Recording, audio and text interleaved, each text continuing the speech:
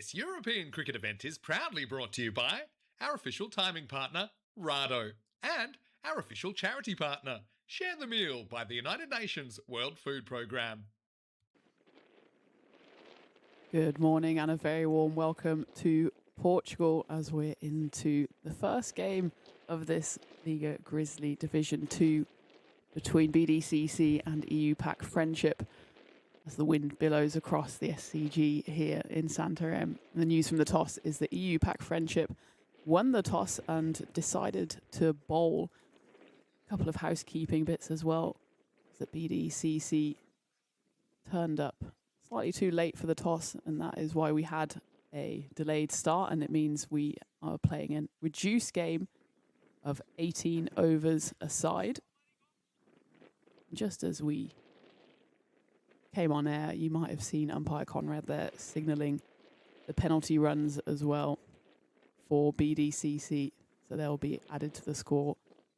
Not the best of starts there for the men in green, but they'll be looking to get runs on the board now. Of course, EU Pack will have those runs added in their run chase in the second half of this game.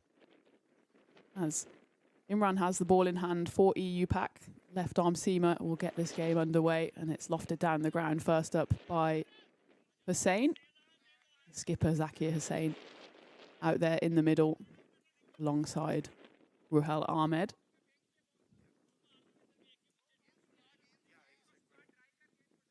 BDCC will have to gather themselves quickly here, having had a bit of a chaotic start to the morning, but they've got 18 overs now to try and get runs on the board.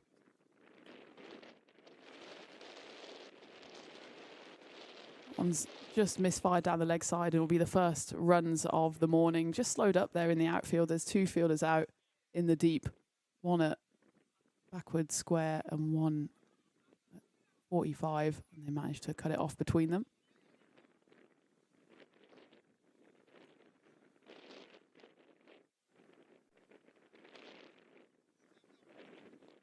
Taking a quick look at the team then for EU Pack Friendship. Arslan Dar, the skipper and wicketkeeper, you can see at the back of the shot there. You've got some names that are very well known to the network. Diamond Pervez, Imran Khan, Imran. The first wicket falls. That goes straight through the defences of Zakir Hussain, and the skipper for BDCC has to depart early doors. A miserable morning for the men in green continues as the first wicket goes. Just a bit of an ugly swipe across the line there from Hussain. He's faced all three deliveries so far, just a couple of singles to his name. But it's 3 and out for him as EU Pack Friendship get there first and BDCC 2 for 1.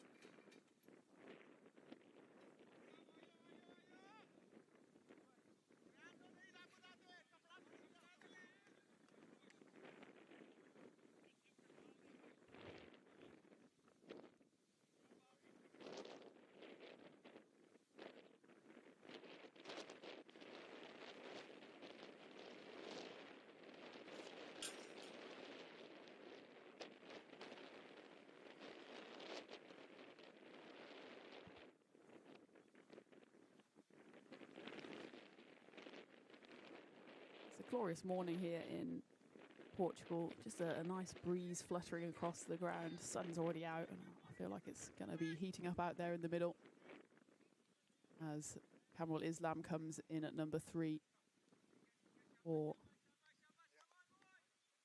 BD. It's been a great start here from Imran. Just that one that trailed down leg side, but otherwise has been right on the stumps.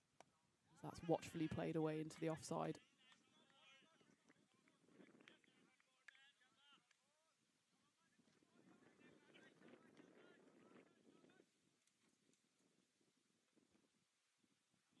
Remember, with a reduced overs game, then the power play will be reduced accordingly. Instead of the conventional 6-over power play, we'll have 5.2 overs of power play, during which time only 2 fielders allowed outside of the circle. With the left arm in swing of Imran, he has 2 out on the leg side at 45 and deep square.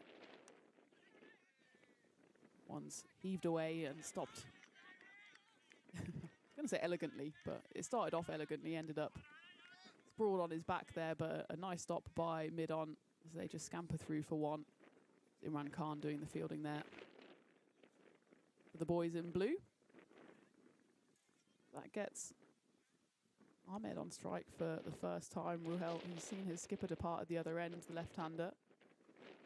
Will face up here the final ball of the first over, which has been an excellent start here for EU Pack Friendship.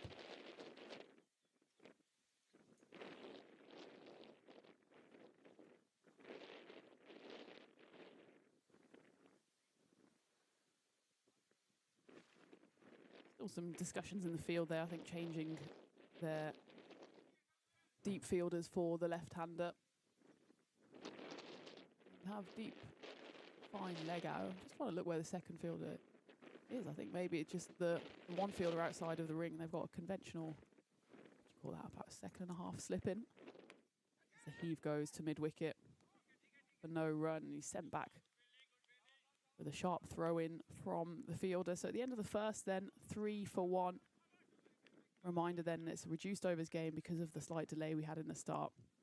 Penalty runs have also been applied against BD Lisbon. We'll see those, of course, in the second half of the game, as EU Pack Friendship will have a slight head start in whatever it is they'll be asked to chase. And it's been the best of starts here for the fielding side, picking up that early wicket, an important one as well, as the skipper, Zakir Hussain, had to depart.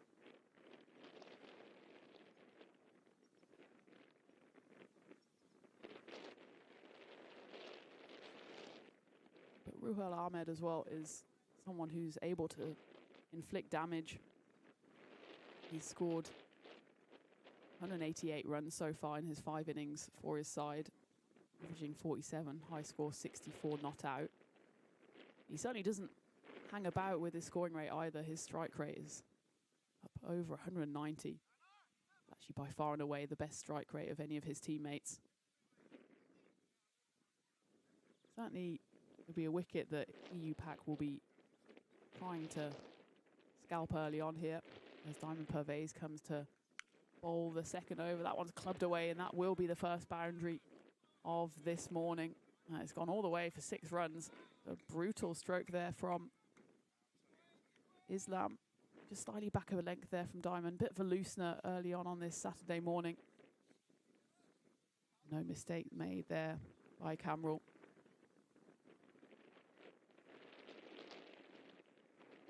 His top score in this league so far, 78 not out. That's actually the top score for anyone in his side. So these two, you'd say, it's a bit of a key partnership, which is very much in its early stages, but that 6 there is just a bit of a insight into the hitting power of Kamrul Islam.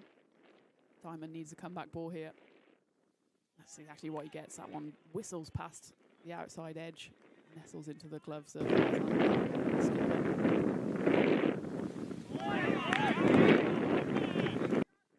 length there was actually not that much difference. It was just the line, just that teasing line on that 4th stump. Can't afford on this field here to deviate on your line. Anything down leg side, it's just going to be pushed away. They do have a fielder out in the deep now, exactly where that first ball landed. So it's a deep mid-wicket in place, as well as a deep backward square leg.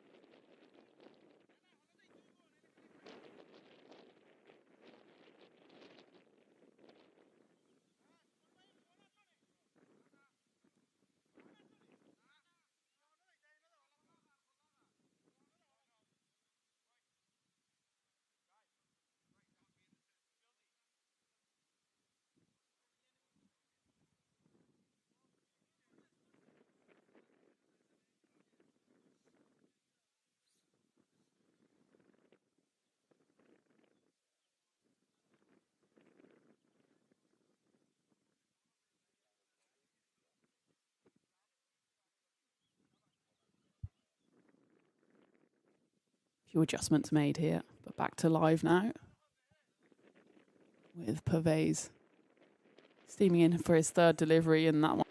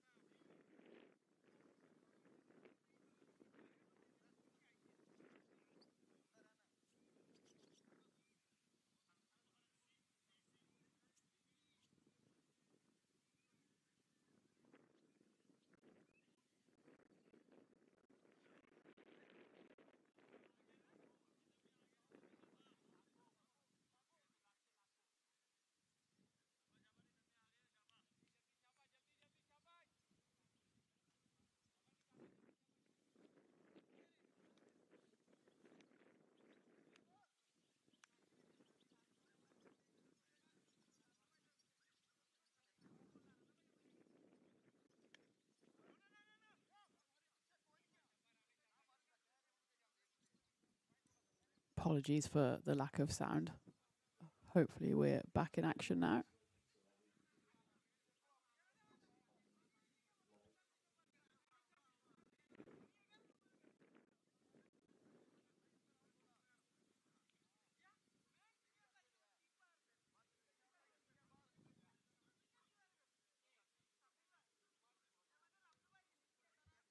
So we've just got to the end of the power play in this reduced 18 over game. Then the power play lasted 5.2 overs. It was an outstanding effort in the deep early on in this over. It was just shelled. I think half the EU pack side actually thought they had carried and been taken, but unfortunately it went to ground. So it's been a great little partnership here building between Ruhal Ahmed and Kamrul Islam. Seems a long time ago now that first wicket fell. Zakir Hussain on the third delivery of the game. So since then they've built a partnership that's now worth 55. So that one's carved away and it's going to land in front of the fielder long on, who puts in an excellent diving stop to his right to prevent what would have been a boundary.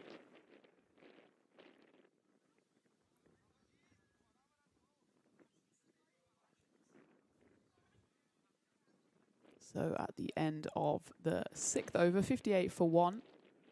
Ruhal Ahmed 11 off 12, and it's been Kamrul Islam who's been the chief architect, 40 to his name off just the 21 deliveries.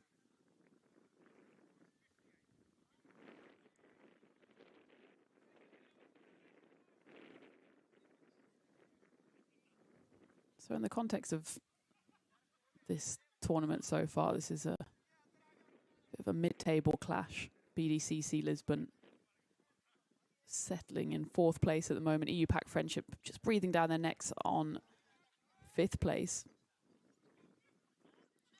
Interestingly, BDCC have won one more, so they've got a win-loss record of 4-1. EU Pack Friendship 3-2. But the team in blue has actually got a far superior net run rate after some big victories so far this division. Currently it's Brothers 11 Portugal who are sitting pretty at the top of the table, having won 5 of their 6 matches so far, same as Lisbon Panthers. So that one's been worked away into the leg side and it will go all the way for 6 runs. It's Hafiz Qatar coming in. In fact, it's been readjusted to 4, so it didn't quite go all the way, but certainly went a long way into the leg side. Hafiz Qatar sees his first delivery knocked to the rope.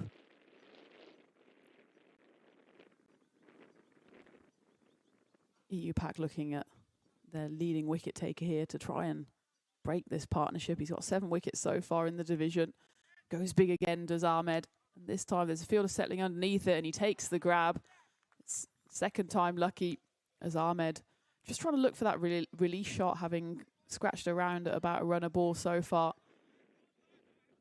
But the left-handed batter has to depart for 15 off 14 deliveries, and that's the second wicket to fall for BDCC, 62 for 2.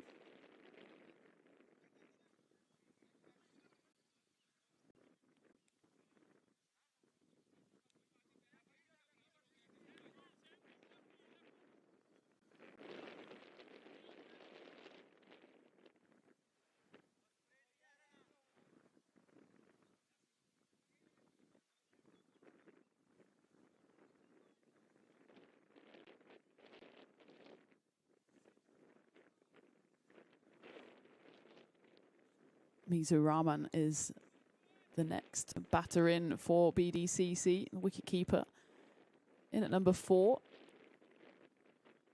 He's got a teammate at the other end, Kamrul Islam, who's going along very nicely. It was a bit of a rash shot, really, wasn't it? To dismiss the batter, Ruhal Ahmed. Didn't really need to go for the big swipe, especially with 3 fielders out in the deep now that we're out of the power play. So you can have 5 out in total, and 3 of them were out on the leg side for the left-hander at deep mid-wicket, cow corner and long on. I assume that will continue to be the case for the new left-hander, Rahman. with the other two boundary riders being at long off and at deep cover. Just got a slight helmet issue here by the looks of it for Kamrul Islam.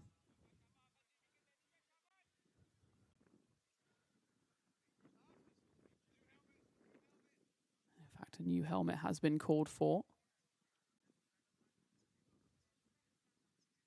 Remember, this isn't the only action happening on the European Cricket Network today, as the ECS in Switzerland, in Zurich, has just kicked off as well. So make sure you have at least 2 screens locked and loaded.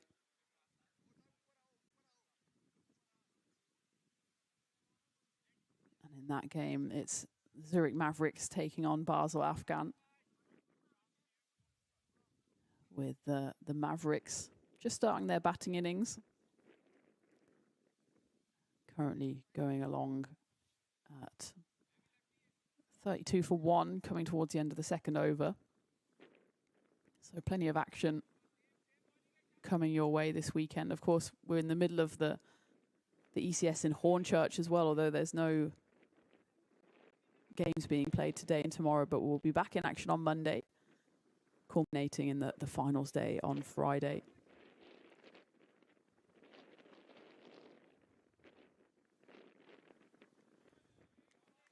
Big swipe there outside off stump by Rahman, but he's missed out on 2 occasions here.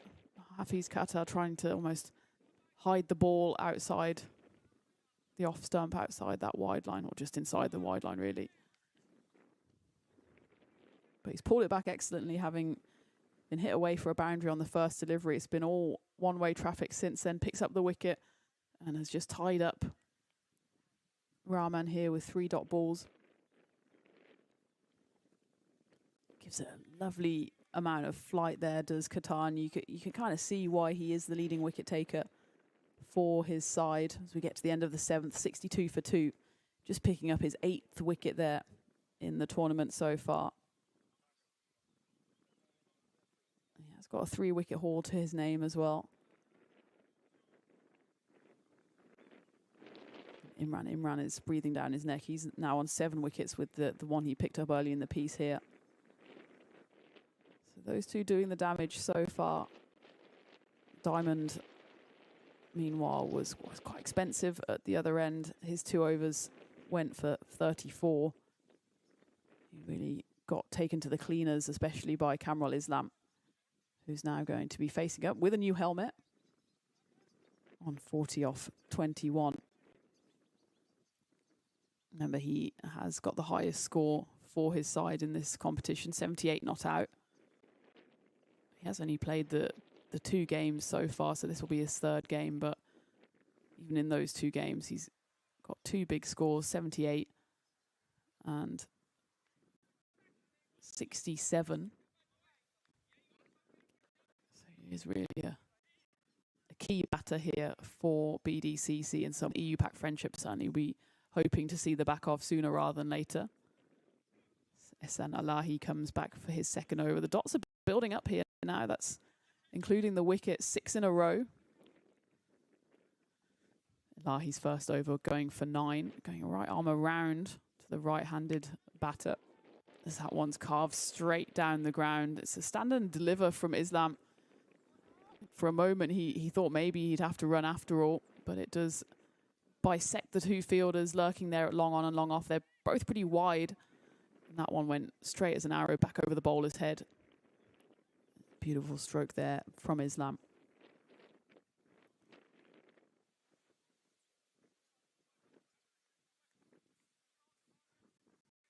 BDCC are on a bit of a winning streak in this competition.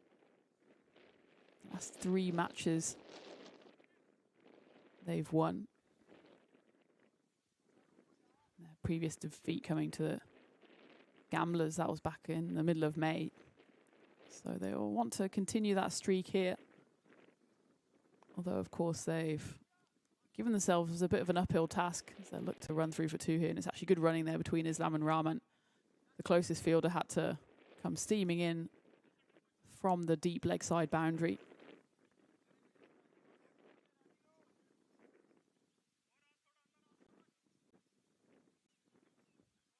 BDCC having defeated Werash second team in May and then picking up another win in June and July, most recently against Lisbon Kings 11. As I was saying, they will have penalty runs against them because they were unable to here in time for the toss. So whatever is scored here by BDCC, EU Pack Friendship will have 20 runs to start their innings. We'll double check that to make sure it's correct for the start of the run chase. So worth noting that when BDCC are batting here. So that one drifts down the leg side. Nice grab there by Arslandar. Will have to be re-bowled.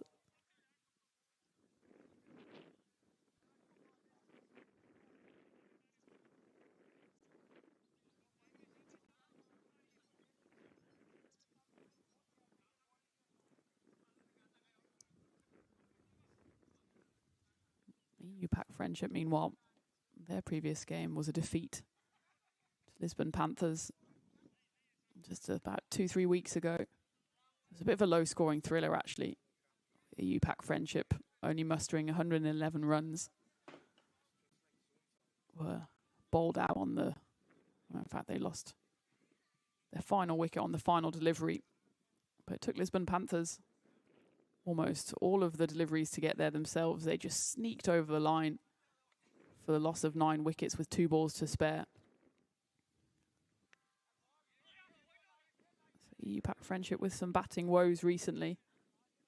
But before that, they'd put on 3 formidable scores in 3 games and won all 3 of those batting first. So interesting, actually, that the skipper Arslandar decided to go into the field early this morning.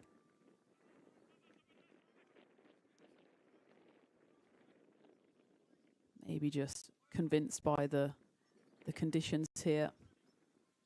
Just past 9 o'clock local time here on this Saturday morning. Also maybe due to the fact that BDCC won at their full complement. End of the 8th. Decent enough over for BDCC. That boundary coming off it and a couple of wide, so it goes for 9 in the end. 71 for 2.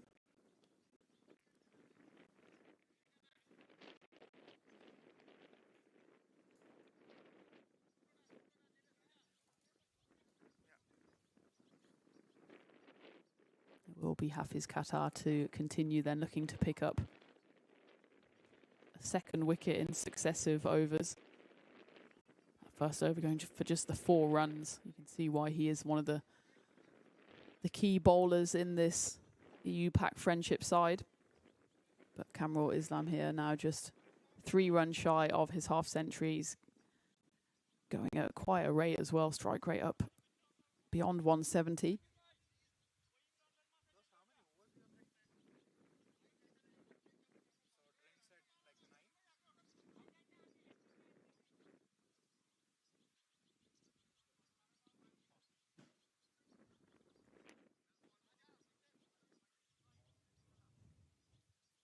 Of course, this is the first of 3 games that you're coming your way from Santarém Cricket Ground today. The second game will see Team Tigers Portugal take on Lisbon Spartans. A game which sees 8th place taking on 11th place, and then rounding off the day will be Falcaus against Lisbon Kings 11, 9th against 6th. So it's all very much kind of mid-table battles here today. Before, of course, we move our attentions to Division 1 tomorrow, which will see Lisbon Capitals take on Punjab CC, Marlow against LSG, and Fighters against Werewolves to round off the weekend.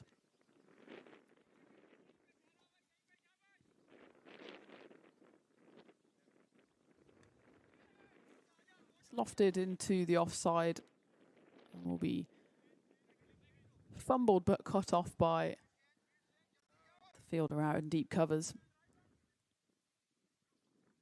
Still got some batting to come as well. Do BDCC Lisbon, Raju Mia, Abhimanyu Joy, and Imran, just to name a few. So that's knocked away into the leg side. The fielder there has to run around. It's actually Qatar himself, because every fielder on that leg side for the right-hander is got his heels on the boundary rope.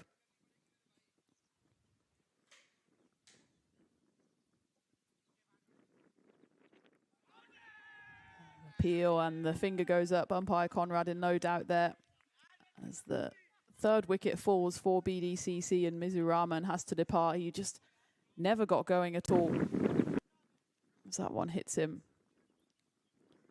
flush on the foot as he goes for a bit of a swipe across to the leg side. Never really gets near it. I think he was in trouble as soon as he missed it.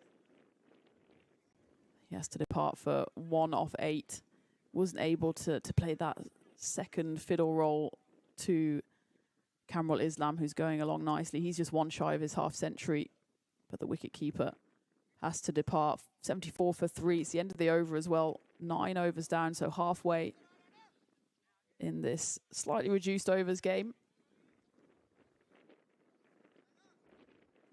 So Kamrul Islam will be on strike to see if he can get to his half-century milestone. It will be his 3rd half-century in 3 games. He's joined out there in the middle by Raju Mia.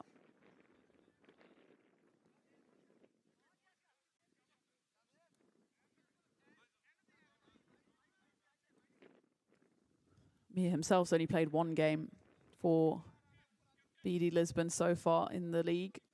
Managed 13 on that occasion. We're hoping he'll be a bit more lucky on this Saturday morning. That's a bit of a full toss there from Najibur Rahman, who's come in to bowl this 10th over.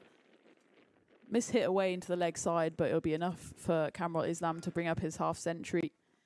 He moves along to 51 off just the 30 deliveries, so it's been an excellent innings from him, having come into the game early on in the piece, just the 3rd delivery when that wicket fell.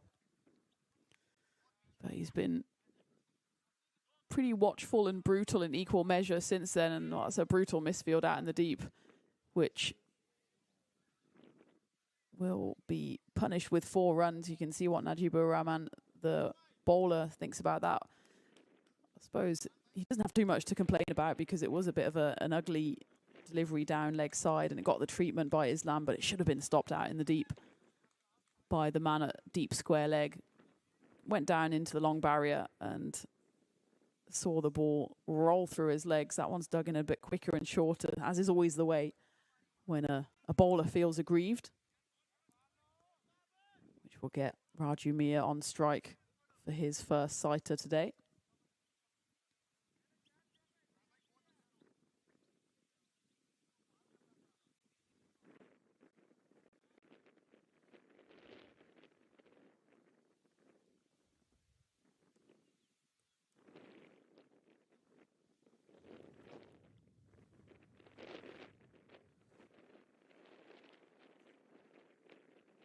Raju with the 000 on his back.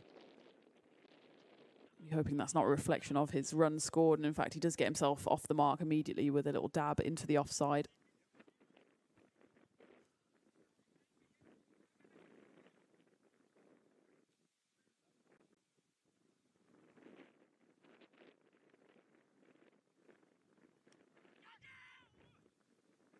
Yes, no, maybe. Would have been in trouble there had it been picked up cleanly by Janzi Bali, because both batters found themselves pretty much staring at each other in the middle of the pitch, but the fumble allowed them to decide to not go for a run as Mia ends up back at the striker's end.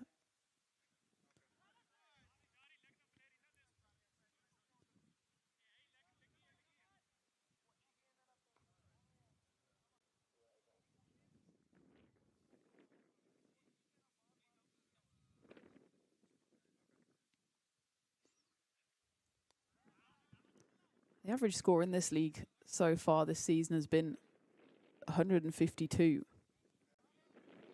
That's pretty much exactly what BDL are on course for here, just with that dot ball actually there. drop below that. So 151 is the expected score.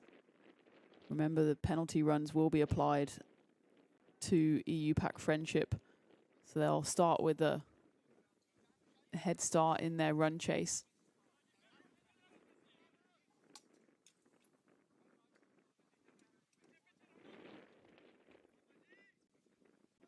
You think here that Kamrul Islam very much holds the key to this batting innings for BDL, 57 off 33. Although Raju Mir is someone who's going to be familiar to those who've watched ECSs in Portugal before. He can clear the rope with ease. He's just happy to rotate the strike for now and get Islam back on strike as he goes for a big swipe. But that one is missed outside the off stump.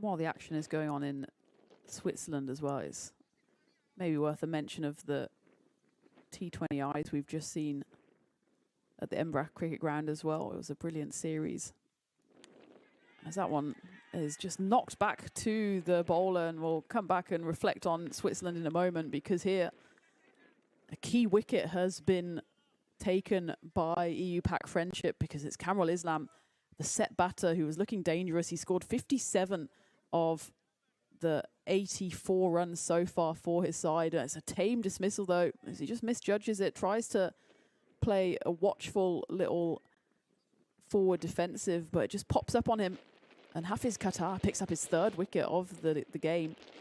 Islam has to go for a well-constructed 57 off 36. He'll be disappointed though that he hasn't been able to kick on. That's kind of been reminiscent of his 3 games so far.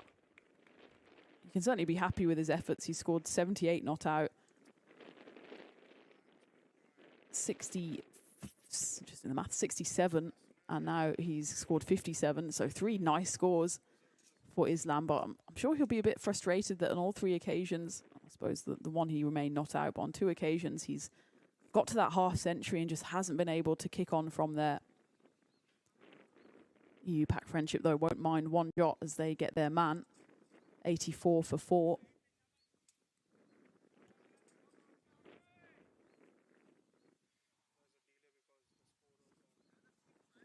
So just as we have a delay here, wanted to mention the women's cricket we saw at Switzerland last week, between a quad series between Brazil, Switzerland, Jersey and Spain, and some outstanding power hitting in particular. We had scores over 200. Lindsay Boas of Brazil scoring a brutal 126 in the end, and then followed it up with a 3-wicket haul. Jersey played excellently as well. Unfortunately, the prior arrangements meant that they weren't able to get through to the finals day. So the qualifier was then contested between Spain and Switzerland, with Spain emerging triumphant from that. But it always seemed to be the case that Brazil were the strongest side in that tournament. And as it proved to be, as they won the final and lifted the Quad Series trophy. We have to give a shout out to Switzerland as well. They were not only excellent hosts, but a really promising side, full of youngsters, and certainly a team to look out for in future. The likes of Meghna Raj and Vani Dhanuka, both excellent players. And they can consider themselves slightly unlucky that they went through that Quad Series without picking up a single win. They were close on several occasions, especially remember that one game against Spain where it looked like they had Spain on the rocks. Weren't able to get it over the line. Big appeal here, and the finger goes up from umpire Conrad. He just steps right across it, does Raju Mir. When you step across your stumps and try to swipe it to leg side, then you're always going to get yourself in trouble. It's the 4th wicket for Hafiz Qatar, who's streaking away at the top of the wicket-taking charts for his side. Certainly no issue of height there, just a question of whether it was going to go on to hit the stumps. And umpire Conrad has the best view in the house. I think probably would have gone on to hit leg stump.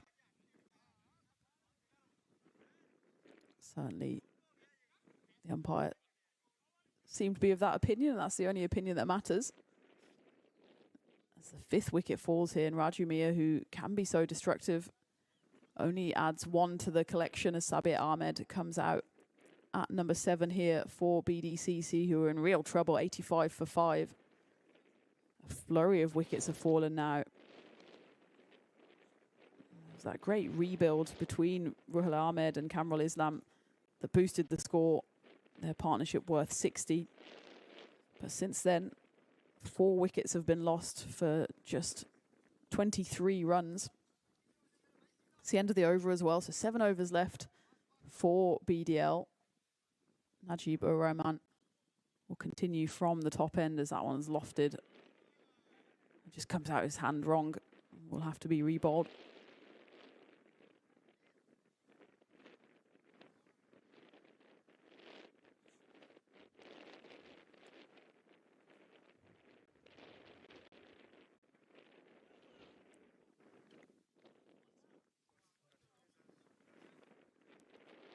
Najib has also been in the wickets for his side in the 5 games he's played so far, picking up 6. His main contribution being a 3-for. He's yet to pick up a wicket in his first 7 deliveries here. But EU-Pac friendship have really been able to tie down BDCC.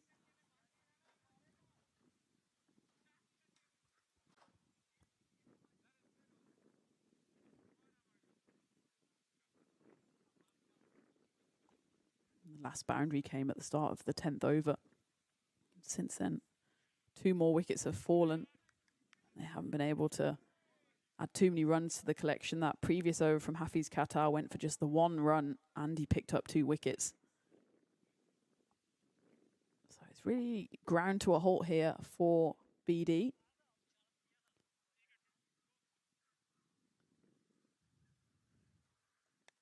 Gives it air, and well, this one will land safely. Had there been a conventional mid-off on, he might have been in business, but he has to run in off the rope. Again, just a risky little swipe there from Sabir Ahmed. He gets the run for it, so he gets himself off the duck, but not exactly a convincing stroke. You can see what Najib's trying to do here, really trying to tempt the batters into a full shot. That one is met on the full though, and it's going to go all the way for 6 runs. Imran decides that the best form of defence is attack. Despite a fielder out there lurking, he was never in with a shot of reeling that one in. So much needed boundary here for BD as they creep their way to that 100 barrier, 94 for 5 with 1 ball left of the 12th.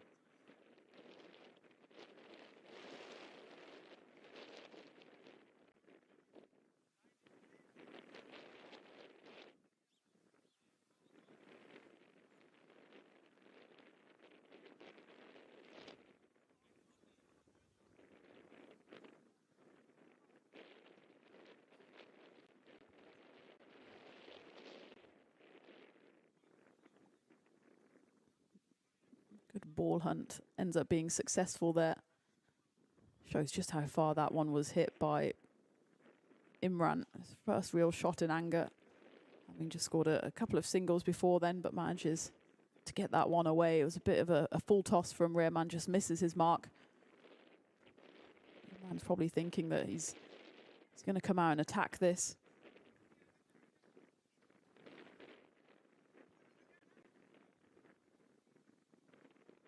I think Rahman has decided he's going to go to seam here, has he? Because the wicketkeeper Arslan Dar has gone back. Let's see what comes out. Yeah, that's very much seam, and it's almost fended away there by Imran. A one-handed swat in self-preservation, but it does the trick. Bit of a strange one there from Najib. I thought he was bowling very well. Yes, he got hit for that one big six, but it was just because he missed the length. Otherwise, it looked like he was threatening to get a wicket, just teasing them with that dipping leg spin, but his resolve crumbles as soon as he gets hit for 1-6 and decides to go to seam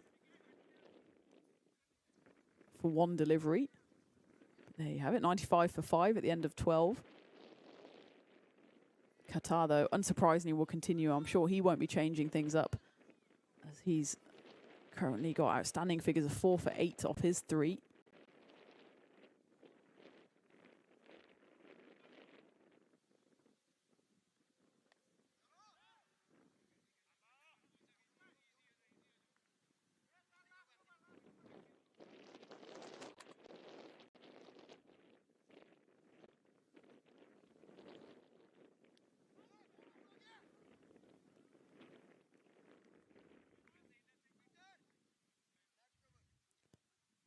Continues exactly where he left off in the previous over.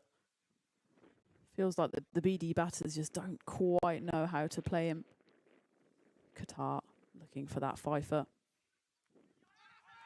Big appeal down the leg side. No signal given by Conrad, as it does look like it flicks a bit of the pad on the way through, so a good call. Well, you can see that the batter Imran was doing the signalling himself there, saying it came off his pad. That one, though, very much comes off the middle of the bat, and despite the fielder showing interest there at deep mid-wicket, the ball wins. It's quite a risky shot, pretty much hoiking it away off middle stump. Would have been in real danger had he missed it, but importantly, he didn't. Najib in hot pursuit there, but wasn't able to stop the runaway ball. One shy of the 100 then, BD. They'll get there with a swipe into the leg side. They consider 2, but with the ball already in hand, they settle on the 1. So that is the 100 up, 100 for 5 with 1 ball left of the 13th. Say, though, EU Pac Friendship very much in control here with those penalty runs coming their way as well. That one's be lofted over, though, and Saeed Sajjad didn't just quite have the timing to get around to that one. He steamed in off the rope when in fact he probably would have been better moving off to the left. I think that one is signalled 4, so just lands inside of the rope. Worth taking another look at this one. I think that actually, yeah, well, it's excellent camera work.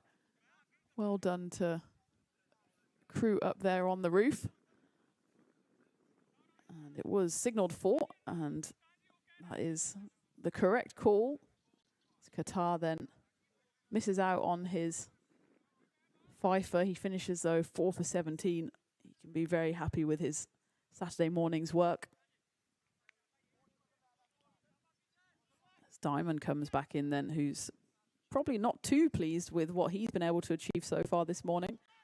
His 2 overs going for 34. But now would be an excellent time to pick up his first wicket. With this partnership just slowly building, it's worth 19. A couple of big swipes off the bat of Imran have helped boost the score for BDL, but certainly they're below where they should be. That one's a nice stroke through covers, but will slow up and will be fielded out in the deep, but not before they scamper through for 2 runs.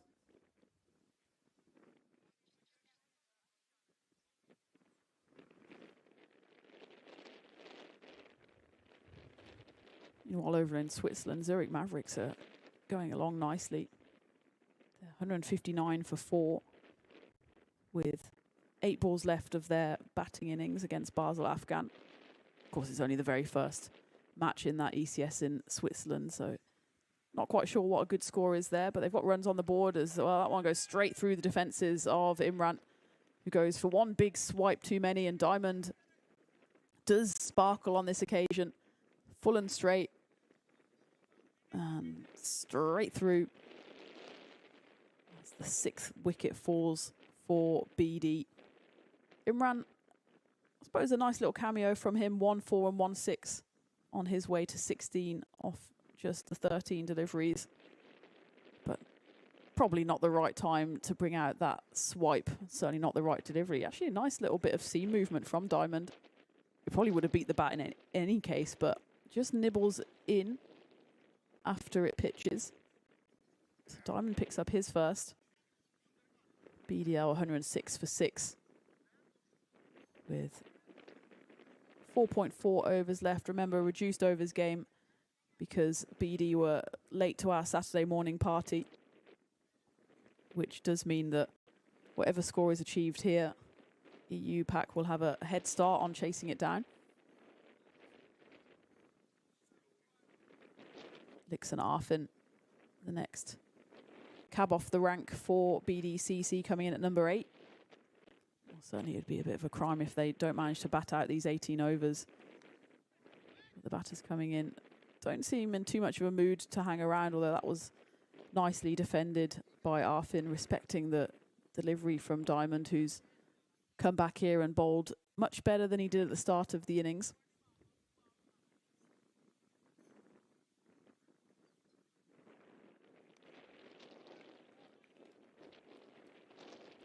Carved away into the covers as they jog through for 2. Arfin here, helmetless, deciding he needs to get the cap on and line it up here against Pervez, who's been expensive in his 2 overs so far, but only gone for 4 in the opening 4 deliveries of this one. And again, right on the money, but it's flicked away by Arfin. Again, they'll consider 2, should be a comfortable 2. Steep mid-wicket showed zero intent of ever moving off his rope to get to that one, so it had to be fielded by more conventional mid-wicket.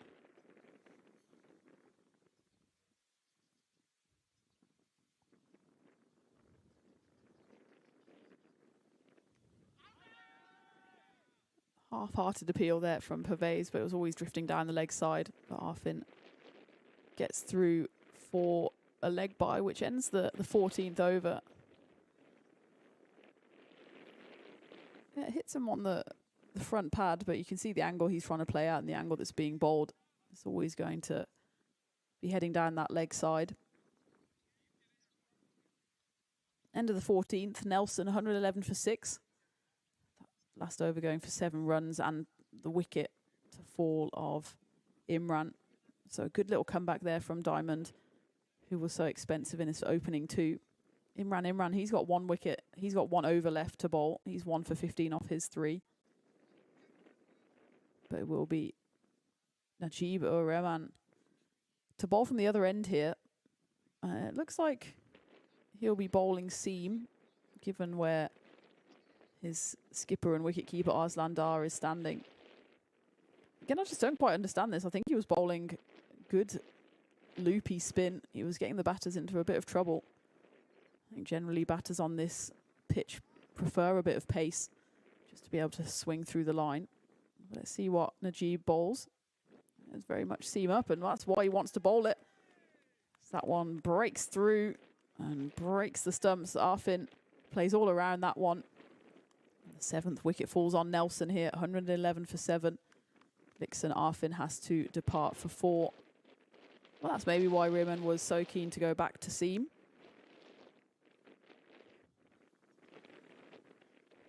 Trouble here for BDCC. Wouldn't surprise me if they don't even manage to bat out the full allocation of 18 as Foysal comes in at number 9.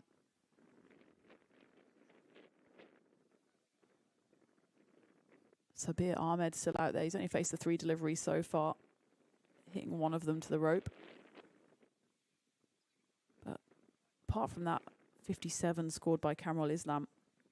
Just not been many contributions up and down the scoreboard for BDCC. Next best score, in fact, was Imran, who was bowled in the previous over by Diamond. Ruhal Ahmed scoring 15. And otherwise just ones and twos and threes.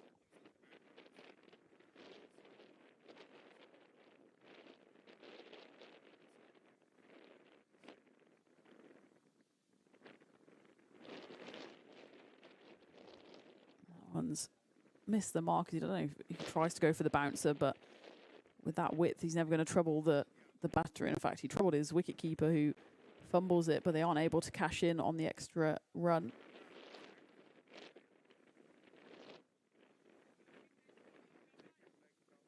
You can see on that Maximo rate, BD have been hitting a lot of sixes in the series so far, but managed just the 3 in this game, 2 of which came from Kamrul Islam on his way to the half century.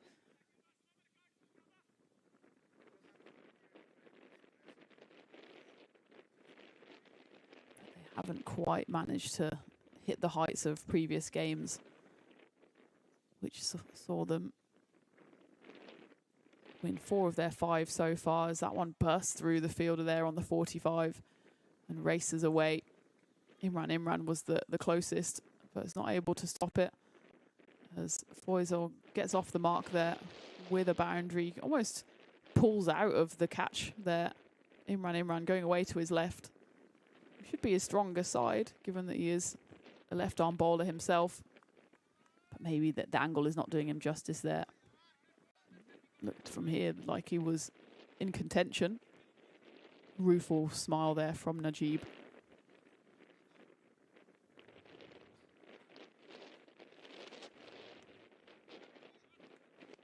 Gives that one some flight, harking back to his spinning days of just a couple of minutes ago.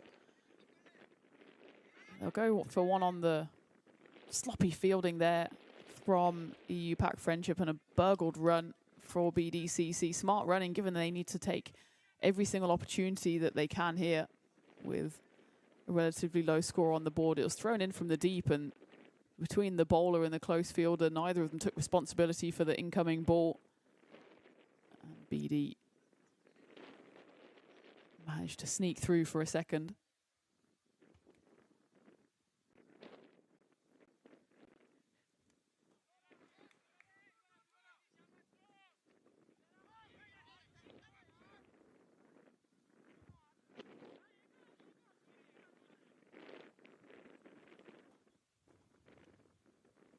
Well, if we look back at previous totals that have been posted by BD as we get to the end of the 15th, 120 for 7, they have been able to defend decent scores. 185 they defended when Precious only managed 179, so it was another thriller there. But in the previous game that they won against Lisbon Kings 11, they chased down 165 with 2 overs to spare. And in an 18-over match against Awera's second team, they chased down 145 with 3 overs to spare, so in the 15th.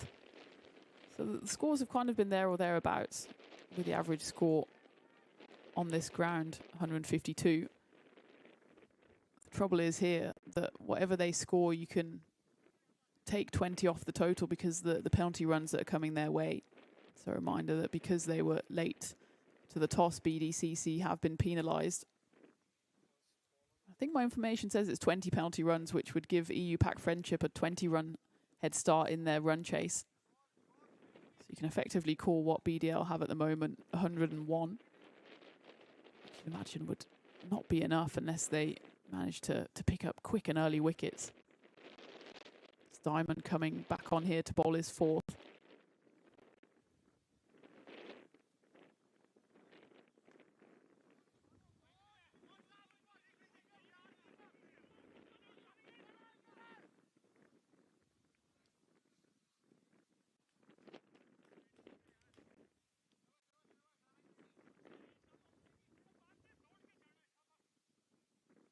I've liked the hustle shown from BDCC in the last couple of overs, which has kind of gone hand in hand with a bit of sloppiness that has crept into the EU Pack Friendship fielding.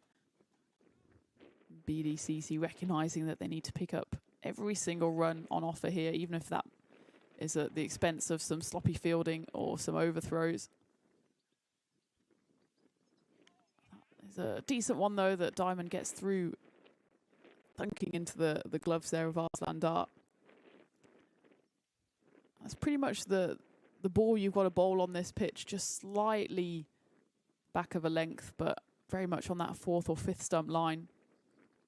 Because more often than not, the batters always try and swipe that to leg side. This time he goes on to the offside and gets hold of it, but should just be the one. And in fact, it's a walked single there by Sabir Ahmed, who was never even considering going for the second run here. Would we call that a missed opportunity? I think that's probably harsh. Good footage there again by Crew. Did stretch out a hand, the fielder at cover, but was never that close to stopping it.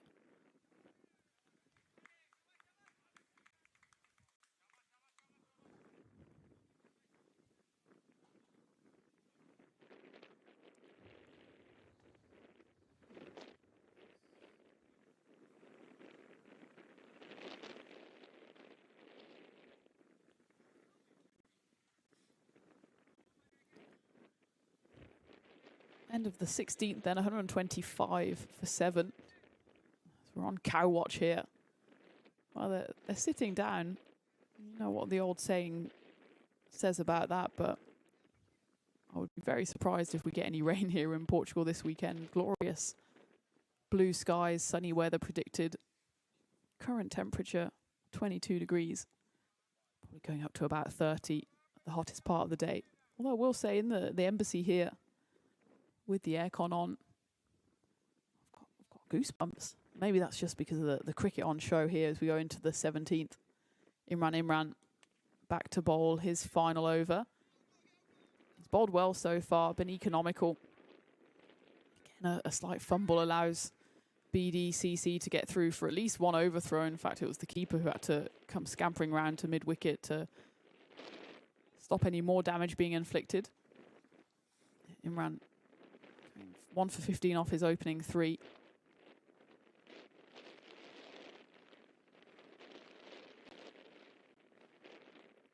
Be interesting to see who bowls the last.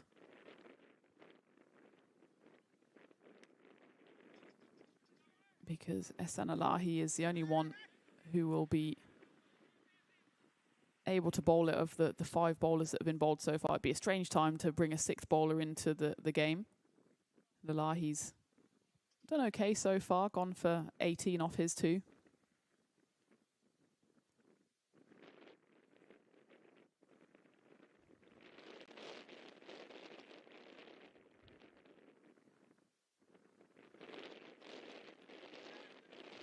Up in the air, and it's dropped. Goes straight in and straight back out. Almost too casual in the catch there was, well, that man, Ehsan Elahi, in the air for a long time. He had enough opportunity to line it up. It was very much skewed off the side of the bat. Couldn't really blame the sun either. He just snatched at it, did Elahi. Another missed opportunity there for EU Pack Friendship. This time we go straight down the ground. Another opportunity here. Imran Khan comes in and, well, gets himself in all sorts of bother and never really ends up getting close to it. It's difficult running up the hill here at SCG. Maybe he heard the thudding footsteps of Diamond in his vicinity as well. But again, you can see he was a bit slow off the mark and ends up running down the wrong line entirely. So 2 missed opportunities, the first of which was certainly the more straightforward of the 2. But these are all valuable runs to BDCC. Doesn't matter how they come. Imran. Frustrated a touch here with his fielders. I've got to say, he's been bowling perfectly to his field, but it's not much you can do about it if your teammates don't oblige with doing the catching. This one, though, will be caught, and it's 3rd time lucky in the over for Imran, as that one is a genuine edge, which is caught on the 45. The 8th wicket does fall in this batting innings for BDCC. Sabir Ahmed manages to get to 10, but is caught there nicely by Chan Ali. And still manages to drop the ball. It's the end of the over as well. Imran, I think he probably deserved that second wicket. He bowled well in the opening stages in the power play. Wasn't always rewarded with the opportunities that he created, but he picks up his second. He finishes with figures of 2 for 21 off his 4. As we go into the final over here. New batter coming in, looks like Ruhul Ahmed, but he will be at the non-striker's end with that wicket to fall on the final delivery. So Mohammad Faisal Ahmed will be on strike. 14 off 11 so far for him. Looking to see if they can get themselves up to even 140 would just be something to aim at if you then take away the penalty runs. They'll be having to defend something like a runner ball, but this one's up in the air. Who wants it? There's 3 of them converging underneath it, and the ball lands safely. And they look to go through for 2, and it might be a run out here at the non-striker's end, and it will be. Chaos out there in the middle of the Santarem cricket ground. The opportunity was hit up in the air. It goes between 3 fielders. In fact, I think probably there wasn't a catch almost there because it landed so perfectly, but maybe I'm being a bit too kind. Let's have a look at this one. So it goes up in the air. 4 fielders, well, the ball and the wicketkeeper try to converge, and then it falls between 2 others. Meanwhile, the batters were trying to go back for the second, and Mohammad Faisal Ahmed, I think, can justifiably be a bit frustrated there because he wanted to get himself back on strike. He was the set batter, but it was a case of ball watching there from, in fact, it's Sajid Hussain who came in to bat. So he got sold down the river just a touch there, did Faisal Ahmed. Sajid Hussain, who turned down that second run. Maybe a touch of the selfishness there, just wanted to have a bat himself. Well, he gets the opportunity now with 5 balls left of this innings. By my calculations, then it was a 1 plus a wicket. So that would take the score to 132. We'll wait for the scorers to do their handiwork. There you go, 132 for 9. Make that 133 with a wide ball. So it's a race to the finish here. Can BDCC play out these remaining 5 deliveries, try and get anything on the board? Or can EU Pack Friendship finish it off prematurely? Played away nicely into the leg side. They'll go for 1. Surely they'll try and come back for 2. And well, they don't have to because it's an ugly misfield out in the deep. I think the fielder there was too busy thinking about how he would throw the ball into which end, where he'd get the run out. He saw his name up in lights. Now he'll see his name into the bad books of the bowler. He just takes his eye off it completely. Blaming the outfield in the usual manner there, Jezanib Ali. But the ball was pretty much rolling to him at a snail's pace. And again, just gifted runs here from EU Pack Friendship, who, albeit are very much on top here, you'd have to say haven't exactly been at the top of their game, especially when it comes to fielding. They've probably let 20 runs through, more than they should have done, with misfields on the rope that went for 4 and sloppy throws. Just lack of concentration as well have allowed BDCC to sneak a few more runs than probably they had any right to. That one just bounces over the top of the stumps. Unlucky there, Rehman, to not pick up his second wicket. So 3 balls left.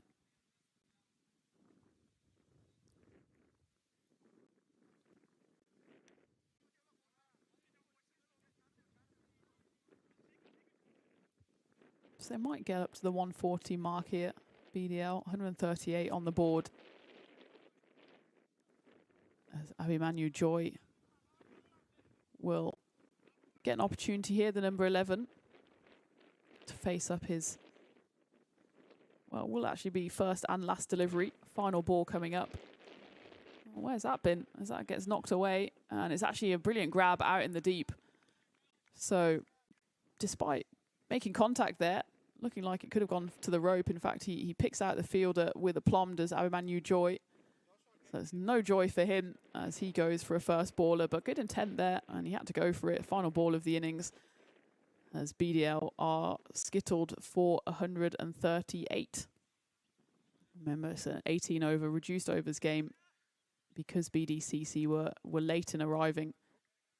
And that really kind of set the tone for them in the batting innings, with Kamrul Islam the only innings of note. He was 57 in the end, scoring 7 fours and 2 sixes in just the 36 deliveries he faced. And when he was out there in the middle with Ruhul Ahmed, it looked like some runs were possible here for BDCC. Their partnership in the end was worth 60. But when those two fell, especially Kamrul Islam, there was not too much else to speak of in terms of contributions. Imran, he was the second highest scorer, was 16 off 13. Ruhul Ahmed himself then fell 15 off 14. And the only other batter to get out of single digits was Mohammad Faisal Aslam, who scored 15 before he was run out in frustrating fashion, being sent back at the non-striker's end.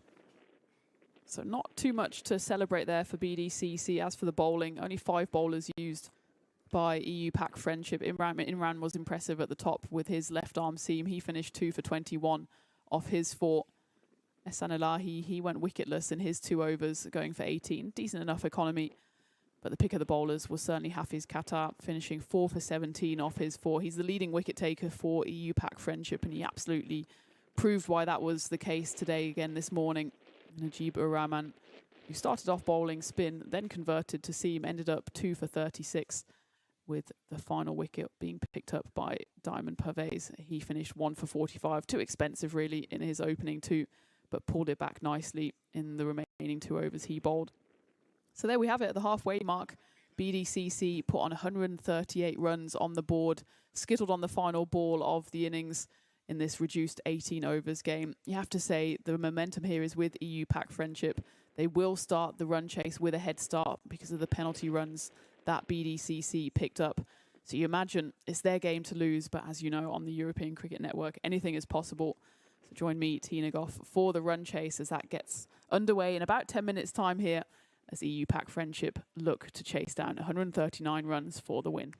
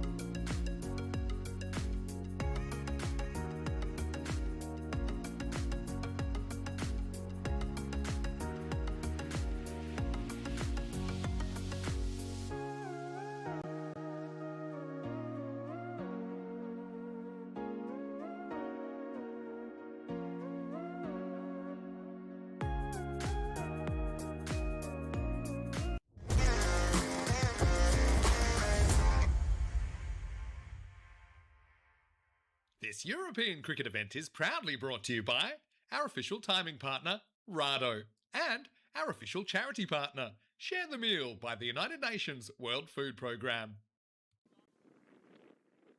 Good morning and welcome back to sunny Santarem, where the chase is on here for EU Pack Friendship against BDCC Lisbon in the opening game of this Liga Grizzly Division 2. And as you can see there on the screen, EU Pack Friendship have been given a helping hand here in the form of 20 penalty runs that were ascribed to BDCC because they arrived late this morning.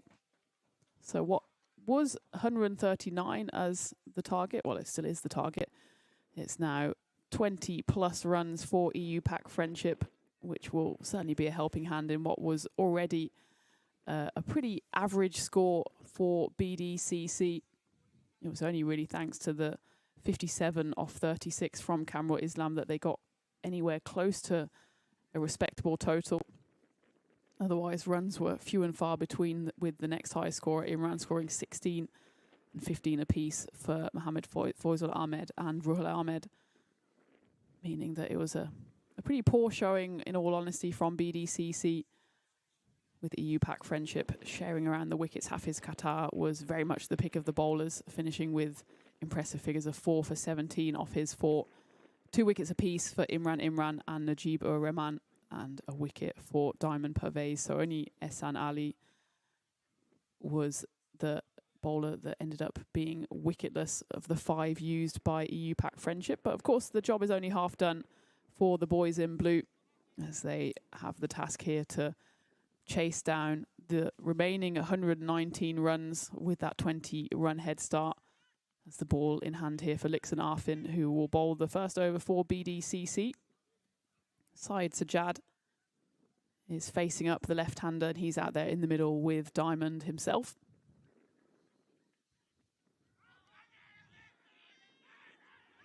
And a wicket falls. First delivery is not caught behind, but it is in fact stumped, as clearly Syed Sajjad was standing outside of his crease, never managed to get back behind the line, and the finger of doom is raised there by umpire Andy. Syed Sajjad, I think, just questioning what the decision was, because there was initially an appeal for caught behind.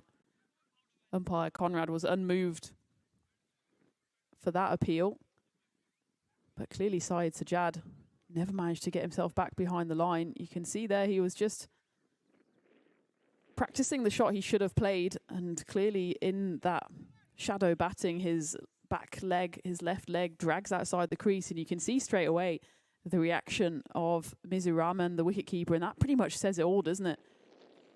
The genuine reaction of joy, because he saw that the batter had sneaked out of that crease. What ended up being a half-hearted appeal for an LBW ends up as a joyful appeal, because they knew they'd got their man. Disastrous start here for EU Pack Friendship, as Syed Sajjad departs on the very first delivery of the run chase. Really smart work there by Mizur Rahman, who was alert to the potential opportunity in front of him. And it seemed to be only when Syed Sajjad started shadow batting that he strayed out of that crease. Mizur Rahman did the rest. Number 3 here, Shan Ali, just lofts that one down the ground. It's a bit of an uppish stroke. He'll manage to get 1. They'll probably want to come back for 2. And the fumble in the deep there by Raju Mia means that they're able to get back comfortably. So a all-action start here in the run chase for EU Pack Friendship. Don't let the score deceive you. They're 2 for 1, of course, with those penalty runs. The score looks a bit more favourable for the chasing side.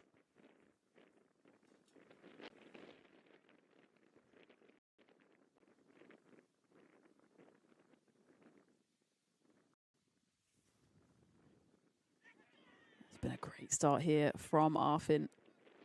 Right on the strap straight away, and I think that's probably the conversation BDCC had at halfway, was that yes, they probably don't have as many runs on the board as they would have hoped, and that can probably be put down to the chaotic start to their morning. turning up late, having to get padded up in record time and go out there in the middle. You can probably understand why the batters were a bit scrambled, but they probably had a word with themselves and said, well, we're here now and we've got runs to defend. But that one's carved away nicely by Shahan Ali for the first boundary of the run chase.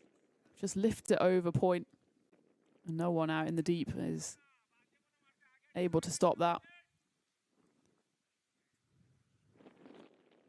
It's a lovely shot from Shahan Ali. You can see he's quite a tall man, but he gets down low to get underneath it and work it away for a boundary. In the power play, remember, 2 fielders allowed outside of the inner ring, and they are currently at long on and at a wide third. The power play in this reduced overs game, 18 overs, is the full allocation, so the power play lasts for 5.2 overs, after which time 5 fielders can field on the boundary for BDCC.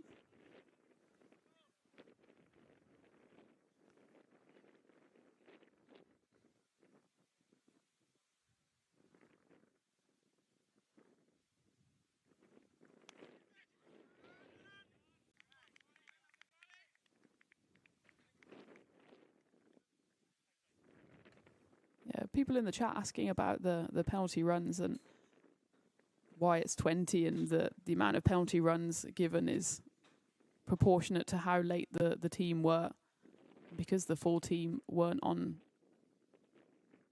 the ground before about 8:10 local time, with the game due to start at 8 o'clock. And then the penalty runs were given accordingly. So that's why they started with 20 penalty runs. EU Pack Friendship were the beneficiaries of that.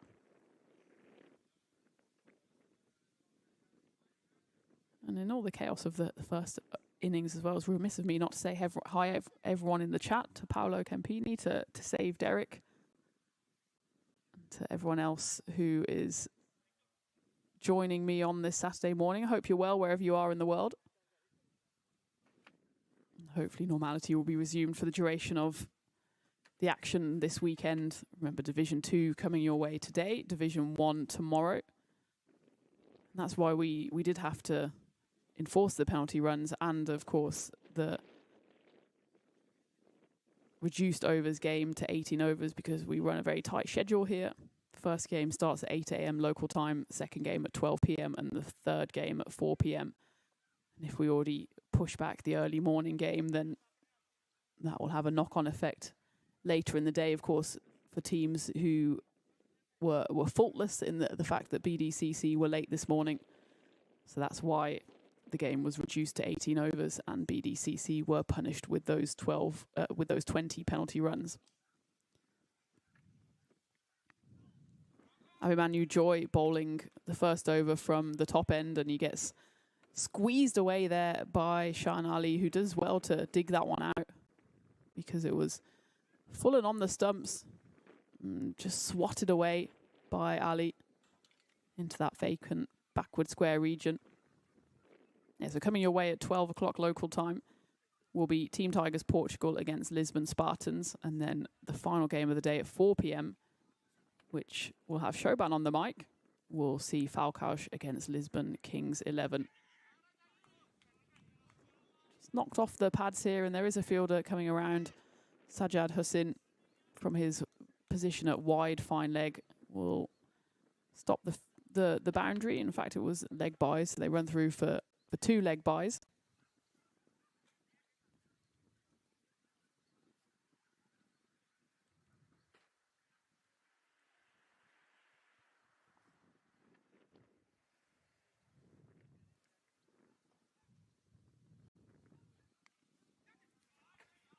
That's going to race to the rope. Square leg, threw his hands up, but was never in chance of getting that one. And it's a good start to the second over here for EU Pack Friendship.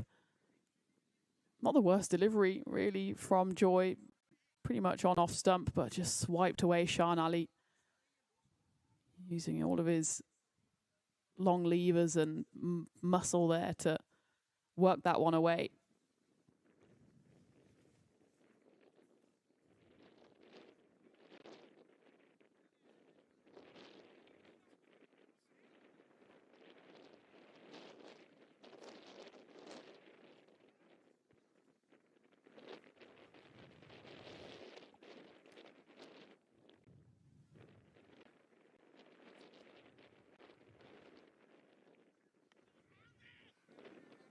better delivery there from Joy.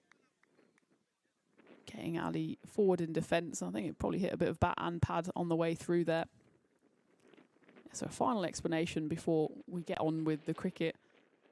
It's 5 penalty runs for every 10 minutes late. And BDCC were expected to be here at 7:30 a.m. local time for the toss for the 8 a.m. start. That one's racing away for the third boundary of the over between the two fielders out in the deep at fine leg and deep square. Neither of them able to get round to that one.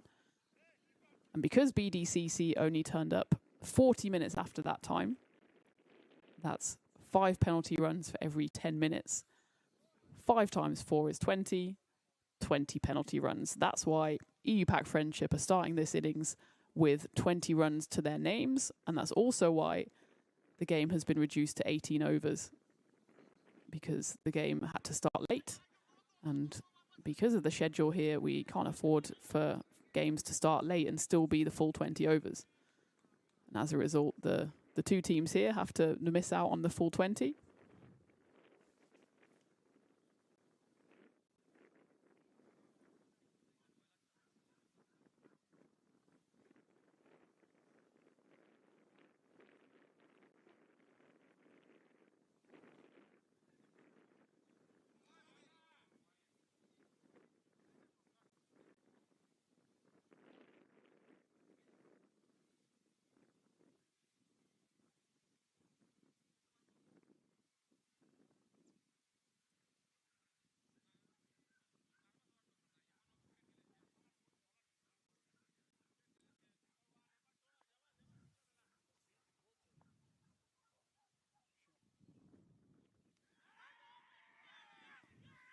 Ambitious appeal there from Abhimanyu Joy. No luck there. 60 runs coming off the over. And very much all going EU Pack Friendship's way here. 46 for 1. Even without those penalty runs, they'd still be well positioned here, with now less than a run a ball required for victory.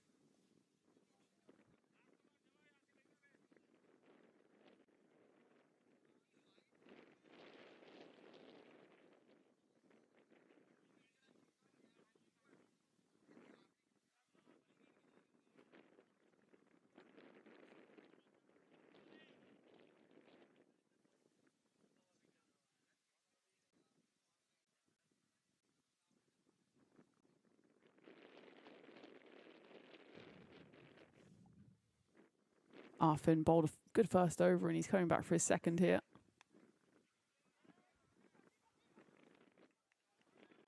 Most significantly picked up that early wicket, that of Syed Sajjad, on the very first delivery of the innings, stumped by Mizu Rahman.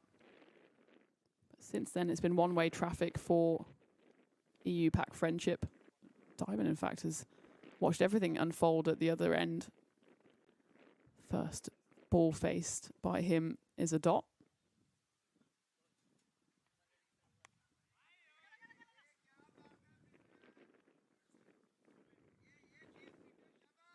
And good morning to Chris Smith in the chat. I hope you're well. Looks like you're having a leisurely Saturday morning breakfast.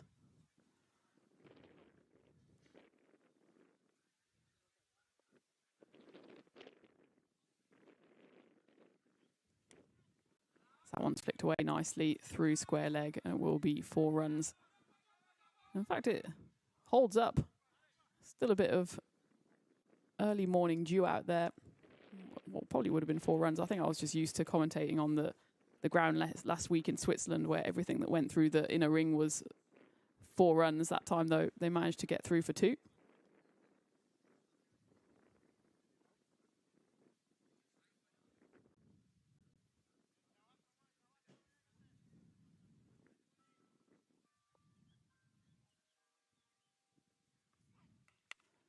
It's carved away over cover, and again the chase is on here for Mohammad Faisal Ahmed, and this time the ball does win the race.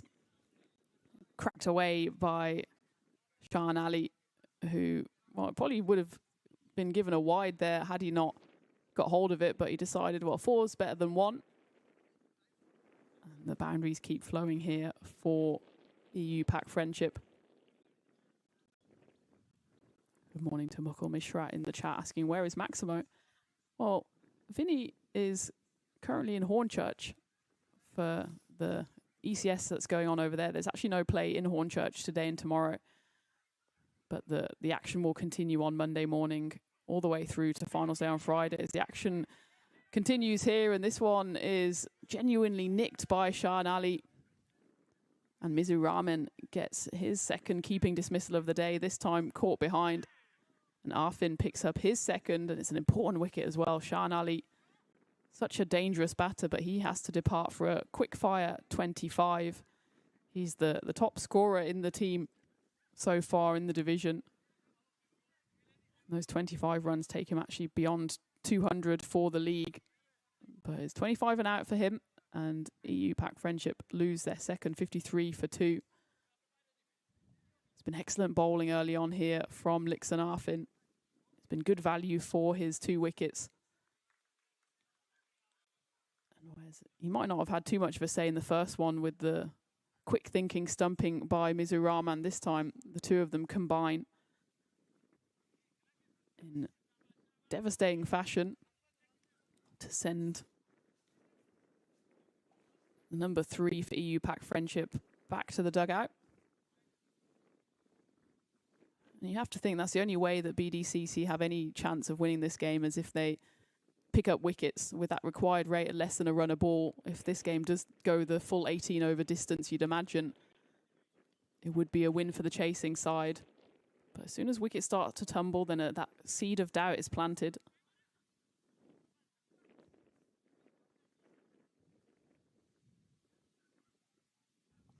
Nixon Arfin coming in again to the new batter. Arslan Dar, the captain, comes out here at number 4 and gets off the mark immediately with a flick away to square leg. Nixon Arfin had only actually played 1 game for his side before today's matchup. He picked up 3 wickets on that occasion as well, finishing 3 for 28. And he's already grabbed 2 wickets early doors here. Comes to the end of the 3rd over, 54 for 2. Arfin, impressive figures so far, 2 for 16 off his 2.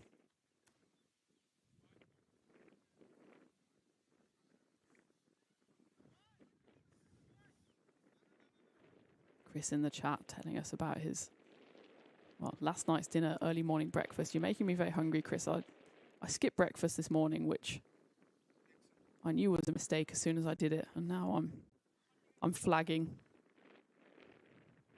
Might have to sneak in a brunch before the next game, which is of course coming away at 12 p.m. local, crunched away through the covers. That time it won't be stopped, you'd imagine, despite the slowish outfield as you get down towards that boundary.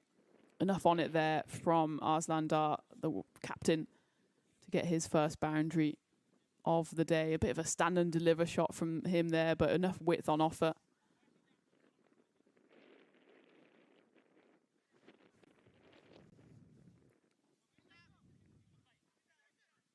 So I do have a correction on the penalty runs, and that's my mistake because my knowledge of penalty runs is not where it should be, but 20 penalty runs were added. My understanding was it was from the toss, but in fact it's from the start of the game. So 5 penalty runs applied for every 5 minutes late from the start of the game. And because BDCC weren't able to start the game until 20 past 8, which is when we did bowl the first ball, and it's 5 runs for every 5 minutes late, and that's why the accumulated runs were 20. So I got to the right answer, just my maths, my reasoning was wrong, but 20 penalty runs applied because BDCC were late. And by the time they were out there in the middle, 20 minutes past the scheduled start time, I should say.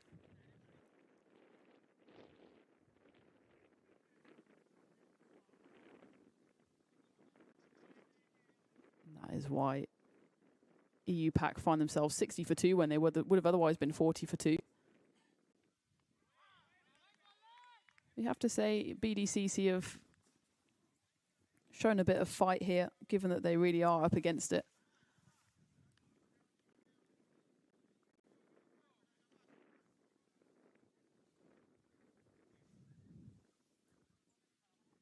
Abhimanyu Joy is showing hustle coming in here, but has been joyless so far in the wicket taking. And that's really what they need here. BDCC, that was worked nicely off the hip by Aslandar, and the chase is on. This time some fancy footwork out in the deep by Lixanarfin, the chief architect of the wicket so far, to stop what would have been a boundary. They do manage to go through for 2. That keeps the skipper on strike.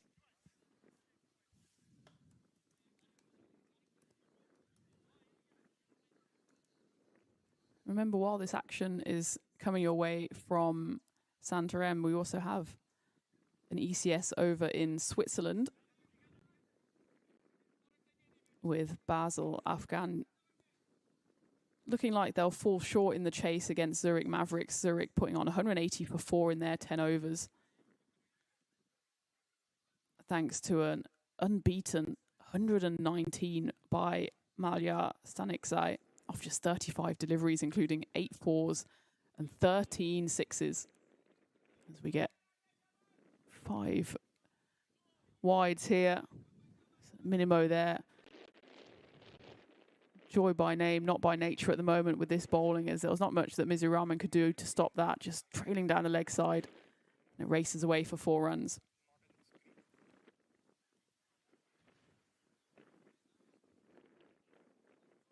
So it's taken no time at all for that first century over in the ECS Switzerland, Zurich. 180 for 4, and in response, Basel Afghan. Well, they've only lost 3 wickets, but they're 128 on the board with 2.1 overs left, so it seems unlikely that they'll now be able to chase it down despite a spirited start, including a 12-ball 49 for Abdullah Hamdad. 7 6s for him, but as soon as he fell, it looked like the run chase was just fading away. But it's not completely over for them there. Still have the best part of 2 overs to try and chase down the total. As we go back to live here in Portugal and at the end of 4, EU Pack Friendship 70 for 2. So with those added penalty runs, they're already over halfway to the total required, with still 14 overs left to play.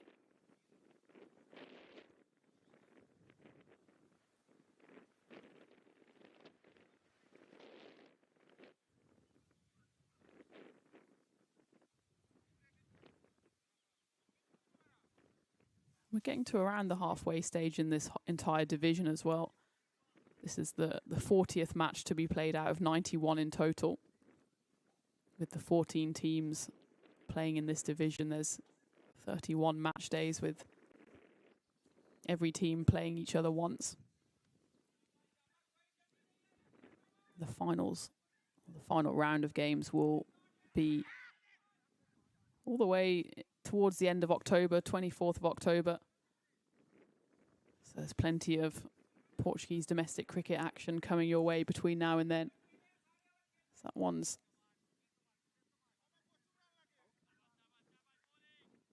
probably would have been actually out had it found the non-striker out of his ground. Sonny Hossin there seemed to suggest it came off his boot, but it was, well, if you want to be unkind, lazy backing up, or if you want to be generous, it was a smart move there from Diamond Pervez to make sure that his ground was made by the time the ball was fired back. They were able to run through a ricochet on the stumps. Yeah, another look at this one is completely inconclusive. I think it probably does hit his boot. You can see that there was a slight deviation there of the ball, but Diamond was able to ensure that his bat, I think, and his foot were behind the line by the time it got nailed back at him. Otherwise, it would have been one of those unfortunate situations where he was run out backing up. No damage done, though. This has been a great over from Sajjad Hossain. He really rattles through the balls as well, so he gives Arslan Dar no time at all to think about his next move. And it's been 4 dot balls in a row now with 1 ball left of the 5th. It will be 5, so an excellent over comes to an end from Sajjad Hossain, just a single coming off it. 71 for 2 off 5.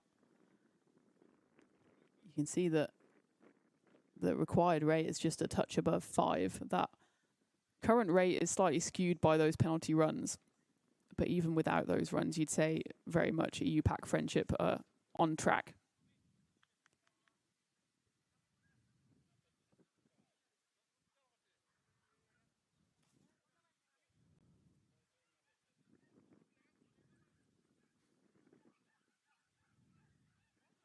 And we take a slight look ahead to the game that's coming up at 12 p.m. local as well, as the EU Pac Friendship dugout looking very relaxed there, knowing at the moment that they're very much in control of this run chase.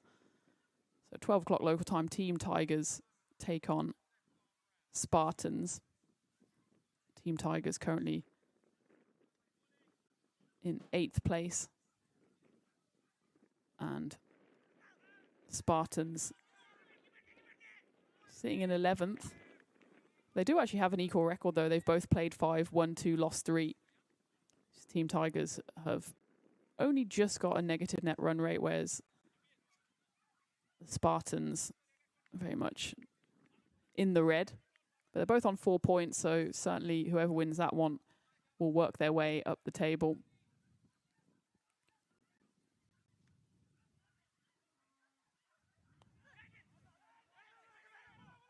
Mohamed Faisal Ahmed bowling the 6th over here. He's worked away for a single on the opening 2 deliveries.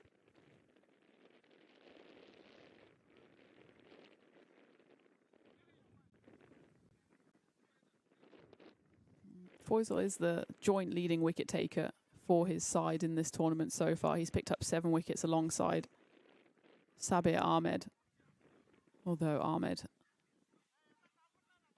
is yet to bowl in this game so far, so might see him, you'd imagine, as the 5th bowler,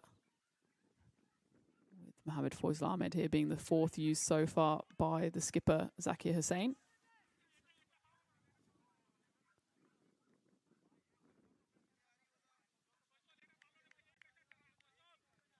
Faisal does have a 3-wicket haul to his name as well.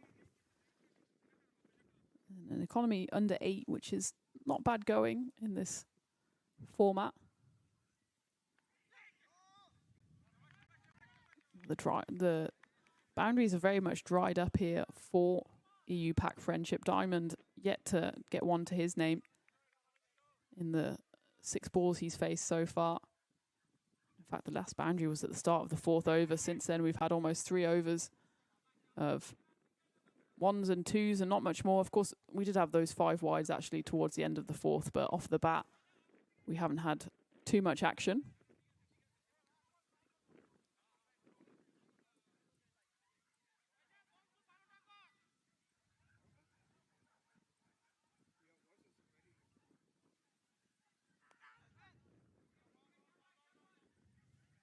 I'd have to say it's sensible cricket so far, though, from EU Pac Friendship. They're happy to just knock the ball around, knowing that they do need comfortably less than a run a ball. The worst thing they could do is lose a couple more wickets here and really get BDCC up and about. Just want to keep them quiet, try and quieten down the fielders and the pressure. It's played away nicely into the covers. Should just be a single, and again, you can see the skipper in particular, Arslan Dar, is in no hurry whatsoever to stroll for more than a single as we get to the end of the 6th. 77 for 2. EU Pac Friendship with BDCC desperately searching for wickets if they have any chance of defending this below par total.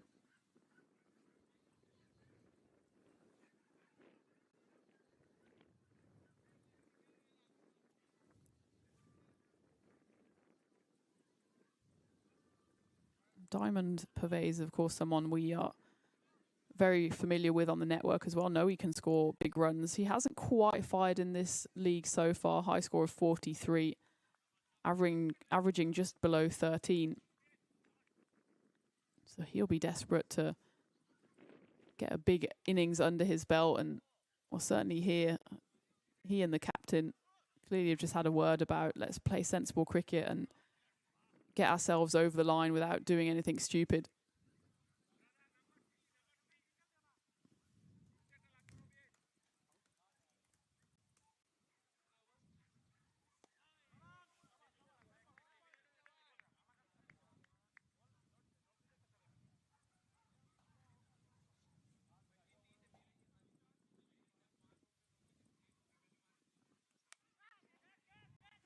This one's launched away into the leg side, and well, it was a difficult opportunity there. Almost went for the goalkeeper-like dive, did Imran. Worth seeing this one again on replay if we do have it, because it stayed in the air for a long, long time. Robin certainly thought he was in with a shot. It's great camera work there from Crew on the roof. As you can see, almost goes for it like he's pushing it around the post in a penalty shootout. That's exactly what he does, but instead he pushes it for a boundary. So it's a missed opportunity here for BDCC, and it's the exact kind of opportunities that they cannot afford to miss out on. Not only is it not a wicket, but it's 4 runs, which they can't really afford to give up here with just now 57 runs required.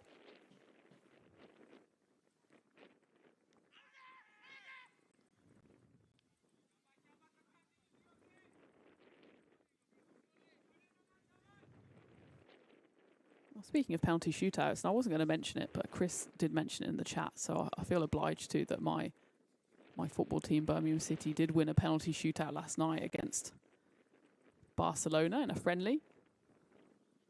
As Chris rightfully points out, it wasn't exactly the full-strength Barcelona side, but there was a couple of names in there. And you'd expect even probably Barcelona under 10s to beat Birmingham City, so it was a nice day for my football team. We're still very much in the cricket season, but the football season now just around the corner, especially now that the World Cup is done and dusted. Over number 7, also done and dusted, 83 for 2. Just that 4 that could have been a wicket, plus a wide and a wicket, a wide and a single it should be, in that over. So 6 coming off it.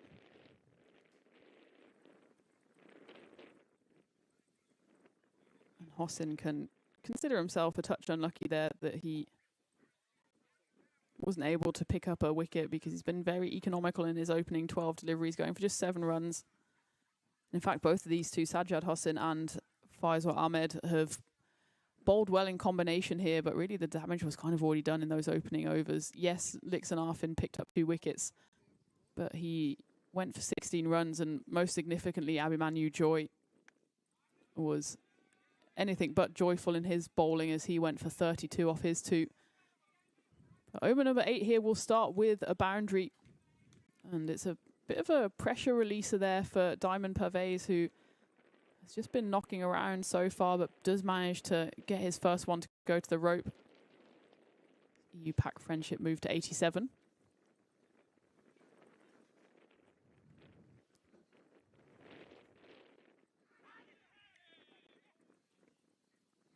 One just sneaks past the stumps. Diamond there almost gets himself in a spot of bother. Yeah, football season just around the corner. I know it's Cup weekend next weekend for teams below the Premier League. And then the league starts the weekend after.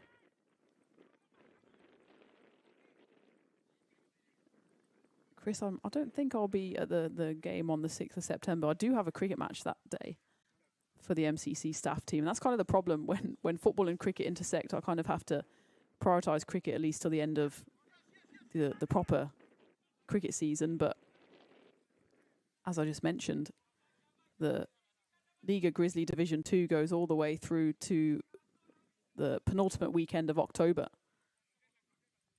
And the football season seems to start earlier every season as well. So, unfortunately, until I find a way to clone myself, I might have to put the football on the back burner. But I did tune in last night, and it was great to watch my hometown team. And I'll be sure to get myself down to as many matches as I can this season. All of my other commitments permitting.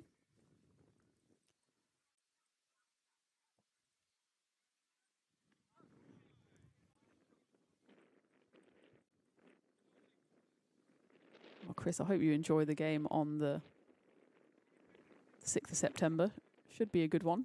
Nice local derby. Not quite the biggest local derby, of course, but we'll take it as that one is lofted over cover, but should be cut off in the deep there by Imran, who dropped that tough opportunity a couple of overs ago, which would have been a wicket that BDCC were so desperately in need of. But as it is, another over of unspectacular but effective cricket comes to an end for EU Pack Friendship. 92 for 2, with 47 runs now required off the remaining 10 overs.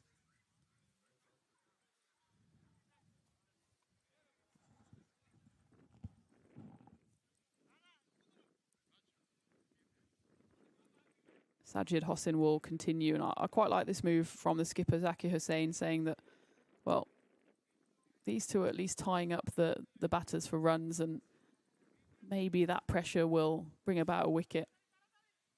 So just the 4 bowlers used so far.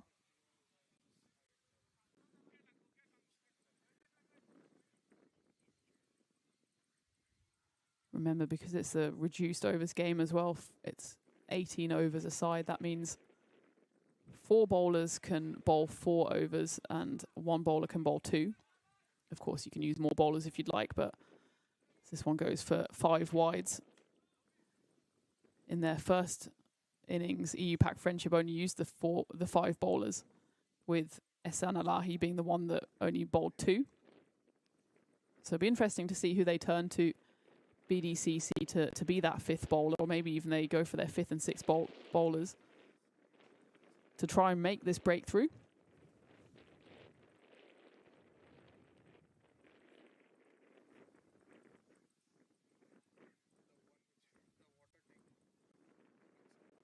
But certainly any extras are just absolutely killing BDCC here. But that's a good correction there from Hossain, who's otherwise been quite impressive in his opening 2 overs.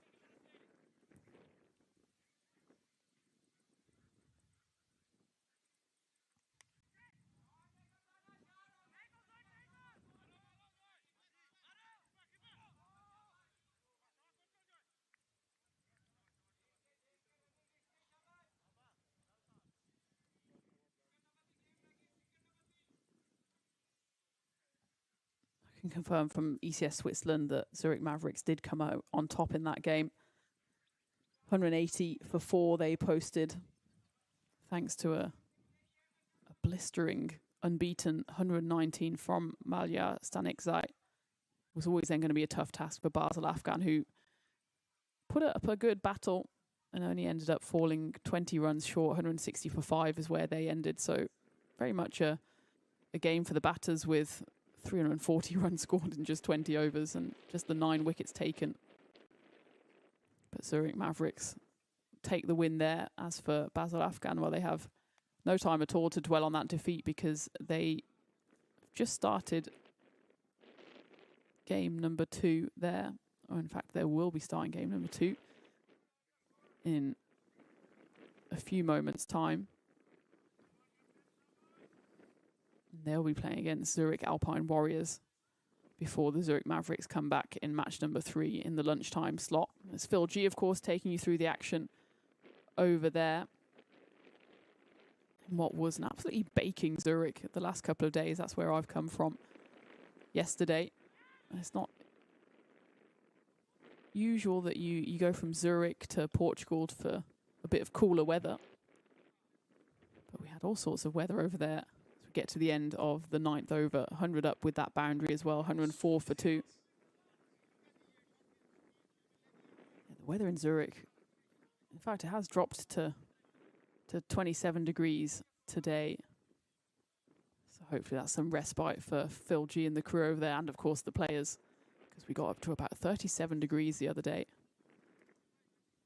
Whereas in Santarém, we're at a comfortable 26 for now. It is going to go up to 34. I suppose not unusual for this part of the world on what is the first day of August. So happy August as well. Always have mixed feelings when we get to August because it's a great month of the year. But for me, and maybe it's because I'm one of life's pessimists, it always kind of feels like the beginning of the end of the cricket season, because once August is done, then September is already almost autumn. But maybe I should have a more positive outlook on life. August is the start of another month of action-packed cricket, of course, on the European Cricket Network and further afield. We've got action coming away all through September and October as well, so no reason to be glum. Of course, we've got the whole of this weekend to enjoy as well, with 2 more matches after this one today and then 3 matches tomorrow from Division 1.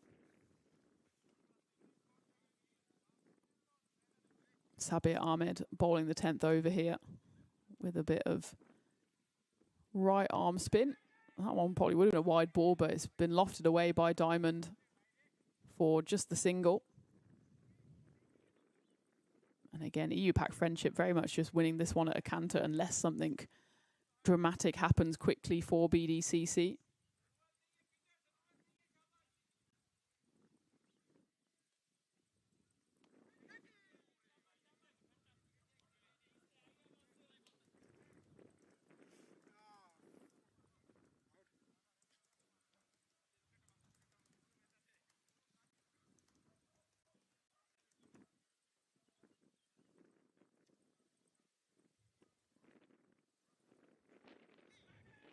Again, the wides are just going to keep accumulating here. And in fact, that one actually hit a bit of a pad on the way through, did it? I thought it was going to be a wide, but yeah, it must have hit a bit of something. Waiting for the signal from umpire Andy, but there has been already too many wides in this innings for BDCC. Penalty runs aside, 20 of which were given to EU Pack Friendship. Also already had 19 wides. 41 extras in total when the team total's only 106. You can see the sorry tale of BDCC this morning. Floated up there by Ahmed. And it's an opportunity that's gone down in the deep. It was a tough chance there for the fielder coming in off the rope, Mohamed Faisal Ahmed. And he does manage to get hands to it, but not able to hold on. And again, that's, by my count, the second or third opportunity that BDCC really had to take if they had any chance of winning this game. But things very much going the way of EU Pack Friendship. Another great grab on the camera there by Crew, if not a great grab out in the deep. Get to the end of the 10th over, 107 for 2. So now just 32 runs required in the remaining 48 deliveries. You can see the heat waves there kind of emanating as well. That's a surefire sign that it's going to be a hot one here in Portugal. It's only 11:15 local time. So by no means the hottest part of the day.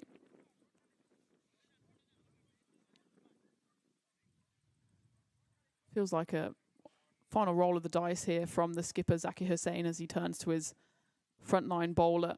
Probably more prematurely than he would like in normal circumstances. Lixon Arfin to bowl the 11th. He's picked up 2 for 16 so far.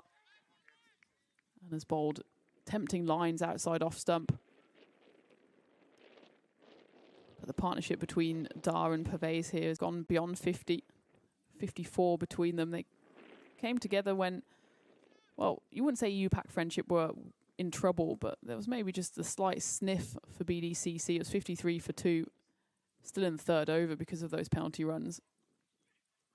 But since then, the runs have been flowing, and there's going to be 4 more of them. Didn't try to overhit it there, the skipper, Arslan Dar. Just too much width on offer. And punches it. You can see he almost checks the cut shot, but gets enough on it to elude the shins there of the fielder in the deep.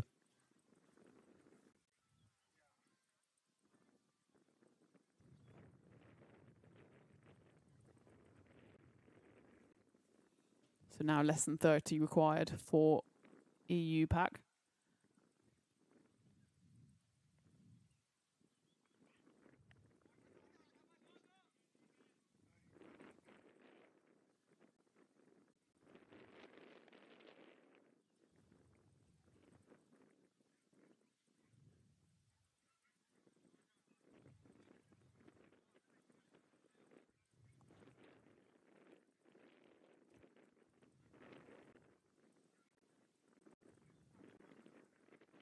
This win for EU Pack Friendship, if it does go that way, which is looking increasingly likely,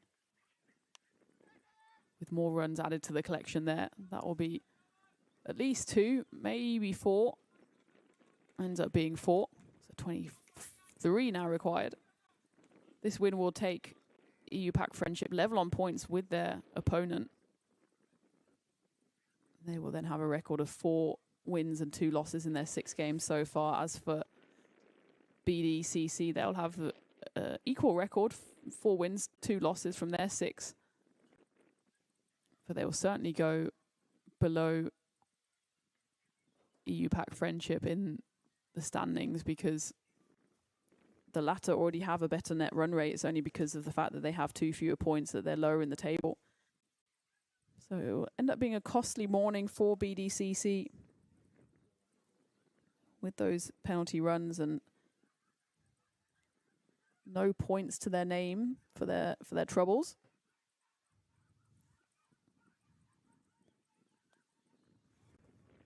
That one's carved away nicely, and a big boot is put out there by backward point to stop what would have been more runs, but productive over there from EU Pack Friendship with 10 runs coming off it. Now just 22 required to take them to victory. You have to say it's been a calm run chase, especially from these two, Diamond Purvey's and the captain Arslandar. You can see them chatting together there in the middle, probably just saying, let's get our team over the line now. We don't need to do anything stupid whatsoever.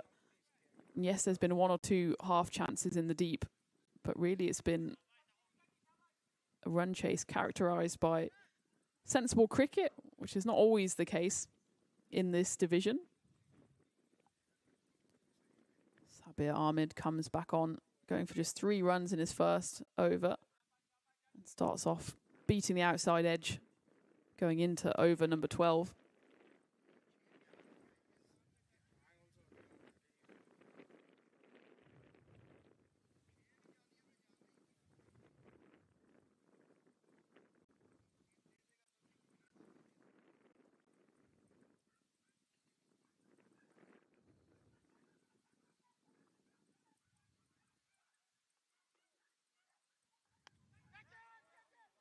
This one's lofted, there's calls of catch it, and it lands just shy of the fielder, tearing in from the long off boundary. I think had he gone full throttle there, Sajjad Hossain might have been able to get to the pitch of the ball, but in the end it drops just shy and they run through for a single.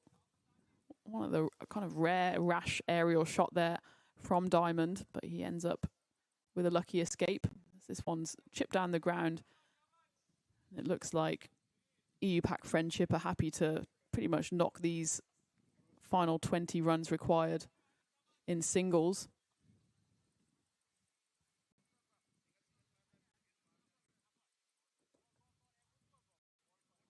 This is, in fact, Arslandar's high score in the league so far. His previous high was 29. So it's been a nice captain's knock from him. He's currently 31, not out off 35. Diamond Purvey's 22 off 20. His high score is 43. So seems unlikely that he'll get there, given that there's only 20 runs left.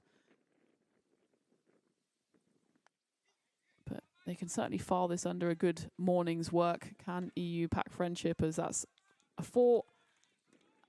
Not quite off the screws there from Diamond, but enough to get it past that fielder, who's actually quite straight, more of a cow corner, as that one went through mid-wicket.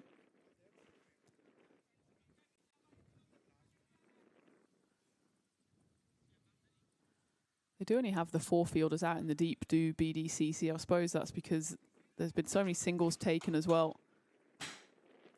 that they're trying to stem the flow one way or another, but they have deep covers out, long on, long off, and deep mid-wicket.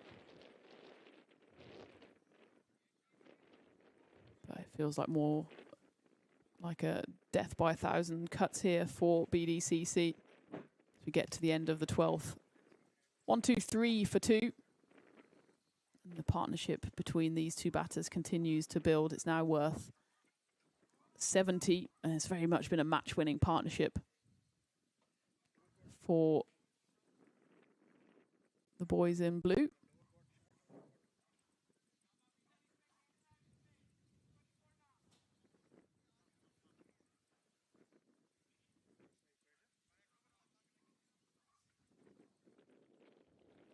Just for good measure, since it has been asked once more in the chat, 20-run penalty given to BDCC because they were late to the ground.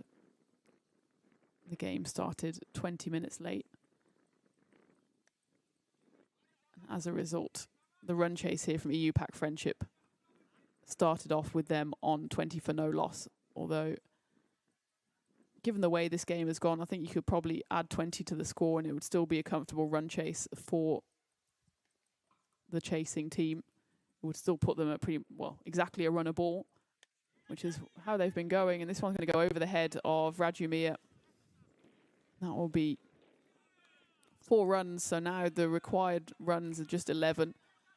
And maybe with the finish line in sight now, both of these batters will maybe just put their foot on the gas, knowing that they can have a cup of tea and put their feet up in just a few moments. But you have to commend both Diamond Pervez and the captain Arslan Dar for the way they've gone about this run chase. Sometimes when you're chasing a low total, the temptation is there to just try and get the runs as quickly as possible. And that's the way that you create chances and maybe play some rash shots. But that's not been the case here. Both of these two, while still going at a decent rate, have been very judicious in their shot selections, haven't gone after the good balls, but also haven't allowed the dots to build up. They've just been knocking the ball around, taking the runs as they come. Even there, with a bit of a full toss down leg side, they still just decide to knock it away for a single. If anyone's come out of this bowling innings with any credit, it's probably Lixenarfen, the only bowler to have picked up wickets so far. Will be very much on the losing side nonetheless, with just 1 ball left of his spell. 2 for 33 here so far.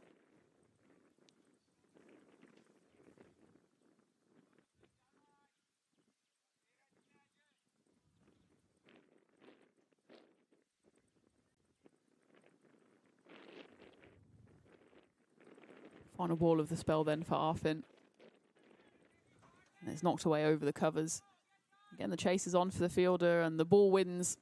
It's not the first time there that Mohammad Faisal Ahmed out in the deep hasn't been able to stop the boundary. And it's just the story of the day for BDCC. Not too much has gone their way. You have to say it's unfortunate for Lixenarfen. He's probably had 8 or 10 more runs to his figures than he probably deserved. But he finishes with 2 for 37 off his 4. Frustrating morning for him, after he was only able to contribute 4 runs with the bat as well. He'll come back to fight another day, but for now, just the 5 runs required. So we get a lovely side view there of umpire Conrad. He's doing great work out in the middle with umpire Andy. So they'll be slowly roasting away as the temperatures heat up this Saturday. So 5 required now, with Arslan Dar on strike. This over being bowled by Sabir Ahmed, who's also bowled well, gone for just 9 off his 2 so far.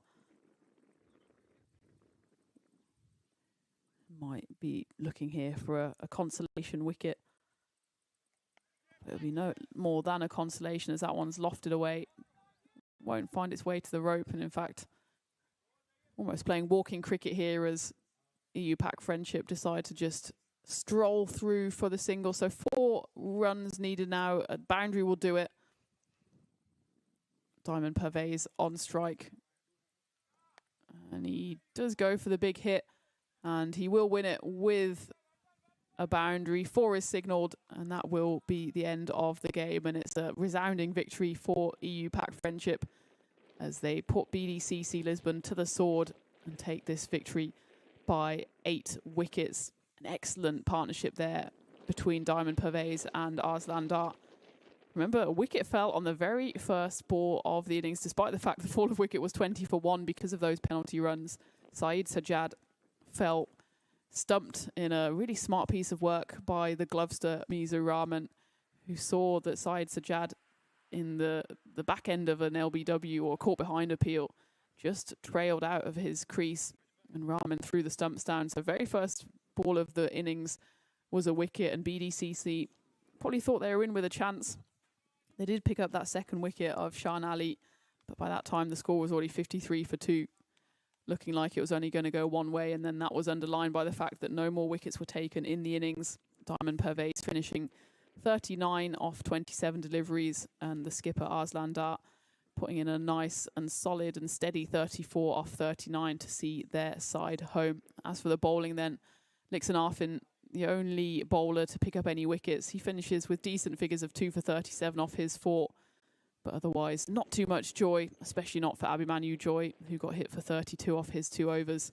Sabir Ahmed, he was on a bit of a loser from the start, bowling as the 5th bowler, but did manage to keep it tight enough, but it was always going to be an easy victory there for EU Pack Friendship. So the first game of this sunny Saturday morning, the 1st of August, is in the bag, and it's EU Pack Friendship who take the win against BDCC Lisbon. That means we have just about an hour break before we come back for the second game of the day, which will see Team Tigers Portugal in 8th place take on Lisbon Spartans in 11th place. And well, it's all very tight in that middle table area for this League 2 in Portugal. So it's all still to play for. I'm looking forward to bringing you that one. So you've got time now for a bit of brunch and a cup of tea, and come back in an hour's time for that one, as I'll take you through that one. I'm Tina Goff. We're on the European Cricket Network, and we're here in sunny Santarém.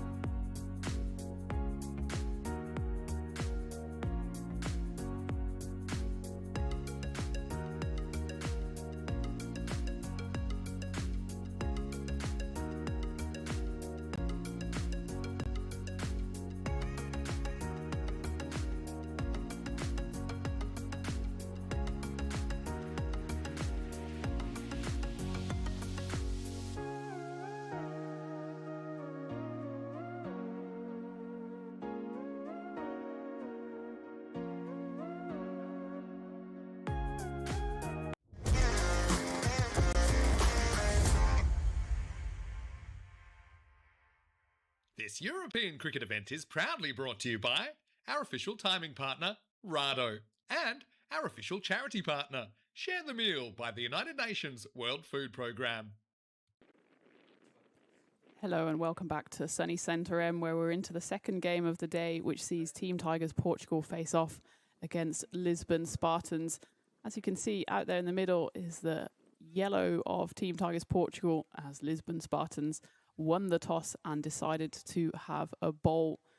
The skipper Ankit Singh backing himself to chase down whatever the Team Tigers put on the total here, which is not surprising given that we saw a chase accomplished very easily this morning in what was a reduced 18 overs game, but we're back to our full complement of 20 here, as it will be Rashid Iqbal to take the new ball. Facing up for Team Tigers Portugal is Omar Farouk, the man with the 00 on the back, and he's joined at the other end by Mamadul Khan. Looks like we're all ready to go here in what promises to be quite a tight game between two sides locked in mid-table. Team Tigers Portugal slightly ahead in terms of their season so far. They're in 8th place, having won 2, lost 3. As for Lisbon Spartans, in fact, they've actually won 2 and lost 3 as well, but by virtue of the fact that they have a inferior net run rate, they are currently in 11th place. Remember, it's a league table of 14 teams.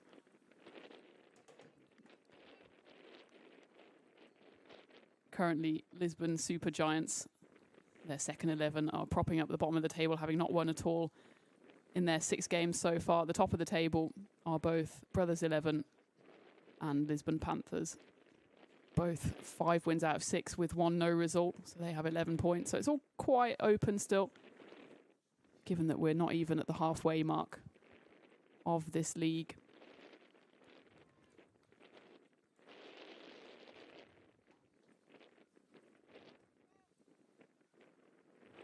Just struggling to find his line early on here is Rashid Iqbal, 2 wides. Back to back. I suppose if you're going to bowl wide, there's no such thing as a good wide, but a wide outside off stump at least shows that he's trying to do the right thing. And well, that was a half chance for the tumbling figure of Suleiman Khan in slip. Not able to take the chance.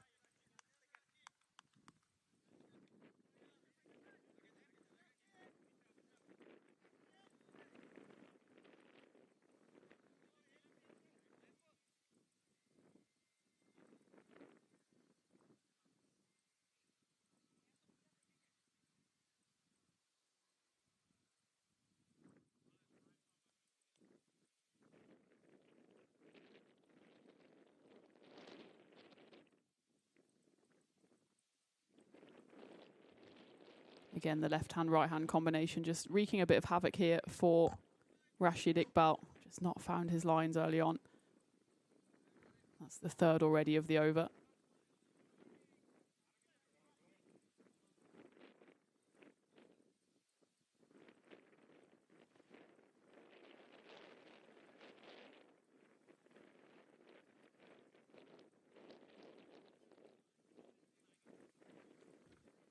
Still just 2 balls into this game so far.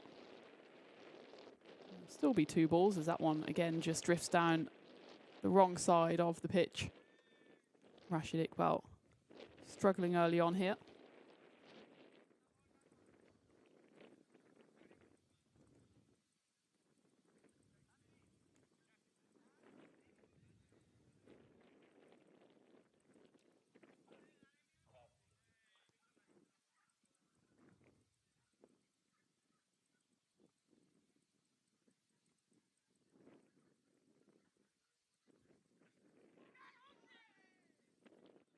I suppose the reason why Team Tigers Portugal haven't won more games is because they have struggled a bit with the bat. Mohamed Omar Farouk, who's out there at the moment, he's actually the top scorer for the side, but has only achieved 90 runs in his 4 innings so far, high score of 40.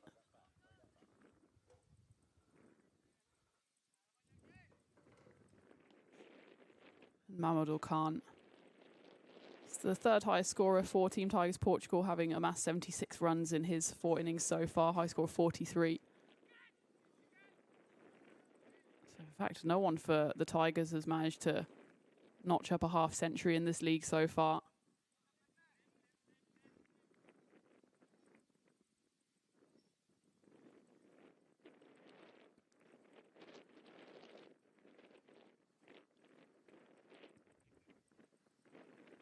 As for the Lisbon Spartans, Imtiaz Hussain, leading wicket taker so far with 6.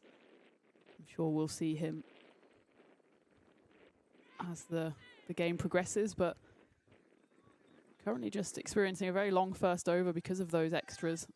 4 wides so far, bowled by Rashid Iqbal, who himself has 5 wickets in the tournament. He's got a 3-for as well, but just struggling early on here to hit his lines.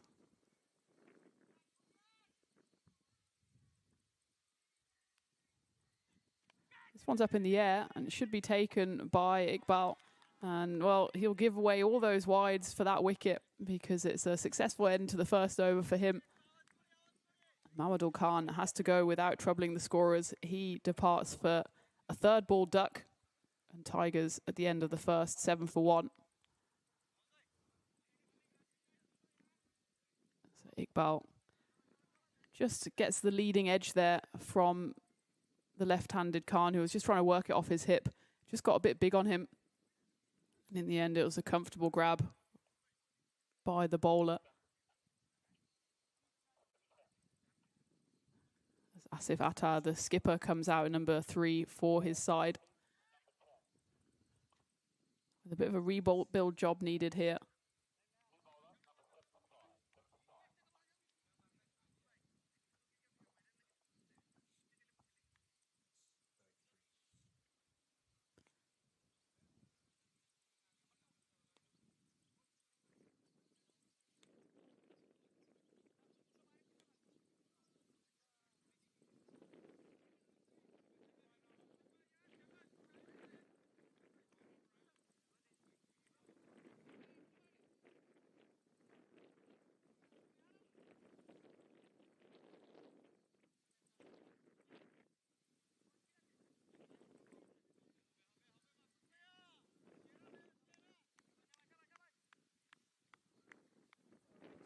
So it'll be Mahfouz Ahmed to bowl the 2nd over here for the Spartans. And again, well, it's been a theme of the day so far.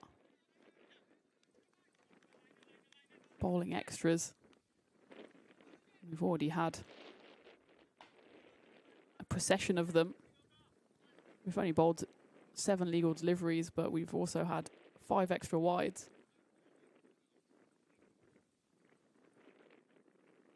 Remember, this isn't the only cricket happening on the European Cricket Network. That one's going to be called wide, surely, on the bounce. At the moment, we also have an ECS over in Switzerland, where we've also already had the first century of the tournament, with Malia Stanikzai scoring a massive unbeaten 100 in the first game for Zurich against Basel Afghan.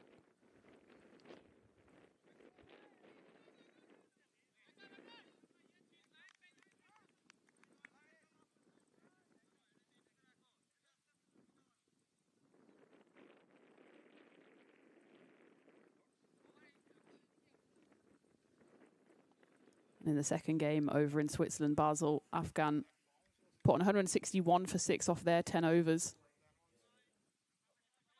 Thanks to 2 half centuries at the top.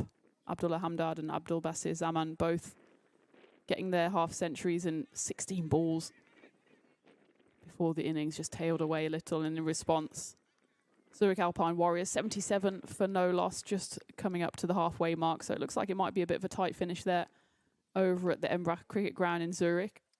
So make sure you have your second screen fired up for that one, alongside the action, which is only just getting going here in game number 2 of the day in Liga Grizzly Division 2.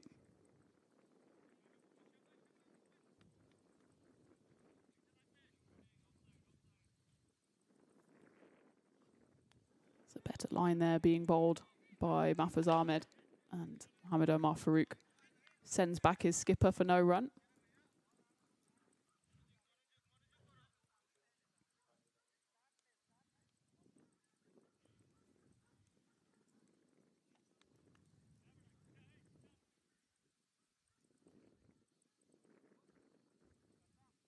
These two sides here doing the lunchtime shift on this sunny Saturday before we finish off with the late game, Falcaus against Lisbon Kings 11.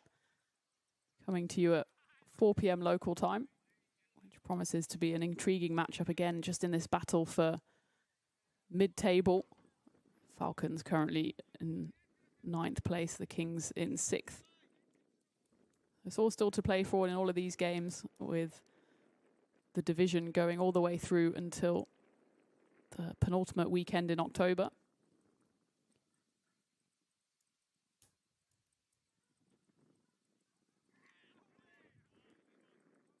No ball called on this occasion, because that's the second time that Ahmed has dug it in just a touch too short.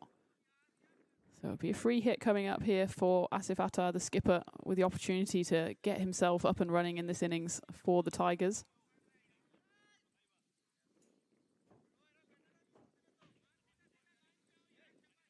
Asif is second highest run scorer for his side in the 5 games he's played so far. This one goes up in the air. Catching practice for Imtiaz Hussain. Of course, on the free hit, they managed to go through for the single. Asif's high score this series so far, 35, scoring 86 runs. So again, not exactly setting the league on fire, averaging just a touch over 17. But an opportunity here to build an innings for himself against a Lisbon Spartans bowling lineup, which hasn't exactly fired from the start here either, with another wide added to the collection.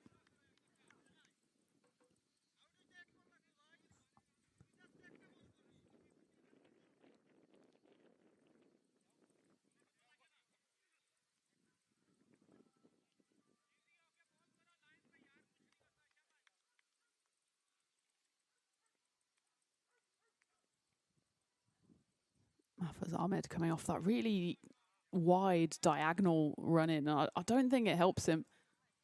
When you're struggling for your line, you've just got to go back to basics, run up straight, try and bowl the ball straight, and he's coming in on the diagonal here.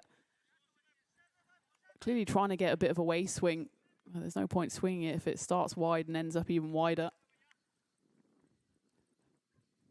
If you just look there at the bottom of your cameras, you can see where he's starting off his run-up, pretty much on the parallel strip, trying to go for this kind of banana swing. He's landing pretty much in a conventional position. That's the ball he's been looking to find. He does manage it on the 5th time of asking.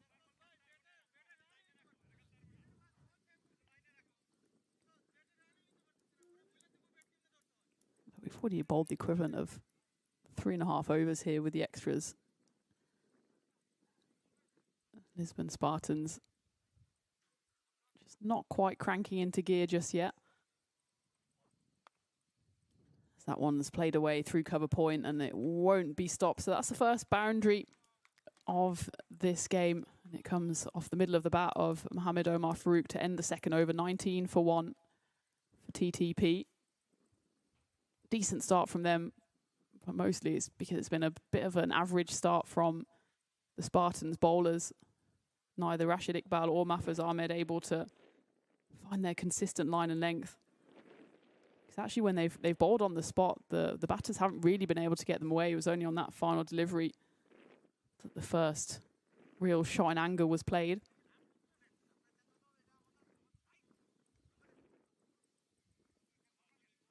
It looks like Rashid Iqbal will continue, I suppose, unsurprisingly, given that he did pick up that wicket despite his accuracy troubles. And it was on the very final ball of that first over. So looking to go 2-2 here against the Team Tigers skipper.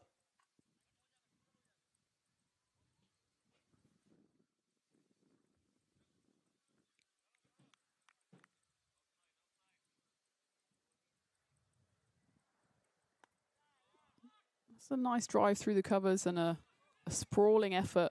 Doesn't stop the ball which Ankit Singh, the Spartans captain, is in hot pursuit of.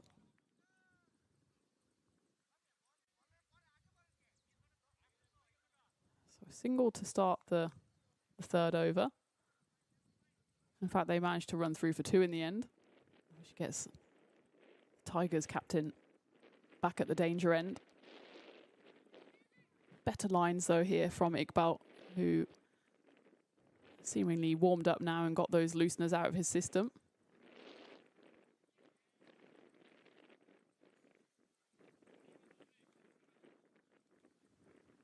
I think just going back to Switzerland as well, I think we had the legendary Henry Blofeld keeping Phil G company in the commentary box once more, so definitely worth listening to that in between innings here.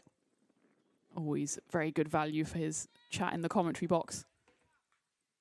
I know Phil G has been delighted with his company, because Phil otherwise will be flying solo the rest of that series, with finals day on Wednesday.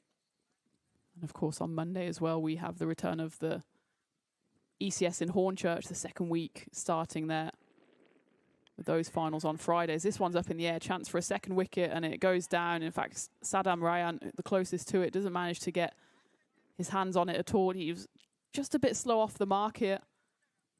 So that one skews off the side of the bat. And yeah, maybe he got a fingertip to it in the end, but just misread where that one was landing and ends up landing safely on the Portuguese outfield. So early missed opportunity there, which would have been a big scalp as well to get rid of Mohamed Omar Farouk, the top scorer for Team Tigers this season.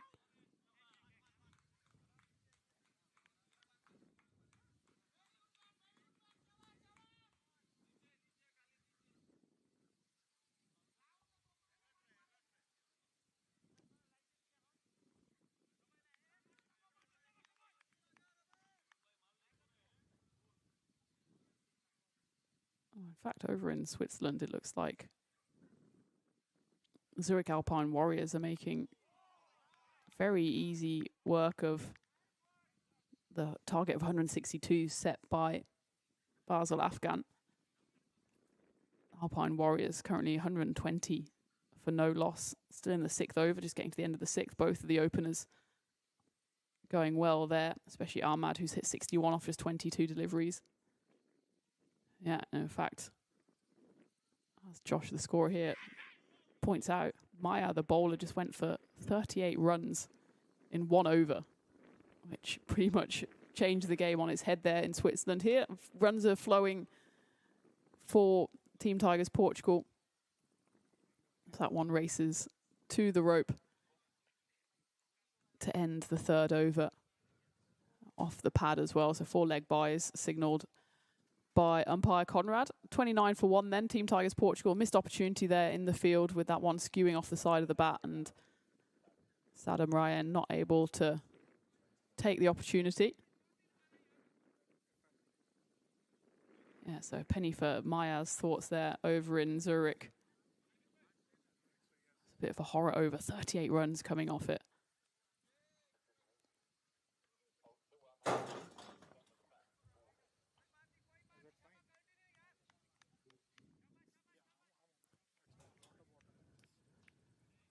The door slams in the embassy here, which is reminiscent of the sudden gale force winds Phil and I had just a couple of days ago in Zurich. We were having record high temperatures all week, into the mid-high 30s. And then suddenly, I don't know if the cricket gods were sending us a message, but as we just got towards the end of the final, just a few runs needed for Brazil, winds started swirling, and commentary tent almost left from above our heads. Phil at one stage commentating while holding on to the gazebo leg, wrapped around it like a tree hugger. Probably one of the stranger commentary positions he's found himself in. But the wind died down just enough for Brazil to comfortably take home that quad series victory over in Zurich. And it's great to see a South American team on the network for the first time. We've had Asian teams before. We've had Thailand playing in a series. And of course, many European, international and domestic sides, but first on the network for a South American side. Hopefully not the last, because Brazil was so impressive, especially with the power hitting they showed in their batting.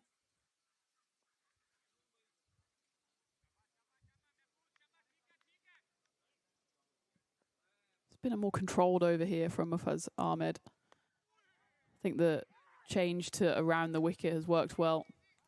Less well fielded there as they go through for one on the overthrows. So Ahmed has done away with his banana run up, and this time just trying to cut it across the right-handed Omar Farouk.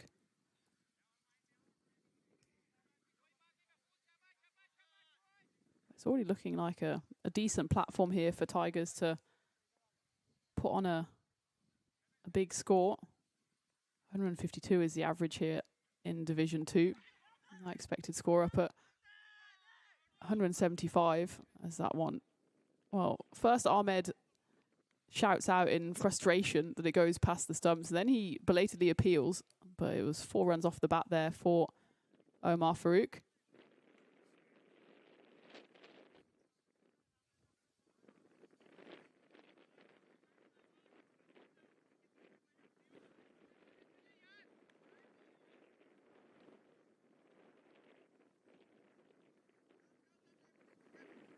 Of course, the nature of this league means that not every team plays every weekend. 6 teams play each weekend on the Saturday in Division 2. There's 14 teams total in the league, so Lisbon Spartans have to wait a couple of weeks before they get to play again. There's a miscommunication there, which almost leads to a run out, but just not quite sharp enough with the throw-in from mid-wicket was Mohamed Al-Amin. Just managed to pick it up a third time of asking, but great camera work there from Kroot showing that the bat was firmly in that puff of dust, which was behind the crease line. And you can see the post-mortem starting there between Asif and Mohamed Omar Farouk as the end of the 4th over brings us 36 for 1. The Lisbon Spartans will play in a couple of weeks' time in the early morning match in that one of those Lisbon derbies with the Panthers coming their way. As for Team Tigers Portugal, they have a bit of a longer rest and will play the final game on August the 22nd, so 3 weeks break before they get to start again. So that's why it's always important to pick up these wins, just to keep that momentum going through the season, which goes all the way through until the final match day on the 24th of October. New bowler comes into the attack and is immediately dispatched to the boundary. Ankit Singh just strays 2 straight there. And Asif Attar dispatches it, although it wasn't actually that straight at all. It was probably 4th or 5th stump line, but Attar just lets his bottom hand guide him through to the leg side there for what was only the 3rd boundary of this innings so far. But they've been running relatively well, have the Tigers, so they're comfortably going at just under 10s, despite not causing too many fireworks. But I suppose you have to say again, that's down to the 10 wides that have already been bowled by the Spartans, so 16 extras of those 41 to the Tigers total. There is a long on out there who should probably cut that off and does a good job out in the deep. And in fact, they only end up taking the single. Still in the power play here, so the 2 fielders out in the deep are at long on and at deep mid wicket.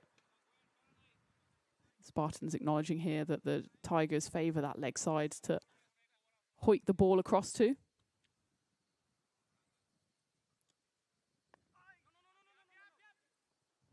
That's a better length, just squaring Attar up, cramping him up for room.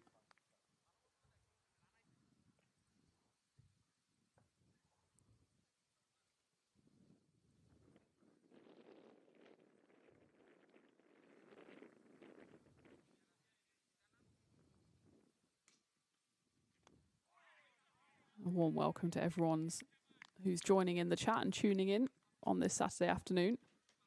Chris saying that Conrad umpiring is confusing him as he's used to him playing on a Saturday, usually covering camera. Yeah, well, he usually plays, if at all, on a Sunday. And I think maybe he'll be on camera duty tomorrow, as that one's a cheeky little single, and he does get back in. That's probably been the highlight of the Tigers' innings so far, is the positive running, despite a few harem-scarum moments. Decides not to use the big old stick of wood in his hand and just run himself safe there. Yeah, so Conrad doing a great job out there in the middle with Andy. It's heating up out there. It's touching 30 degrees. We're currently enjoying the air conditioning in the embassy. But out there in the middle, it's only going to get hotter and hotter. That's why the running by Team Tigers has actually been that impressive. Usually when the temperatures rise, the running between the wickets rolls to a halt. But they're doing well here. 43 for 1 after 5. With Ankur coming in to bowl the 6th, the final one of the power play. So they're chopping and changing here. Are the Spartans, which again is not the worst idea in the world in this heat as well, just to keep the bowlers fresh.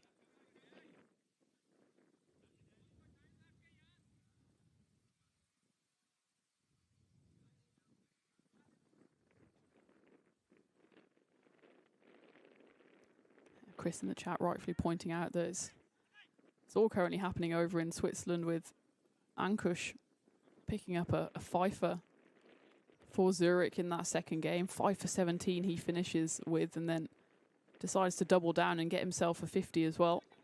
So it's been a day out so far for Ankush Lal, as it looks like the Warriors will be romping home against Basel. In fact, just as we speak, they have got the win over the line. It's a pretty comprehensive one as well, just by the 10 wickets, as Lal wins the game with 3 sixes in a row to get his 50 off 21 balls, thereby robbing his partner Ahmed of his century, who finishes marooned on 97 off 29. Lal might be player of the match, but he might be walking home if Ahmed's doing the driving. Strangled down leg side. There's an appeal, and the finger goes up after consultation with Conrad at square leg. And he says there was a bit of something on that, and just checking whether it was cleanly taken by the wicketkeeper. Yeah, it was away from the pad. So if anything on there, it was either be a bit of glove or a bit of bat. Good teamwork there by the men in pink to come to that decision. So the second wicket falls, and it's the skipper Asif Attar who has to go. 13 off 17 for him. But he has to depart. 45 for 2 on the board. Still in the power play here, 2 balls remaining.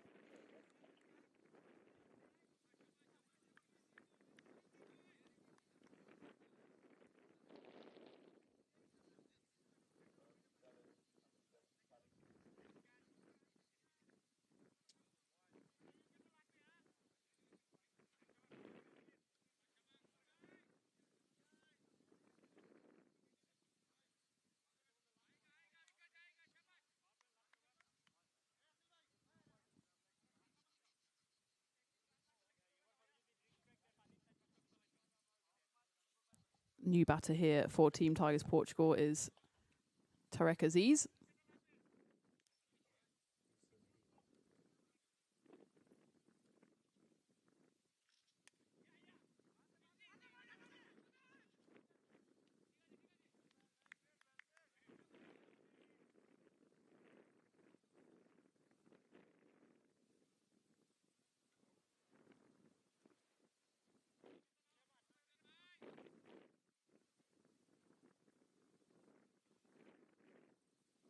So Aziz gets himself immediately off strike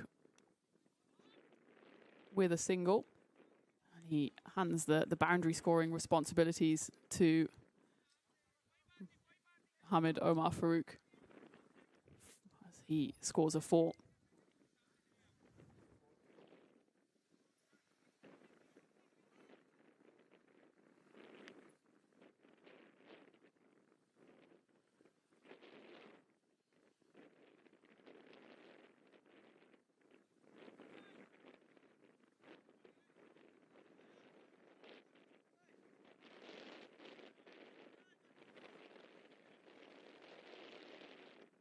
So that boundary brings the 50 up with Mohamed Omar Farouk racing away to 20 off 16. It's the end of the power play as well, so I suppose you'd call it an equal power play with the 2 wickets falling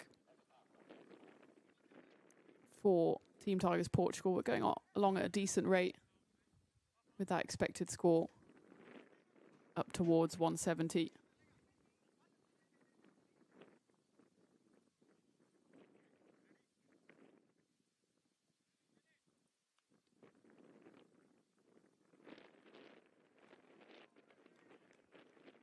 Ankit Singh continues here.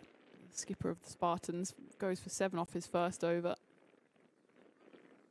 Starts off with the dot now out of the power play, so they've sent deep mid wicket out, long on, long off. And deep covers.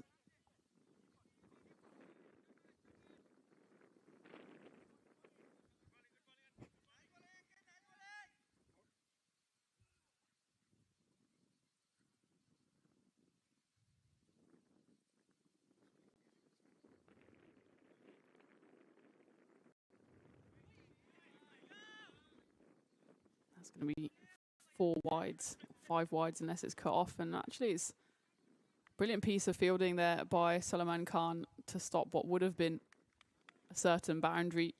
If we do have the footage of this, we might want to check it just to see if his feet were the right side of the line. But to my eye, he patted the ball back before he went over the rope. Great footage there by Crew to confirm that it was just the 2 that they managed to run, so 3 wides. This time it comes again to Salman Khan on the offside as they meander through for a single.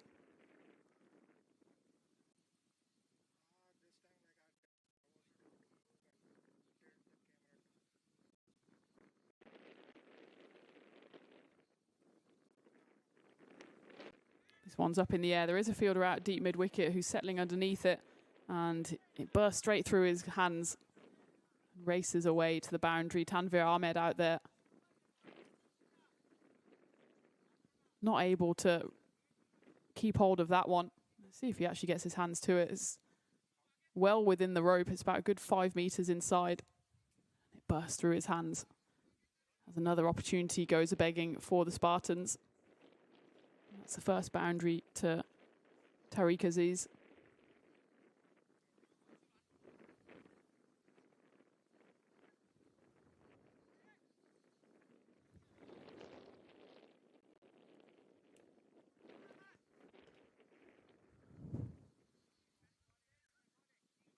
It's been a relatively expensive over so far from the skipper Ankit Singh, especially those 3 wides, which probably should have been 5 wides were it not for the intervention of Salman Khan. He finishes off with a better line and still not able to prevent the single as we get to the end of the 7th, 61 for 2. Team Tigers Portugal, Mohamed Omar Farouk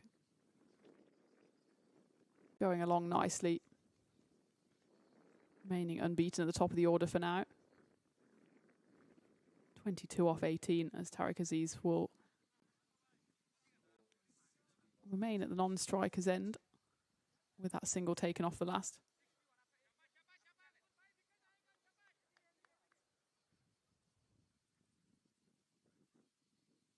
Morning or now afternoon to Monty joining in the chat, saying nice weather at SCG. Yes, not a cloud in the sky as we head into the afternoon heat. Similar to the weather we had in Zurich over the last couple of days.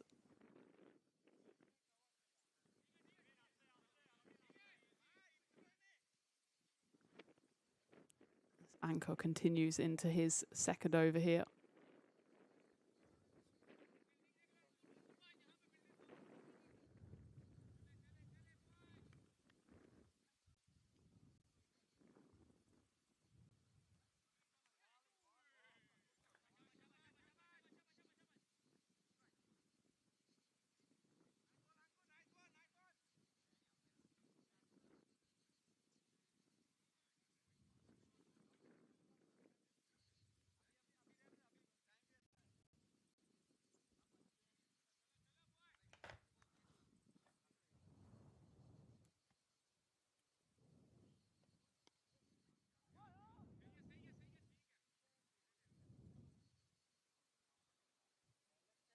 Just trying to work out what cap Tariq Aziz has. He's got a lovely two-tone cap with the red at the back and the blue at the front. Very much not the colours of Team Tigers Portugal. He's got all the colours going on with his white shoes and orange trim as well. In fact, it looks like he's got a 2-for-1 deal on the shoes because Mohamed Omar Farouk's wearing the same pair. Direct hit will be trouble here, but the throw comes in a bit wayward after a lovely pick-up at cover. They pretty much ran on contact here as it went straight into the hands. Sunglasses came flying off and, well, probably would have been safe in the end. Although maybe touch and go actually as that ball comes flashing in. Certainly would have been a tight call. So that one's lifted away into the leg side and will race away for 4 runs.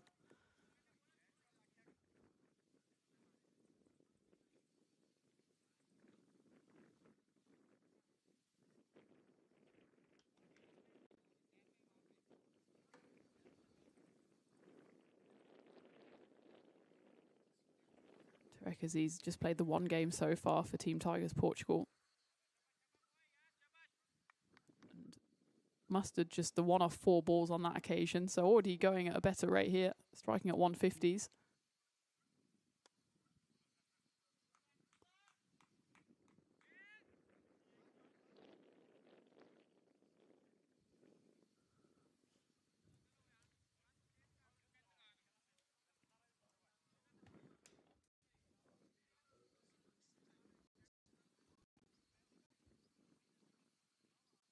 Just that 1 boundary coming off the over then, alongside a handful of singles for Angkor. Team Tigers 69 for 2 at the end of 8. So still looking on for a healthy enough score, expected score at 173. Certainly anything over kind of 165, 170 will be a decent total here for the Tigers. Especially against a Spartan side that hasn't always been able to score big. And that's why its net run rate as well is down at negative 1.7.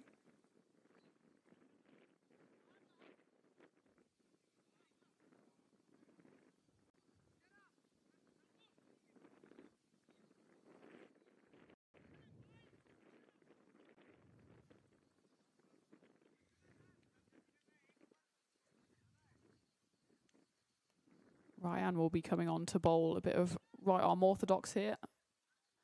It's clubbed away into the leg side, but a nice one-handed pick up and throw in the deep by the fielder lurking there at deep mid-wicket. So already the 5th bowler used here by the Spartan skipper Ankit Singh as he looks to shuffle the pack and try to pick up that 3rd wicket. Calls of catch it as this one goes towards long off, but it was slightly mishit, so it was never going to go the journey there.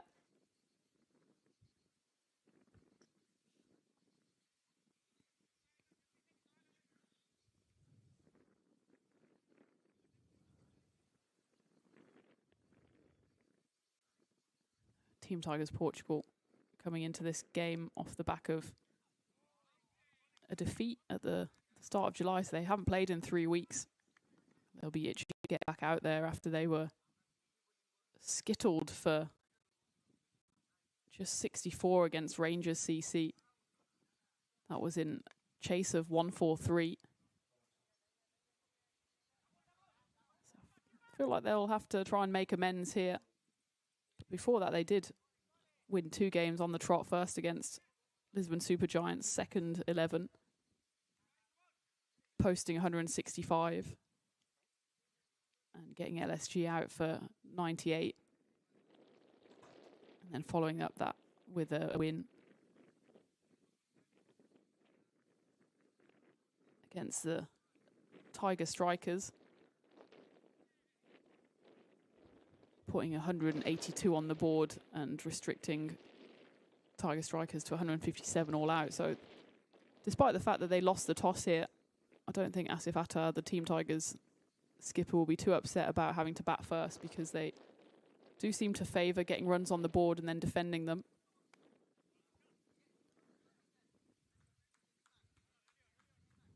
This has been a solid start with the ball for Saddam Ryan bowling his first over. Anytime you get out of the over without conceding a boundary, then you can call that a win, especially in this T20 format. At the end of the 9th, score is 74 for 2.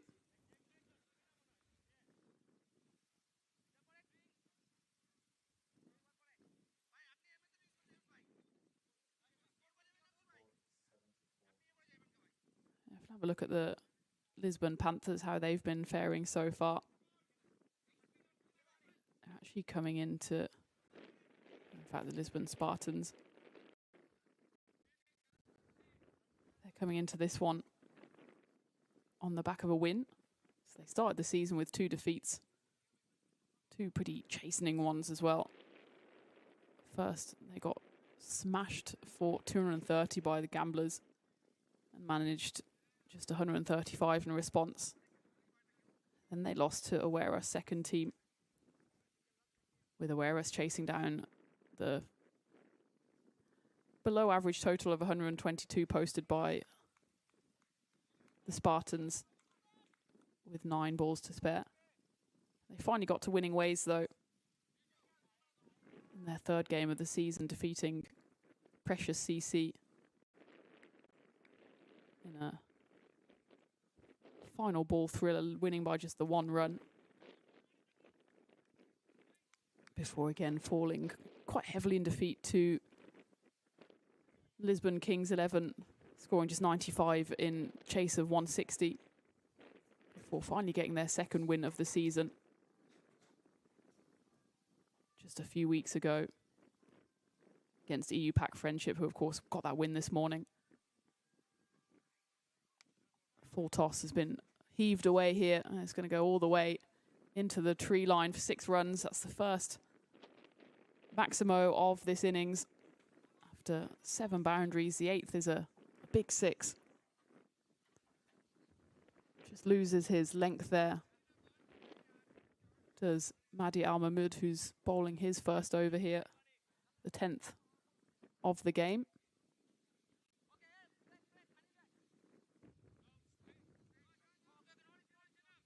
That's also why Lisbon Spartans have such a poor net run rate, a negative net run rate, because the games they've lost heavily, especially that opening day defeat by 95 runs against Gamblers, and the games that they've won by, well, in one case, the barest of margins.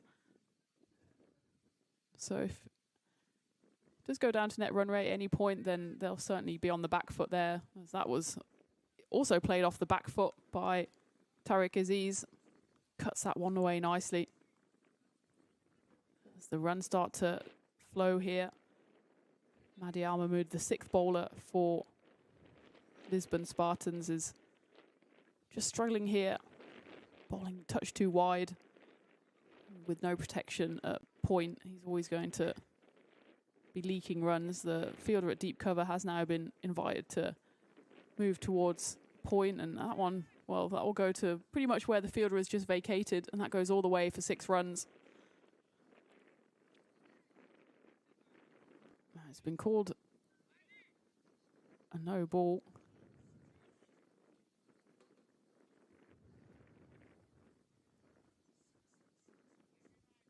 Because it landed off the pitch and somehow still managed to get across to it, did the batter.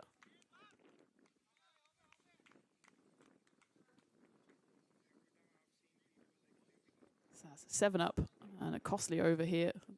6th bowler is always a bit of a risk, isn't it? There's a reason he's bowling number 6 and not one of the top 5. This time he goes again on the free hit, and it's going to land safely. And they decide to just take the single. So still 2 balls left in the over. This over's already got magical 23 runs coming off it. As both batters really getting into their work now in the middle part of this over, of this innings.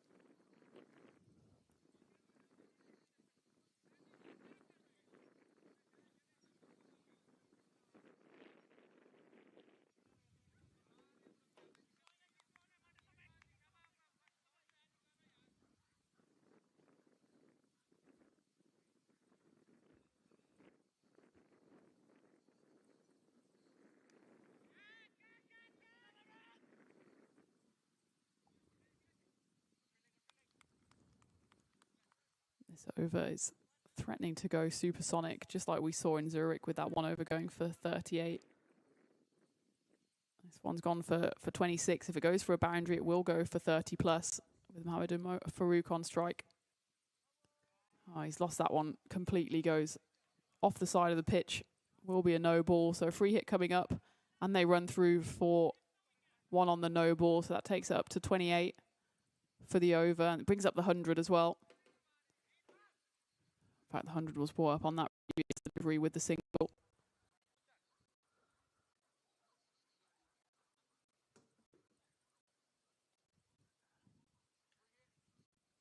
He just needs to get out of the over here, does Mohamed Amin, and that will be another no ball.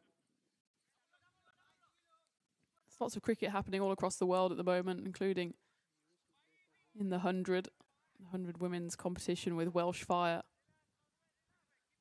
posting 144 for 3.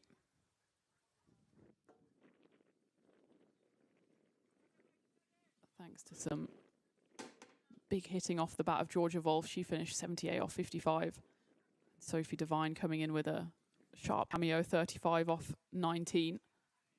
So that will be a boundary to end the misery for Mahdi Al Mahmoud.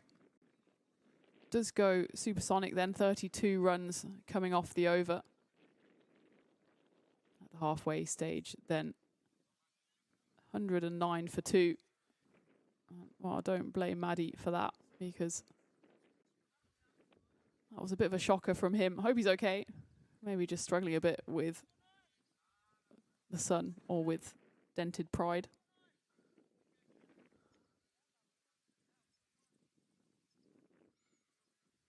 Back to that 100 game. Sophie Devine, 35 off 19 in a quick cameo from her.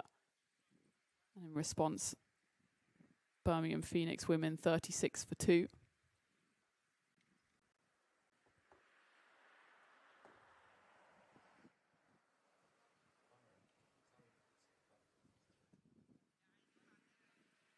With both openers, Davina Perrin and Tammy Beaumont, already back in the dugout. Alice Capsey and Elise Perry. Not a bad little pairing out there in the middle for the Phoenix. With the equivalent men's fixture coming in just over an hour and a half's time as well, before in parallel London Spirit play against Southern Brave at Lords, and then London Spirit against Southern Brave men to finish off the 100 action this evening.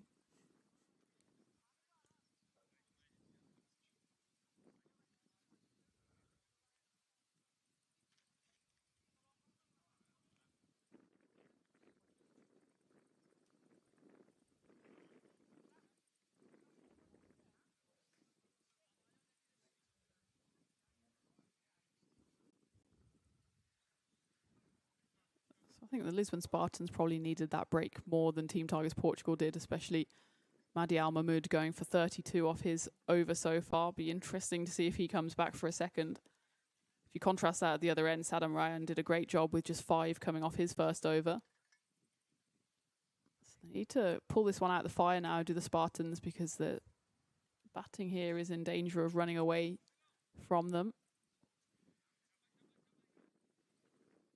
Tariq Aziz going well, 43 off 22, but it would be Omar Farouk on strike here as he flashes that one over the covers.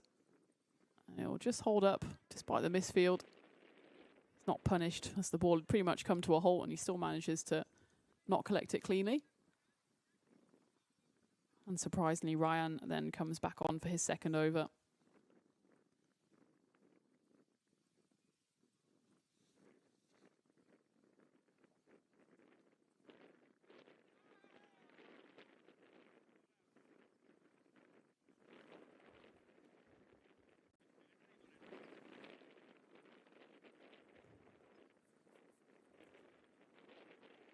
Good afternoon to Linnea joining in the chat. It's nice to hear that you've been tuning into ECN. And yeah, if you want any information about the games, the teams, what's coming up, just head on over to the European Cricket Network website, where you can have all the live scores, not only of what's happening in Portugal, but also over in Zurich and Hornchurch, which will be starting again on Monday. And all the latest statistics and figures coming out of these games.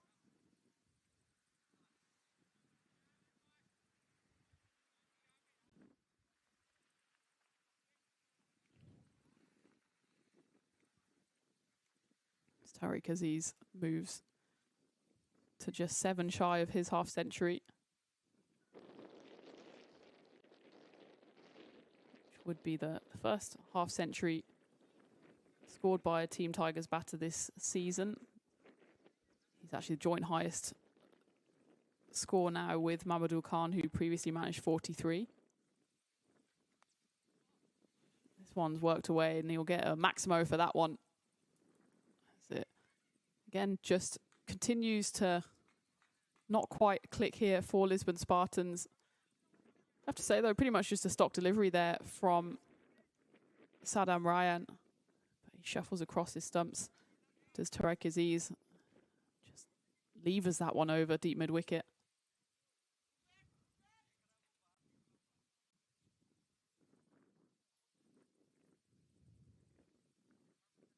This will have to go on another Grizzly hunt. As that one cleared the outer perimeter. One of those words.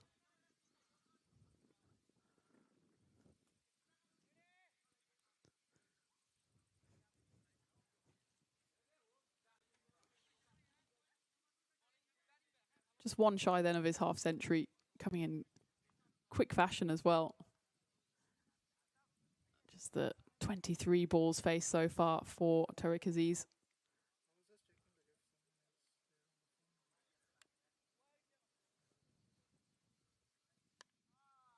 He does get there with a bit more of a conventional hit down the ground. So half century for Tariq Aziz.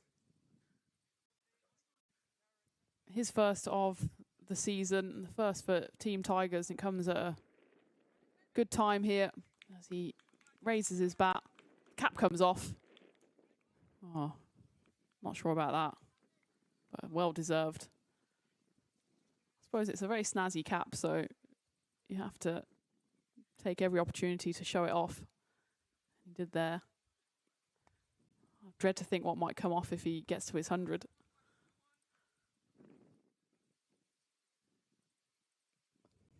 End of the 11th then. Good over for Team Tigers Portugal. 121 for 2. That expected score has now skyrocketed. It really kind of just had a fire lit under the innings with that one supersonic over from Mahdi Al Mahmood that went for 32. Again, we just take in the sights of Santarém with the blue sky beating down on us here. And it's wilting the Lisbon Spartans at the moment.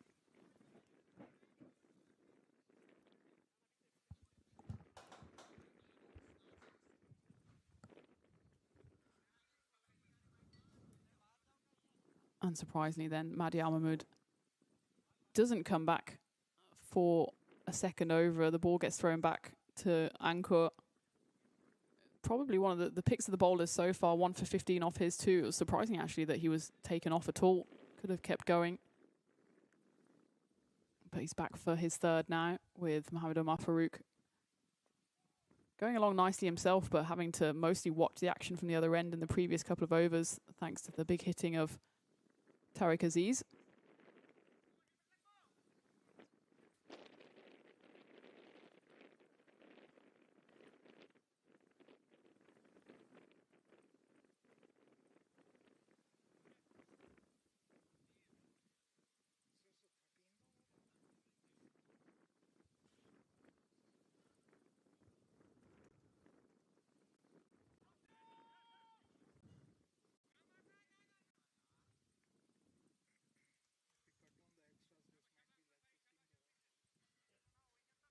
Two teams here are very kind of Greek Roman vibe to them, the Spartans against the Tigers. I wonder if Spartans ever fought against Tigers. Someone on Reddit did pose the question in the subreddit, who would win? Who would win 300 Spartans versus 300 Tigers?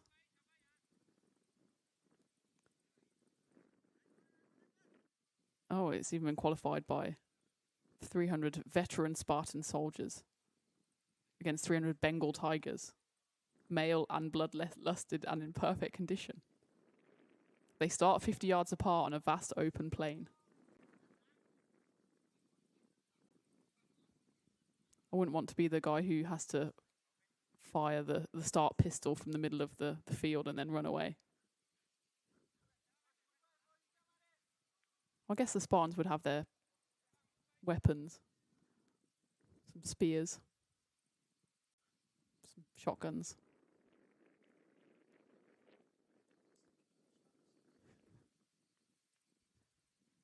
I think I'd probably go for the Tigers. Maybe that's just the way that this game's going. It's making me think that the Tigers might be a touch superior.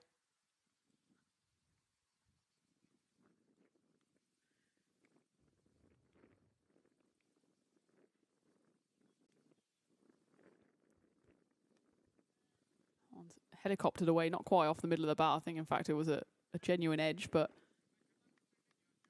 everything is going the way of Tariq Aziz at the moment. Steps right across his stumps once more, tries to go for the helicopter for the highlight reel.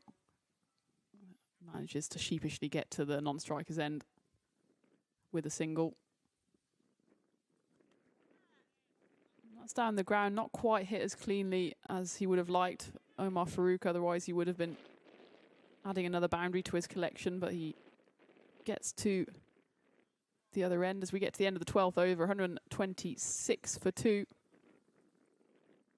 Just on the side of your screens there, you might have seen the graphic with the upcoming events on the European Cricket Network, and there is so much to look forward to.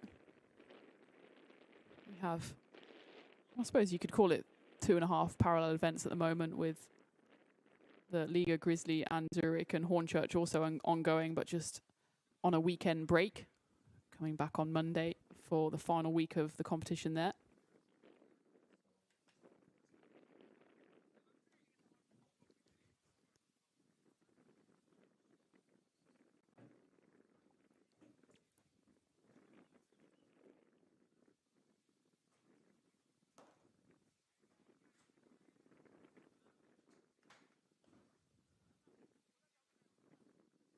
There's so much more action to come from the likes of Estonia, and I know we're heading back to Portugal for an ECS towards the end of August as well.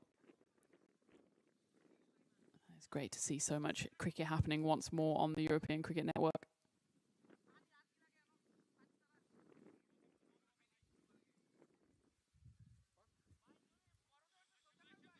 I'm sure here Mohamed Omar Farouk would like to go the way of Tariq Aziz and also pick up his first half century of the league. He's certainly well positioned here, going at more than a run a ball.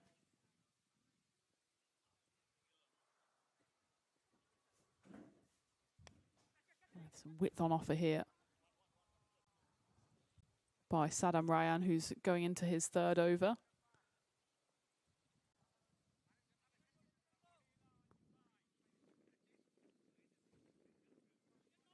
That projected score is still in excess of 200, and that's certainly, you'd imagine, what Team Tigers Portugal are aiming for here as a minimum, with 2 set batters as the reverse comes out. But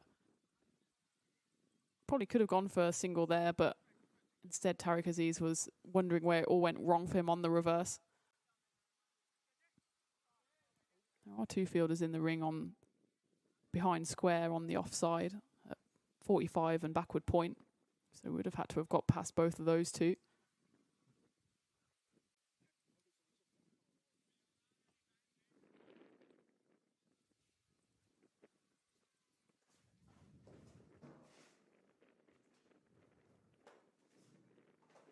So we're just having a couple of issues with the balls being used here. So I'll have a slight break in play, which can maybe allow us to take a look at what's happening over in Zurich. where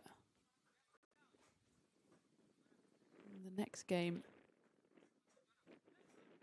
is between Zurich Mavericks Gawal and Zurich Alpine Warriors, so one of the Zurich derbies. And in that one, Zurich Alpine Warriors and that man Lal going along nicely once more. 72 for 2. Still inside 4 overs there. So looking at a score of 160 plus. So they're looking to make it 2 wins in 2 at the start of that ECS.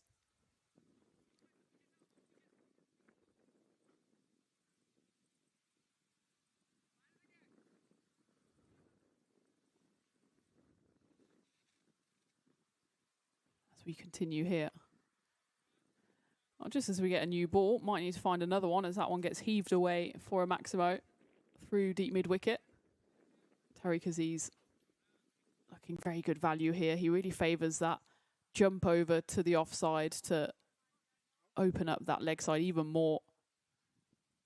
Must be tearing your hair out as a batter, as a bowler, even not sure what to do when a batter's in this kind of mood. Saddam Ryan have to basically toss it up off the pitch if he doesn't want Tariq Aziz to reach it.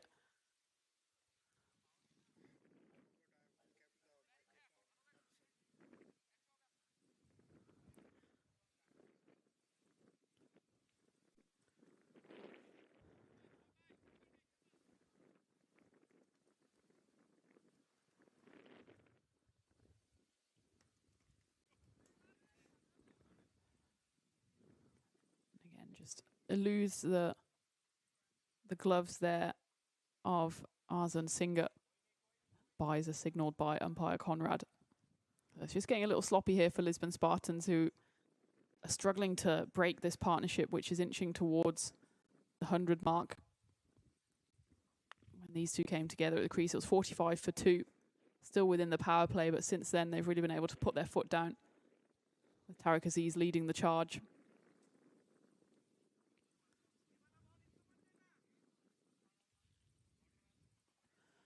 Just that one monumental over as well. If you look at the Manhattans, going for 32 runs.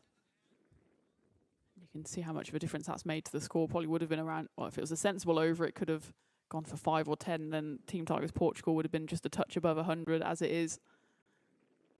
They move along to 136. As Ryan struggles to get himself out of this over. 1 ball to come.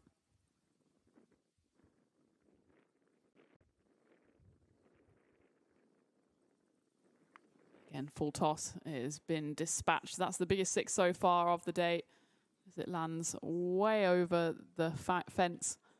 Tariq Aziz really running into a hot streak of form here.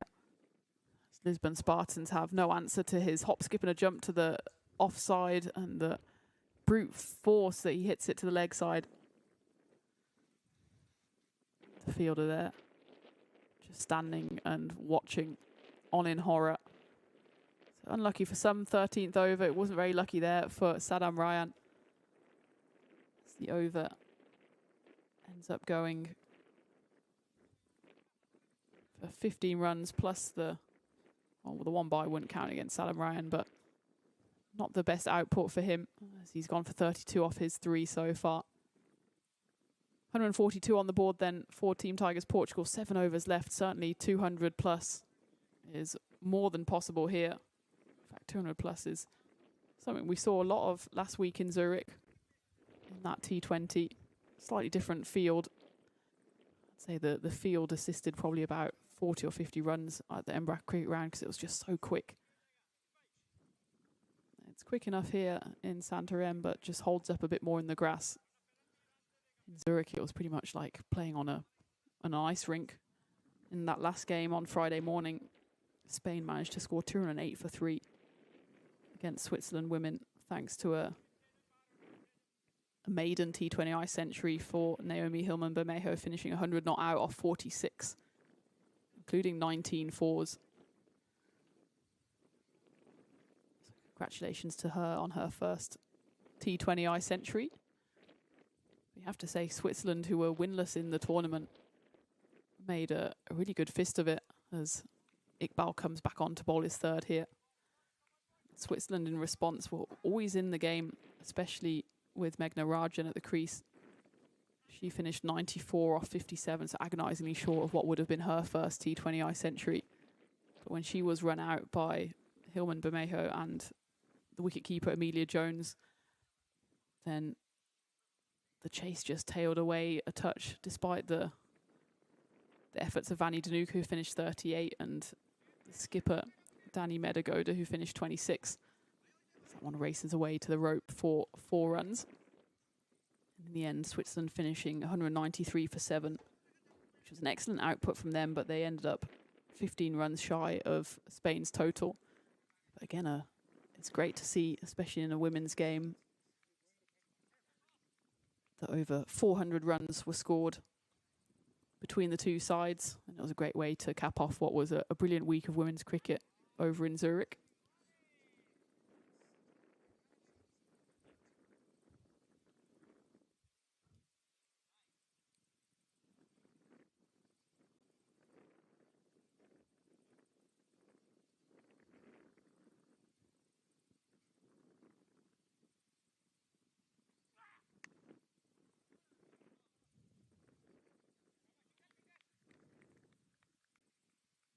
Team Tigers Portugal here, inching their way to the team 150. As the 100 partnership comes up with that 4 scored earlier in the over. Tariq Aziz and Mohamed Omar Farouk going along brilliantly here. Lisbon Spartan need to find some kind of way to break the partnership, but that won't do it. That was short and wide. Tariq Aziz just caresses it away on the late cut to backward point. That moves him to 67. He just plays that shot with all the time in the world, and he knows as soon as it leaves his bat, it's gone for 4. Doesn't even contemplate going for the run.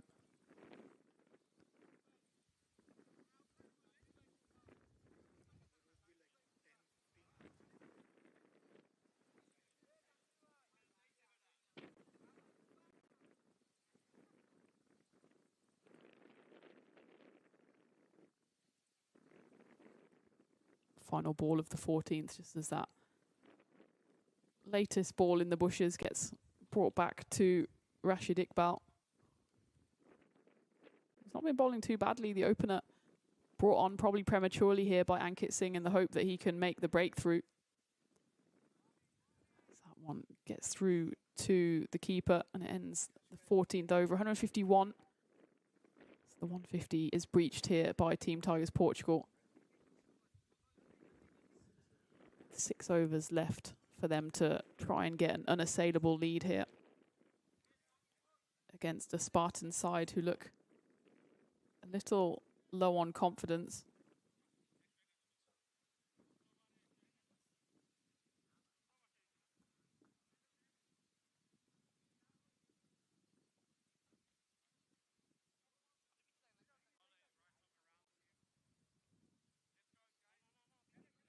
Highest total that the Spartans have managed to achieve in this league so far is a 162 in that tight finish against Precious CC. So already looking at a record run chase for them. Clubbed away, and that will be another big 6 off the bat of Mohamed Omar Farouk as he's trying to get up to that milestone as well. Again, just dances down the pitch. Mahfouz Ahmed bowling this over, but just a little too straight from the Spartan. So the 2 opening bowlers have come back on here for the boys in blue, trying to get that breakthrough. As Mahdi Al-Mahmoud, his day goes from bad to worse, having been hit for 32. He now gets sent on the long old walk to the bushes to find the ball. He might just stay in there.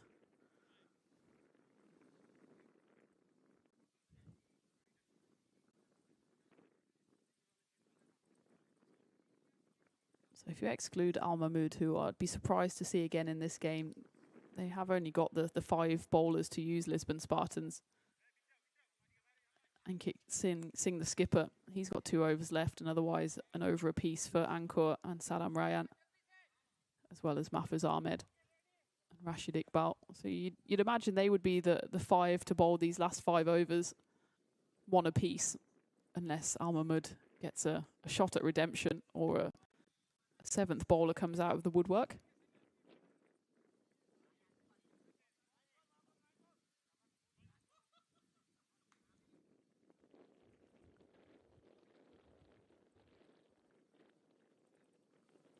Decent comeback ball, though, from Ahmed, as Omar Farouk's only able to knock that one away. But just as we say that, that's going to run away for wides. How many? It will be... Well, we're going to have to look at that one again. He was very close to the rope. Let's see if Kroot's managed to get that one from up on the roof.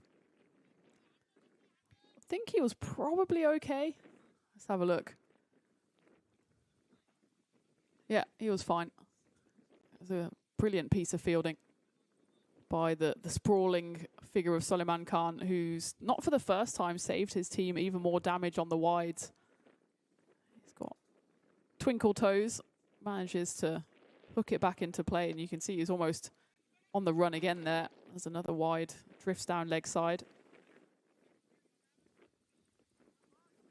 Great camera work there as well from Kroot to capture that one.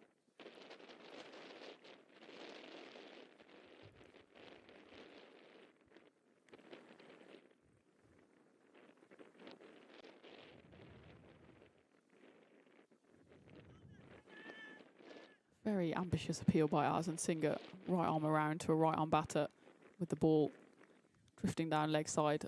Doesn't really have anything going for it on the appeal, and leg by signal there by umpire Conrad.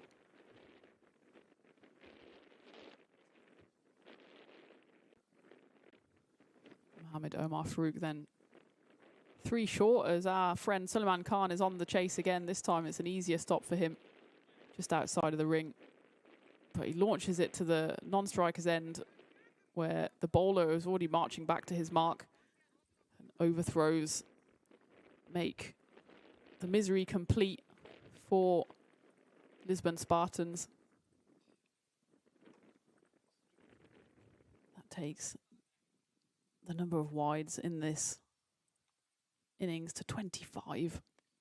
39 extras in total. Which was, well, if you consider in the previous game, there were 41 extras in an innings where 20 of those were penalty runs.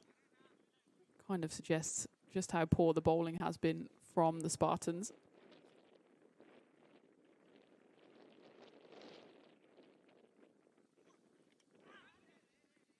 You got him now this time. It's one of the few balls that's actually been on the stumps.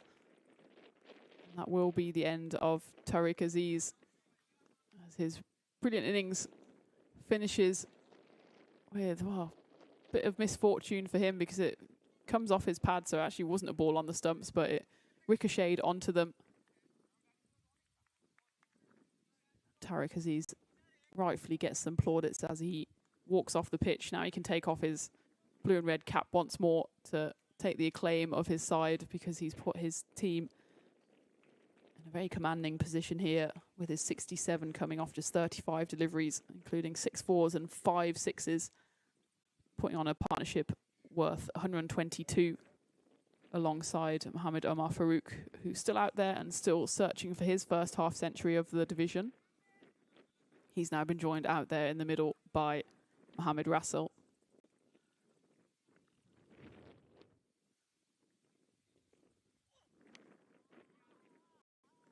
So a rare cause for celebration for the Spartans, but the lack of real jubilation shows that they know they're struggling here with the score up at 167 after 15.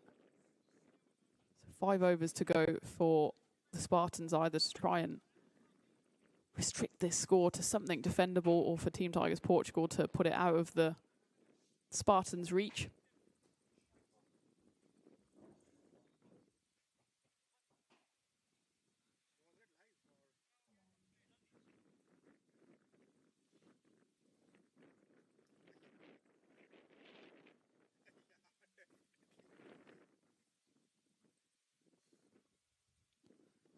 Rashid Iqbal comes back on. Final roll of the dice for him. Been the most economical of the bowlers so far. Going at 7s. Looking to try and break the resistance. But Mohamed Omar Farouk is having a day of it here as he gets to his 50 off 39 deliveries, bringing it up with a jogged through 2 into the covers. So he's looking to pick up exactly where Tariq Aziz left off, taking on the senior role of this partnership now with Mohamed Rassel.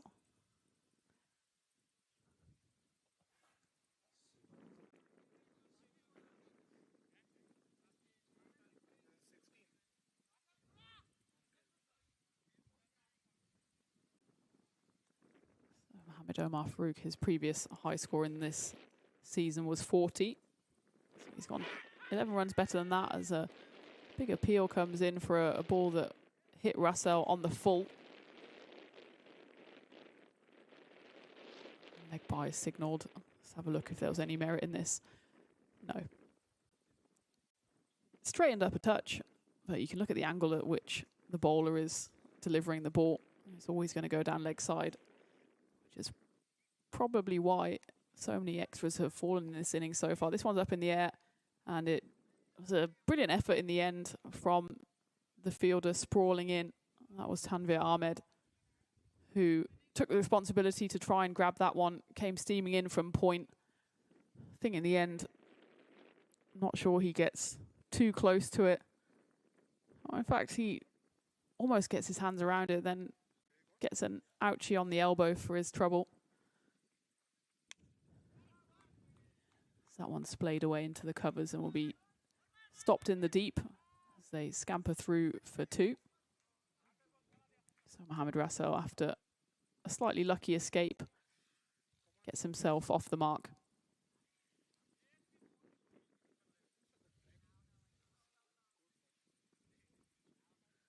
So we've already seen 3 half centuries scored by batters today. Nice batting conditions if you can get yourself in after Kamrul Islam scored a quick 57 off 36 in this morning's game. Of course, in a losing cause. In fact, he was the only innings of note in that first innings for BDCC. The next highest score in that game was Imran, who scored just 15s apiece for Ruhul Ahmed and Faisal Ahmed. And Sabit Ahmed scoring 10 were the only ones who got out of single digits. End of the 16th here, 175 for 3. Remember, this morning's game was a reduced overs game to 18 because BDCC Lisbon were late to the ground. And that also meant that EU Pac Friendship started the run chase with 20 runs on the board. As this one goes up in the air and it's going to fall short of Suleiman Khan, who's been so impressive with his ground fielding, but unable to catch that one tumbling away to his left. I think he's done his shoulder a bit of a mischief there for his troubles. It's always difficult when it skews off the side of the bat. It's swirling around in the wind and the sun, and he's trying to run back over his left shoulder.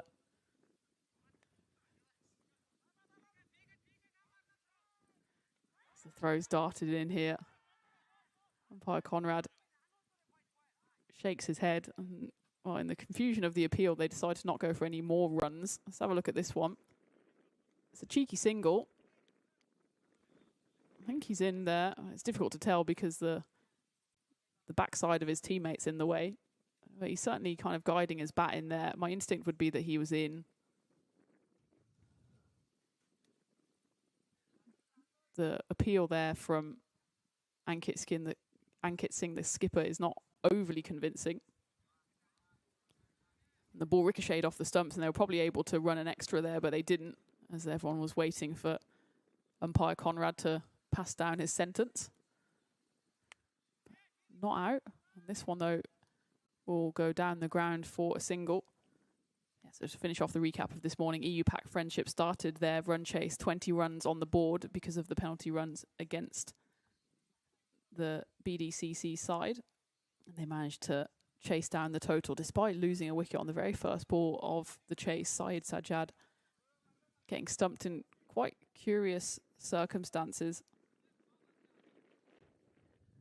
There was a big appeal for caught behind, which was given not out, and then in his attempt to shadow bat the... Well, that one's going to go out. That is a caught behind. Mohamed Rassel swings and gets a feather edge through to the wicketkeeper, Arsene Singer, who does the rest, and Mohamed Rassel knew his goose was cooked as soon as that one landed safely. In fact, in an act of fair play and spirit of cricket, he pretty much walked, took a little glance back to umpire Conrad just to make sure that he heard what Mohamed Rassel heard, and the wicket goes. So 1 to the collection for the Lisbon Spartans skipper Ankit Singh, with 1 ball left of the 17th.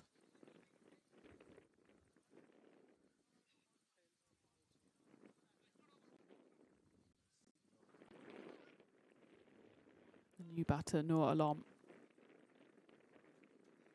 will face up the final ball. Just double checking the ball count, but by our calculations, 1 ball left, which Alam will have to face up now.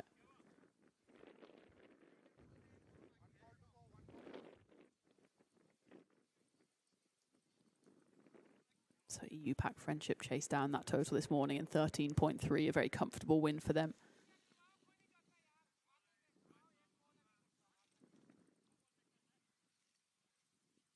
With Hafiz Qatar also showing why he's such a dangerous bowler, picking up 4 wickets for EU Pack Friendship, and then the runs, despite that first ball stumping for Syed Sajjad, were shared between Diamond Pervez, Shan Ali and Arslan Dar.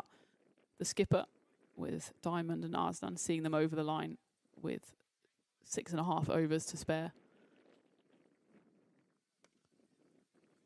Bit of flair on that flick down the pitch from Noor Alam, who will retain the strike despite the best efforts there of Mohamed Omar Farouk, who's saying, well, I'm the guy on 43, probably give me the strike. But Noor Alam decided in that moment to be both deaf and blind and retain the strike. But they hug and make up, and they're good friends again after that 10-second break of friendship. 181 for 4, 3 overs left. Certainly they still be eyeing 200 plus, you'd imagine, Team Tigers Portugal, despite a couple of wickets falling in the last couple of overs. Anko comes back on to bowl this one, and the catch is taken in the deep. Haven't always been successful in their efforts, Lisbon Spartans, but that one was pouched nicely, went high up in the air. It's probably why Mohamed Omar Farouk was saying, why didn't you give me the strike? Because I would have hit that one out of the park. As it was, though. Curious technique, the old squat and throw your hands up in the air and hope for the best. But whatever it was successful, and Noor Alam has to depart for just the 1 run. And it was Rashid Iqbal who took the catch out in the deep, proving himself to be a decent contributor with the ball, having bowled the best figures so far, 1 for 28 off his 4. He's bowled out as well. He gets his name into the catcher's column as Foyez-Uddin, the wicketkeeper for Team Tigers Portugal, comes out at number 7 for his side. They don't want to fall away here, Team Tigers. These games, especially T20, is all about momentum. And if TTP just have a mini collapse here, then suddenly it gives Lisbon Spartans a bit more of a sniff going into the run chase. That being said, every time Lisbon Spartans have seen a glimmer of light at the end of the tunnel has been darkened again by another extra. That one will go through, though, and that will be another wicket. Foyez-Uddin Gets a bit of a feather on that by the look of it, and his stumps are rearranged. So this is a nice little spirited comeback from Lisbon Spartans after all. 3 wickets falling in the space of just 4 legal deliveries, as is symptomatic of the innings so far, though also sandwiched in between a few wides, with 27 wides in this innings so far. But a golden duck for Foyzadin, I suppose, ish. It always seems harsh to call it golden duck when he faces up a wide. But his first legal delivery sees his stumps rearranged. I suppose Lisbon Spartans just wondering what could have been had they broken that partnership between Tariq Aziz and Mohamed Omar Farouk early on in the piece. This collapse could have happened 60, 70, 80 runs early, and it would be a whole different proposition. They were 167 for 2. And now, in the space of 15 runs, they've lost 4 wickets. Spartans showing a bit of fight here, as their name would suggest, as Nahid Ahmed comes in, the left-hander at number 8. Slower ball, big appeal. It's going to be going down leg side, despite the long and even longer appeal, and they carry on appealing. They'll probably still be appealing as the next ball's being bowled.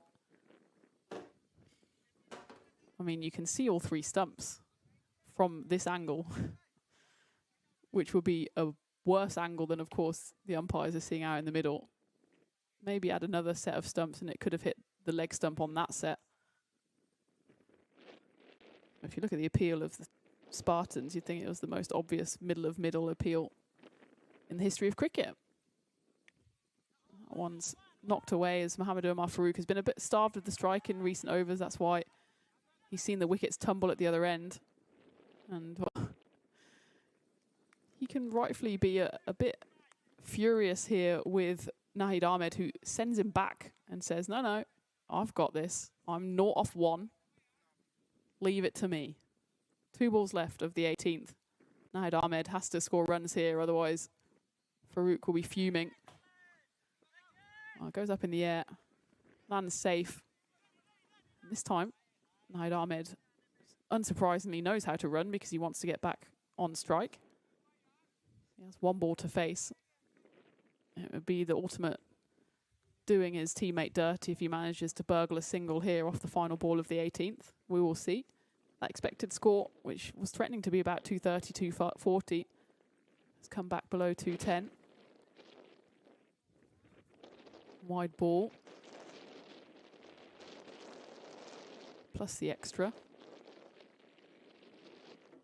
So we might be seeing the third half century of this innings in the form of extras as they move on to 45, 29 of which have been wide.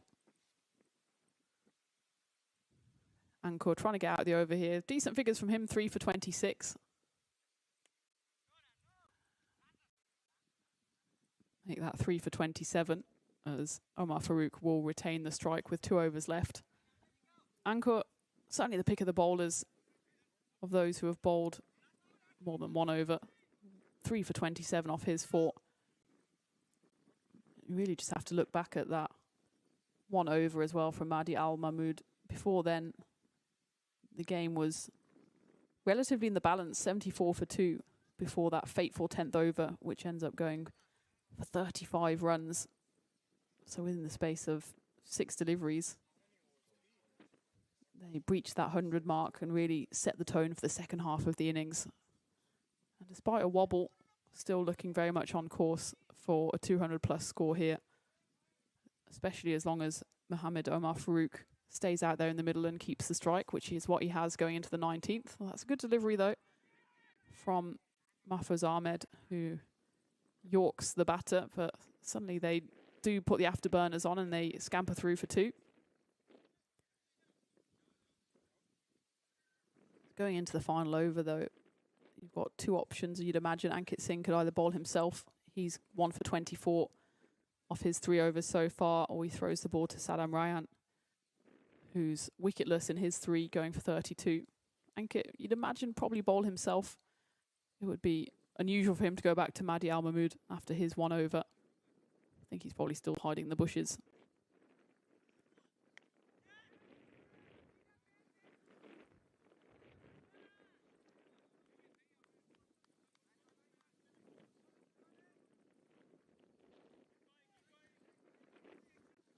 Certainly the scoring has slowed up, and there's no better indicator of that than the boundary count.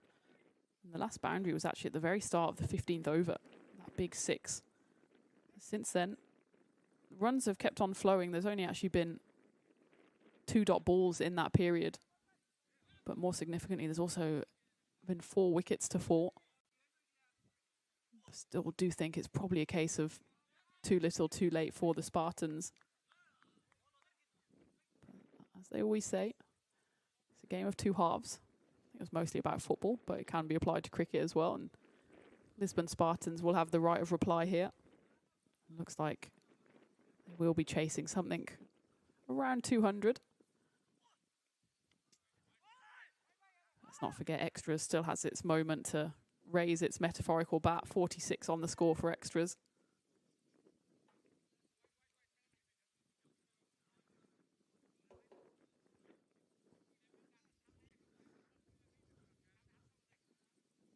Halfway through the 19th, inching closer to that 200 margin.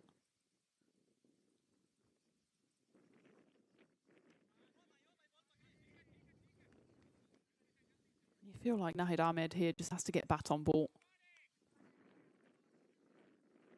With Mohamed Omar Farouk going so well at the other end, 58 or 46. Well, now I suppose it's a case of keeping the strike with only 2 balls left. And he will do that, as it's, again, an ugly swipe from Ahmed, which goes through to the keeper.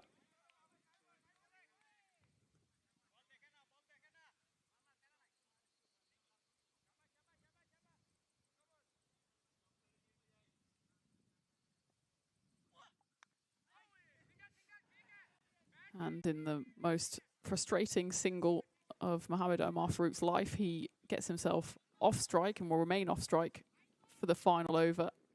Nahid Ahmed swipes at 3 or 4, misses all of them, manages to suddenly find bat on ball to keep the strike. I mean, again, in cricket tactics, I'd probably give up that single just to have Mohamed Omar Farouk on strike for the final over.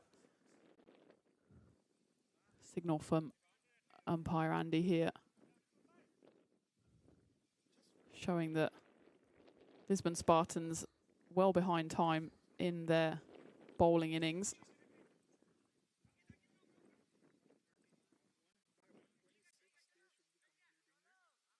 And as a result, they will incur 5 penalty runs.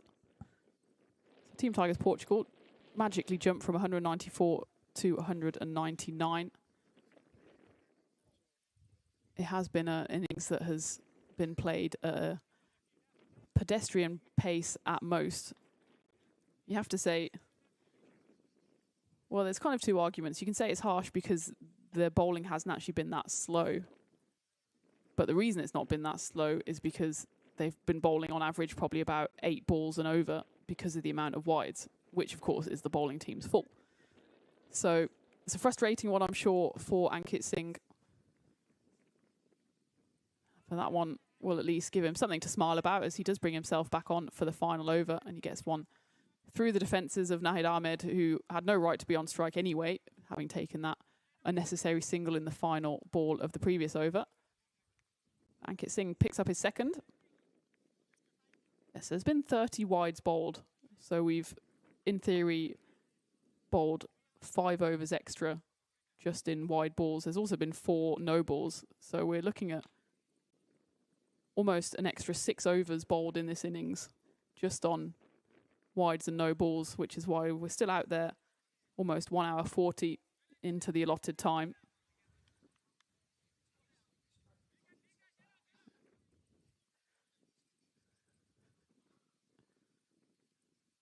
It's a cautionary tale for any batter out there who's looking to steal the strike off the set batter as well.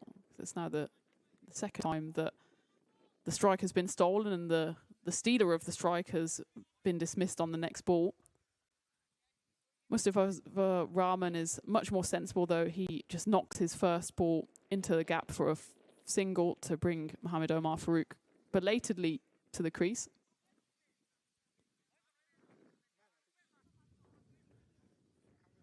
4 balls left then. The 200 is brought up with that single as well, with the added push of those 5 penalty runs for slow over rate, and extras does raise the bat as well with the penalty runs. Extras has moved on to 52.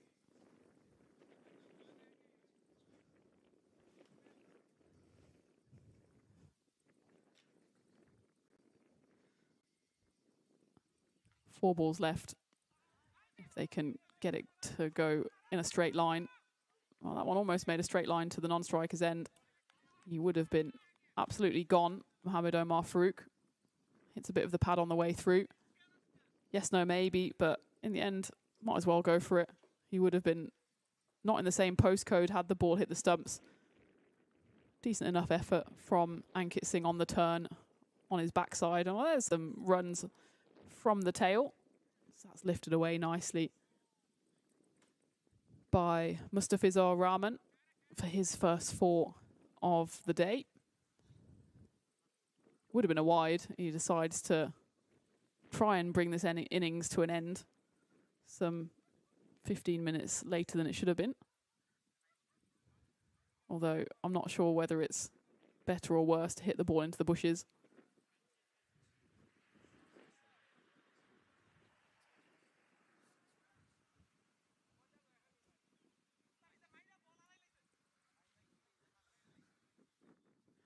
Looks like they have found the ball in the end.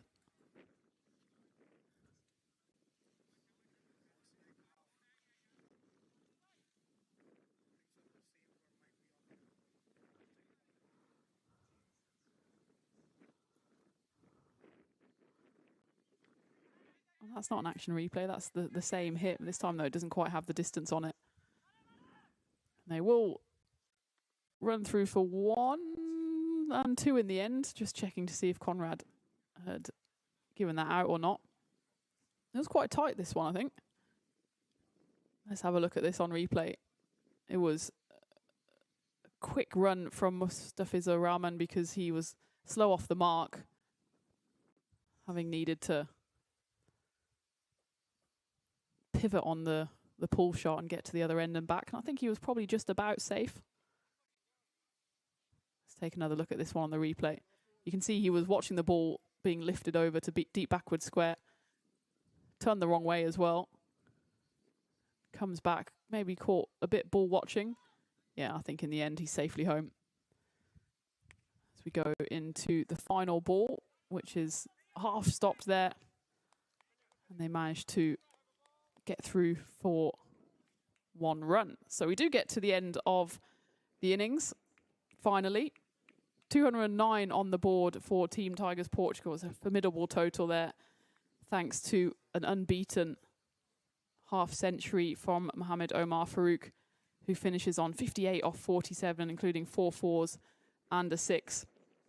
Mawadul Khan didn't contribute much. 3-ball duck for him opening up.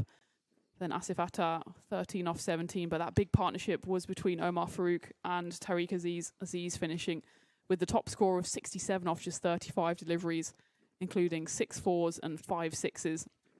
That big partnership was worth 122 in the end.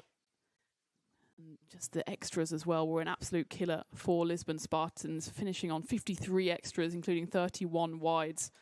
So extras finishes as 3rd top scorer. That were pretty much the only contributions from the batters. As for the bowlers, Ankur was probably the pick. He finishes 3 for 27 off his 4. Ankit Singh, the skipper, I think probably tearing his hair out at some of the bowling performances, finishes 2 for 33 and a wicket apiece for Rashid Iqbal and Mahfouz Ahmed. Penny for the thoughts of Mahdi Al Mahmood, who has 1 over and goes for 32 runs off it, including a couple more runs not attributed to him as well. So in the end, Lisbon Spartans will feel like they've got a mountain to climb here with 210 runs required for victory, including, of course, those penalty runs, which were added for a slow over rate. So there you have it. In 10 minutes' time, we'll have the run chase as Lisbon Spartans attempt a gargantuan task here of 210 for victory. So join me back here for that run chase as Tina Goff will take you through it here on the European Cricket Network.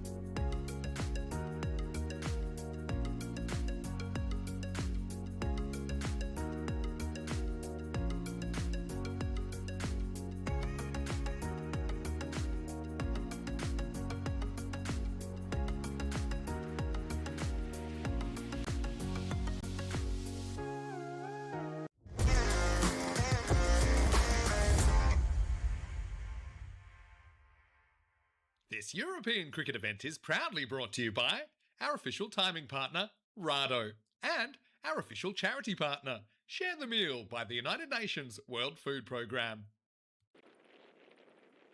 A very warm welcome back to Portugal, where Lisbon Spartans have an uphill chase here with a target of 210 runs against Team Tigers Portugal, who were running rampant in that first innings, with Mohamed Omar Farouk and Tariq Aziz both notching half centuries, along with the third highest run scorer, which was extras, 31 wides and 4 no balls. And because of those extras, it was salt into the wound, with 5 penalty runs added as a result of the slow over rate. So it was a frustrating bowling innings for Lisbon Spartans, but they've got the opportunity here to take all that anger out on the ball as Naidu opens up the bowling for TTP. The opening batters here, Mahdi Al Mahmood, who certainly has some amends to make here after his one and only over in the first innings. Went for an almighty 32 runs. The over actually ended up going for 35 with a couple of byes in there as well. He's opening up, facing that first ball, as that one will run away for runs of some description. Just waiting for the signal there from Conrad, who signals byes. Well, the vicious bouncer, actually. Mahmoud did well to get out of the way of it. He's joined out there in the middle by Saddam Ryan, who also featured with the ball, going wicketless in his 3 overs for the loss of 32 runs. Certainly not the worst figures. But apart from Mahdi Al Mahmood, he was the only one to go wicketless of the 6 bowlers used by Lisbon Spartans, who put on a bit of a fight back in the latter stages of that innings.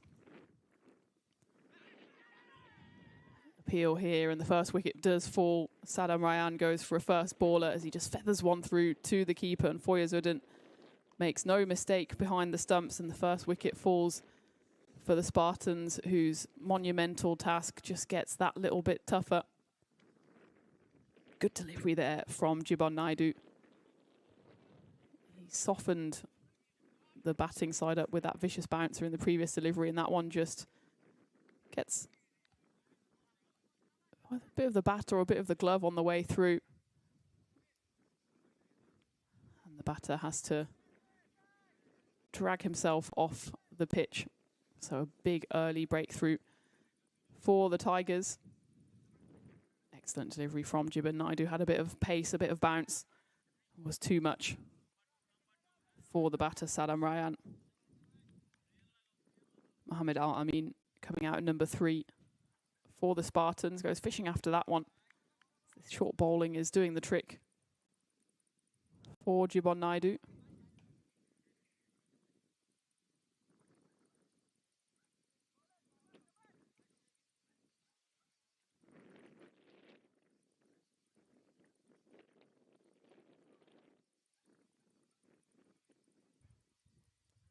In comes Jibon once more.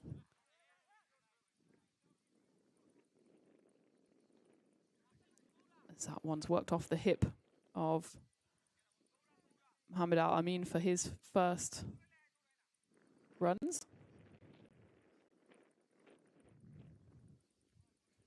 Look there at the ECN events on the right-hand side, the recent winners of our series. Of course, we've had 2 series recently in Switzerland. Kossane CC, the hosts, winning that ECS in Switzerland before Brazil romped home in the quad series T20 IWs. Poland also winning their home series, so it's been a couple of home wins in Poland and Switzerland for Kossane. Sofia Stars lifting the trophy in ECS Bulgaria. So Brussels Capital Warriors, the visiting team to Switzerland, won that ECS earlier in the year as well. As we get to the end of the first over, that required rate is only going to go up and up the more Team Tigers Portugal pile on the pressure. Mahmoud Khan will share the opening bowling duties alongside Jibon Naidu, who put in an excellent first over, going for just the 1 run as well as the 1 bye.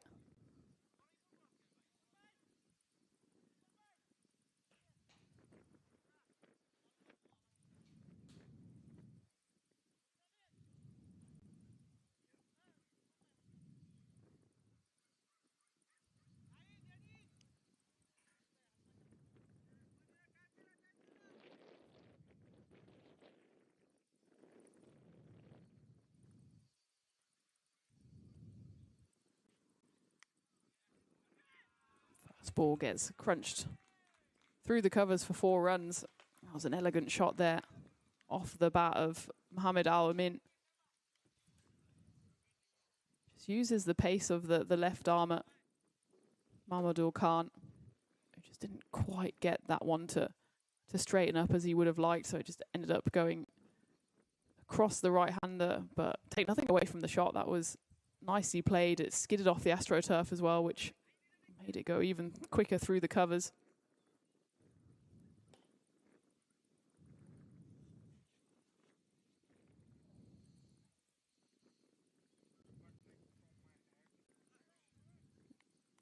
Early use of this short stuff here from Mamadou Khan. Clearly took exception for being smoked through the covers in the previous ball.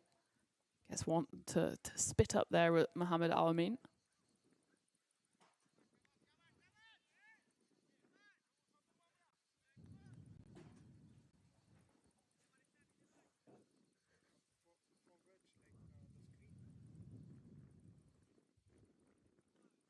Al-Amin is the leading run scorer for his side in this Division 2, scoring 75 runs across his 5 innings so far, high score of 42.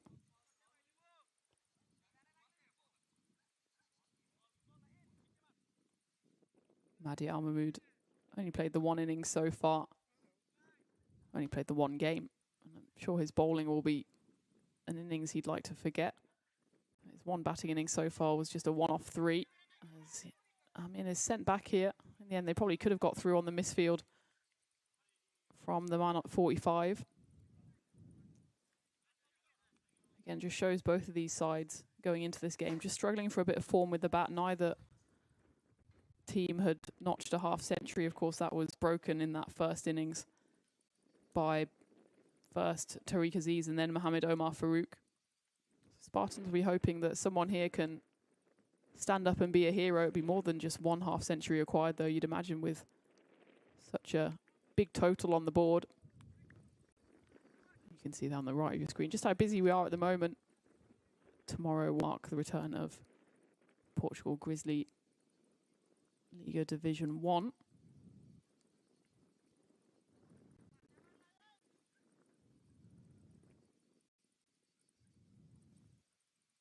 Which will include 3 fixtures coming your way on Sunday. Starting off with Lisbon Capitals against Punjab CC Amadora in the early kickoff as we get to the end of the 2nd over. It's looking like one-way traffic at the moment for the Tigers, with Spartans 6 for 1. And the second game of the day in the lunchtime slot tomorrow is Marlow versus Lisbon Supergiants. The final game of the day sees Fighters CC against Werewolves CC. So interesting matchups there. Fighters certainly need to show some fight as they're currently rooted to the bottom of the table. Just 3 wins in their 10 games so far. Need to turn around a fortune sooner rather than later, as do the Spartans here in the middle. It's another swing and a miss to start the 3rd over. Jibon Naidu, unsurprisingly, continuing from the top end, having picked up that early wicket in the 1st over.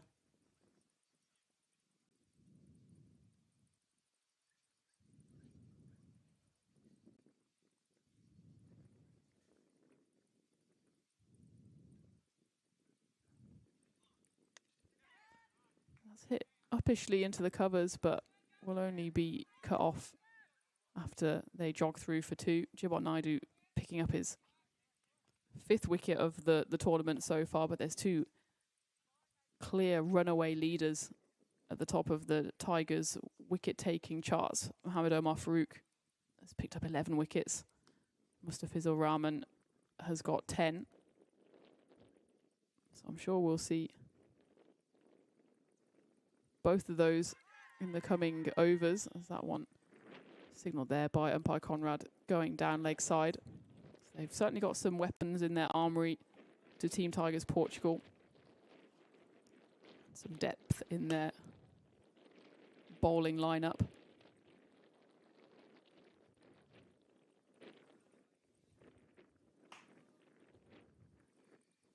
Mahmoud Khan has bowled that one over so far. He's picked up 4 wickets in the tournament so far. So neck and neck with his opening bowler at the other end, Jibon Naidu.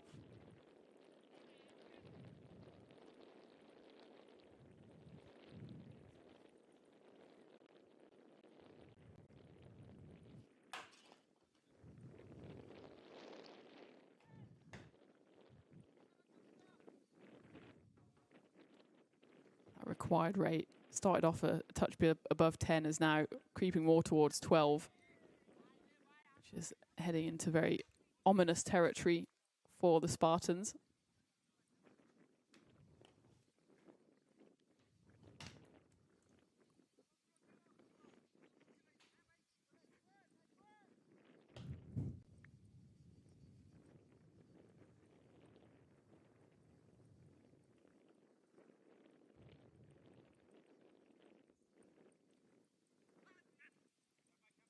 Nicely worked off the hip there by Mahmood, who does exactly what Tariq Aziz did so successfully in that first innings, which is just shuffle across to the offside and open up the leg side even more. And he plays it very finely through for 4 runs, which brings us to the end of the third over. In fact, 12 for 1.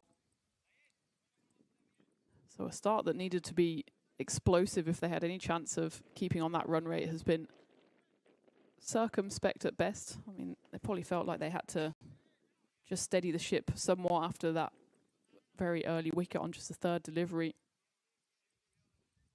But they don't have too much time to hang around here, do the Spartans, because this game will just get away from them before they have time to blink.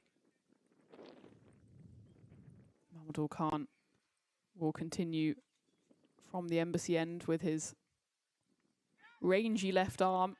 And that one will be given out. Just a feather through. I think it probably hit the glove on the way through, and it was an outstanding grab by Foyez Udin. His second of the innings. Just take a look to see what that hit. I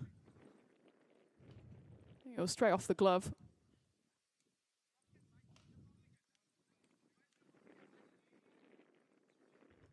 It's just a case of whether the catch was clean or not. I think my instinct probably would be that it did nestle in the gloves. And he had his fingers wrapped around it as he was falling to the ground. Certainly one of those where you have to go on the call of the umpires on field, because the video replay doesn't give you much more to go on. It's always one of those as well where the more you slow it down, the more doubt is cast into the mind. But I think he falls onto his knuckles and has the fingers wrapped around the glove, the ball. So it will be the second wicket to fall then for Lisbon Spartans, 12 for 2. Mahmoud Khan just rewarded for that probing line outside off stump. And Udin, certainly one of the most impressive keepers in this Division 2, gets his second grab in just 3.1 overs. As Ahmed comes out at number 4 for the Spartans.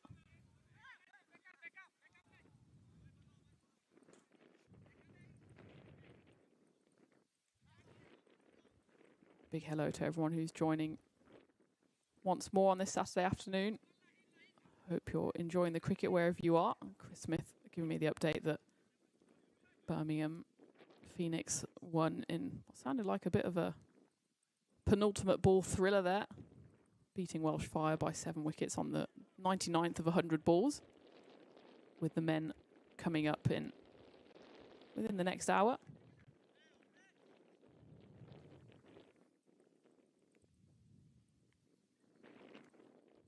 also Chris cruelly offering me a mint choc chip cornetto, which would go down an absolute treat right about now.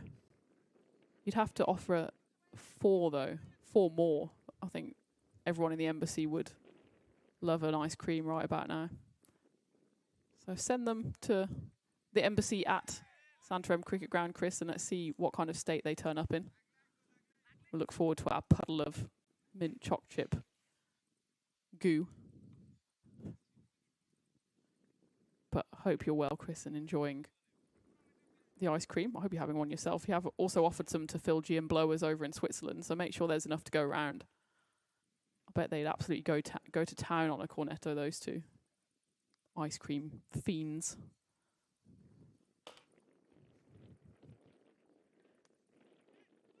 Sit nicely down the ground and we'll elude the diving shin of Mohamed Duracell, and then long on, scampering through from the other side, isn't able to stop it either, so it's a 4th time lucky there.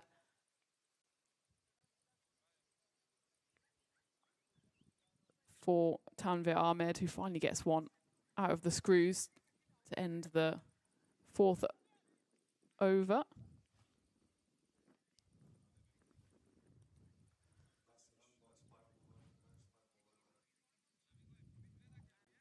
Take a look there into the Spartans dugout.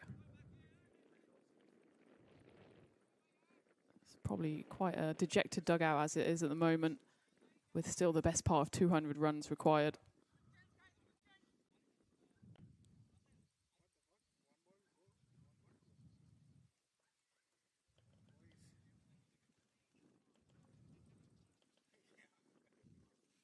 One ball left of the 4th over here.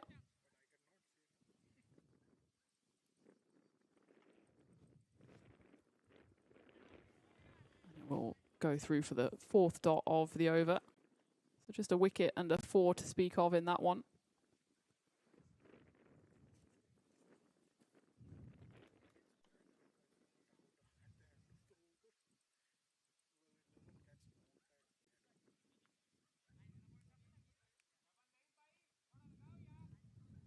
At the end of the 4th then, 16 for 2.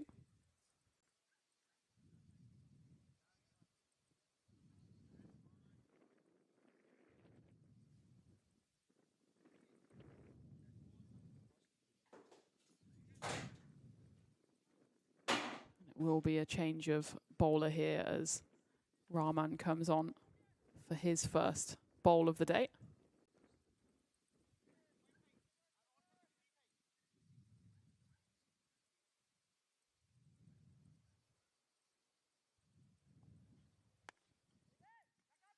That one's clubbed straight back down the ground. Even if there was a fingertip on that, I don't think Tanvir Ahmed was backing up very sportingly at the other end.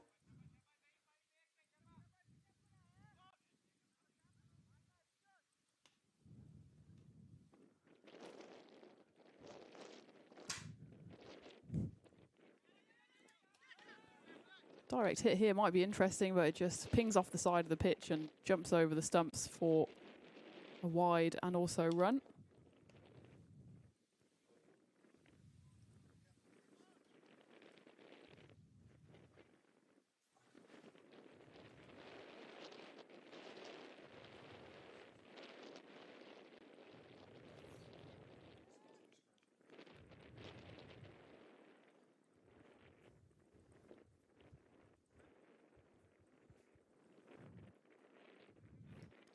Of course, cricket's ongoing over in Switzerland as well,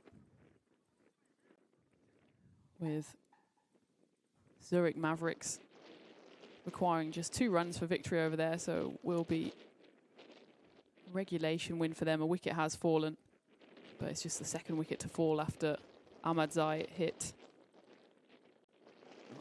hit 24 in 4 deliveries at the end of the previous over. Will be a win for the Mavericks over the Alpine Warriors in that match over in Switzerland. And that was a drop. just after I've said that Foyesudin is one of the most impressive keepers in the division, he drops what was certainly easier than his previous grab. Maybe not quite as regulation as the first one, as he had to move his hands up to the right, but definitely one that he would have expected to take. And that's a missed opportunity for the Tigers in what would have been their third wicket.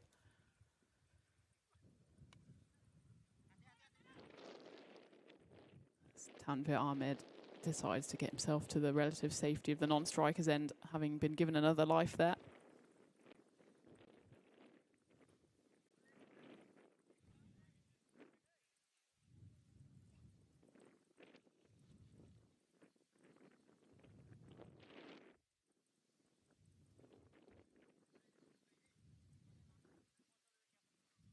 Mahmood here still looking to make amends for that supersonic over he bowled in the first innings. Well, he'll get some runs there, as that's a genuine edge that will be cut off on the rope by Nahid Ahmed as they stroll through for 2.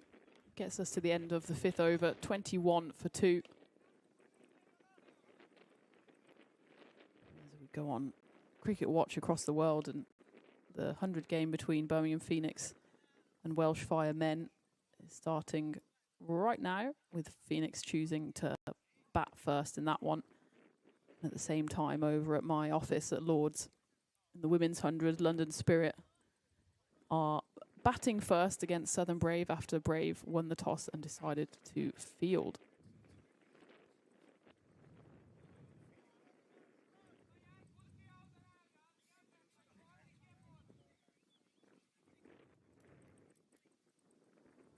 So even though we're getting towards the latter stages in ECS Switzerland, of course we've still got a whole game to come from here in Portugal after this one. There's plenty of cricket all around the world as that one's cut away nicely. Mahmood scores just his second 4 of the innings, with all fielders on the offside up in the ring in the final over of the power play. It's easy runs there with any kind of width on offer from Nahid Ahmed, who's come on to bowl his first over of the day.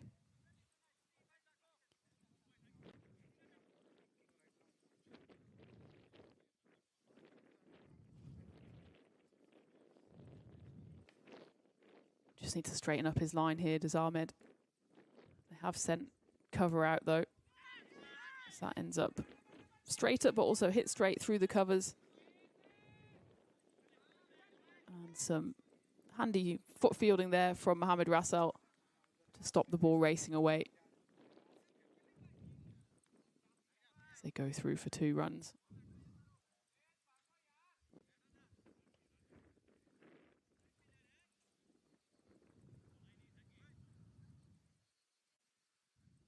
So Phil G and Blowers have signed off for the day over in Switzerland, but they'll be back. Well, Phil G will be back tomorrow. I think it might actually be the last day of Blowers. But the cricket will continue in Zurich tomorrow morning, all the way through to finals day on Wednesday.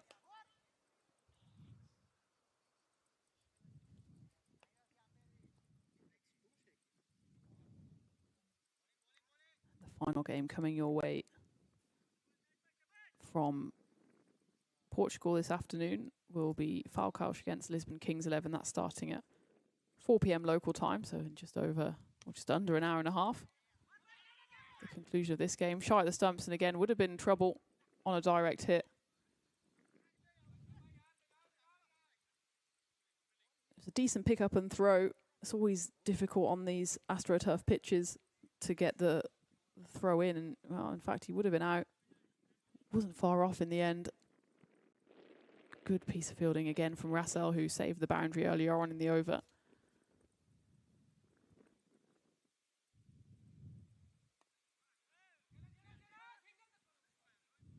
You just have a feeling that this is going to be a long and slow death for the Spartans, because they're nowhere near the required rate.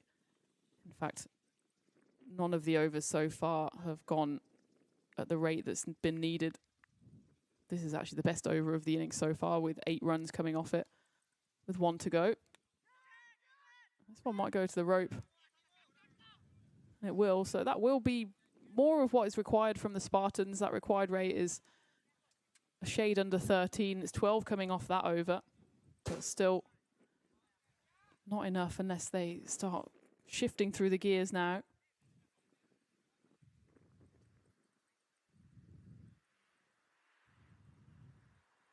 .32 for 2 at the end of the power play.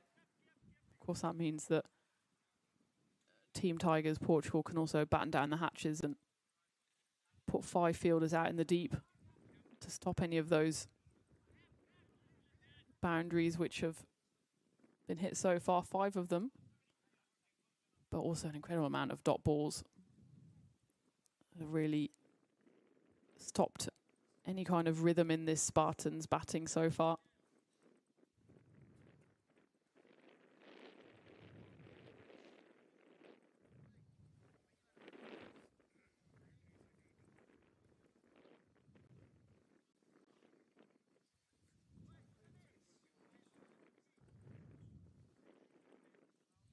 The power play then signalled by umpire Conrad.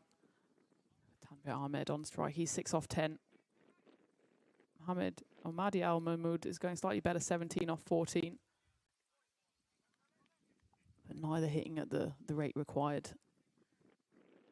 to get close to the monumental target of 210. Just thanks to some big hitting by Tariq Aziz and Mohamed Omar Farouk. Put on a partnership of 122 in the first innings. This one's up in the air. It's going to be an opportunity. The bowler says it's mine. Stay out of the way. And he takes the grab. It's the 3rd wicket to fall. Rahman there bowling the 7th over. Makes the call early. Says this one's mine. And Mustafizur gets his just reward. As Tanvir Ahmed has to depart. Goes for the big swing. Again, that's kind of the risk when you try and hoik it across the line to leg side. It was a decent enough ball on 4th stump. And only manages to miscue it straight up in the air. Mustafizur Rahman into his 2nd over, picks up his 1st wicket. The Spartans here being put to the sword, 32 for 3. Ankur comes out at number 5. Bit of a thankless task. You can see by the way he's walking out that he's not exactly flowing with confidence through his veins.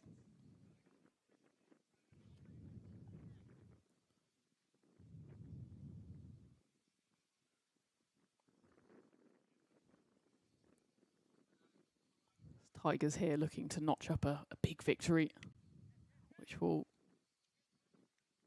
be more than helpful for their net run rate.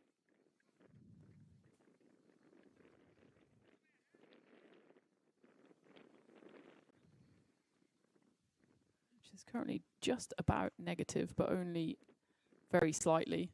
Certainly more healthy than the Lisbon Spartans net run rate, which is almost at negative 1.7. You can imagine if it carries on going like this, it might even go below -2. Buzzers there as the thrower necessarily gets darted in by Tarek in the deep. Bit of rush of blood to the head there from the half-centurion.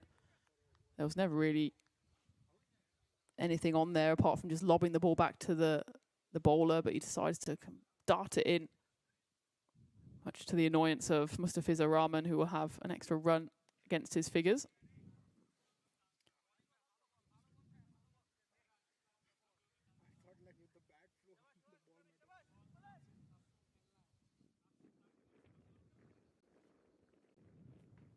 A very good afternoon to those chatters who've jumped across from the Zurich feed after. You know, I won't be upset listening to Phil G and blowers. I can be 2nd place to that. That's fine. But I'm glad you're here, Paolo, John Gray, after your sojourn to the Alps, which I think is still slightly warmer than here in Santarem, although it is slowly cooking. 30+ temperatures being reached now. At the end of the 7th over, 35 for 3. Still all thumbs up in the dugout there for Lisbon Spartans, despite the fact that this is looking like well, a mountain the size of the Alps to climb for them in this run chase.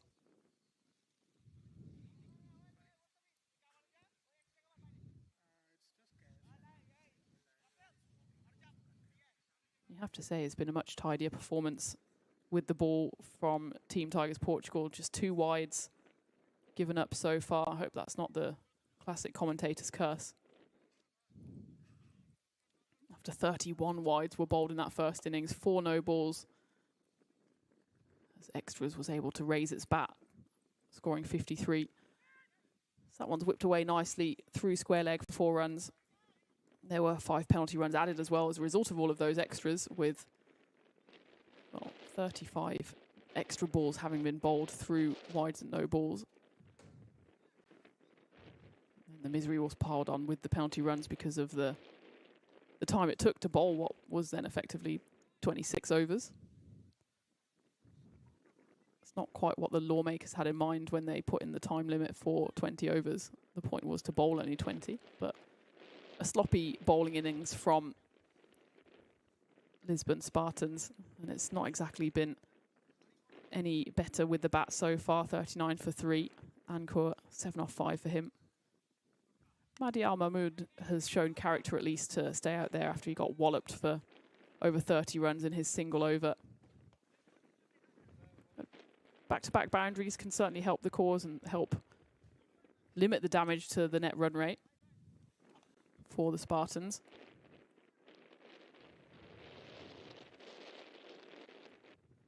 I guess Phil G's had a bit of an unfair advantage bringing in one of the biggest commentary legends to grace this earth, so maybe I need to find some equivalent in Portugal.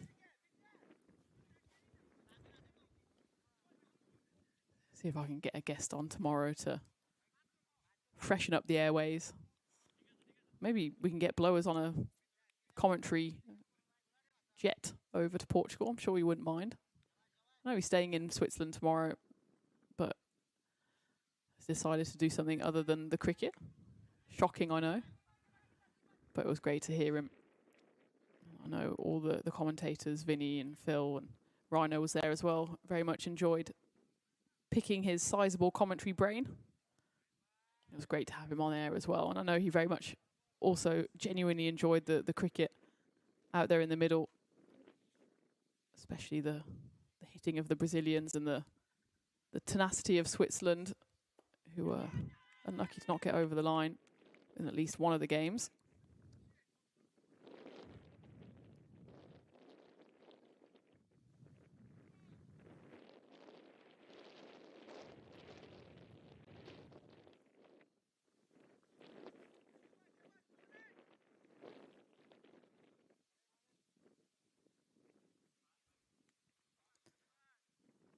Overs, 2 balls left of this 8th over, bowled by Ahmed, and it'll still be 2 balls left. As I thought that one might have been a wide, but I suppose with the right arm around angle, it's always going to cut across the right-hander, which makes him feel aggrieved that the wide wasn't given, but it's a fair enough call, and also he was completely rooted to the spot, made no attempt whatsoever to get himself out to the ball.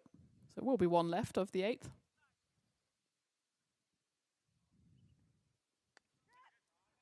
Clubbed away. There is deep point in play, and he does well to cut it off to his right-hand side. It will be 45 for 3 then at the end of the 8th. With the slim hopes that Lisbon Spartans had of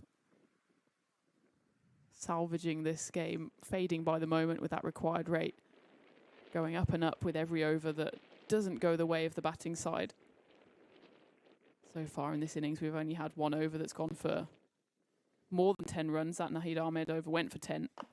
His previous one went for 12. He's been the most expensive of the bowlers so far, but otherwise very tight bowling, especially from Jiban Naidu and Mamdul Khan at the top of the innings.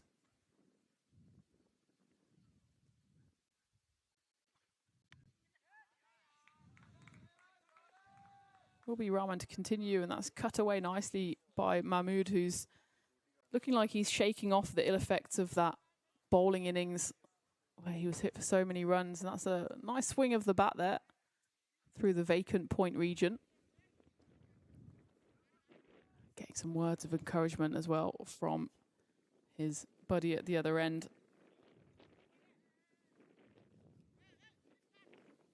Remember, Madial Mahmood opened the batting, so he's been put there for a reason and starting to play a few nice strokes now, having only played in one game previously to this one in the league. He faced 3 balls in that one, making just the 1 run. So he's already on for a season high here.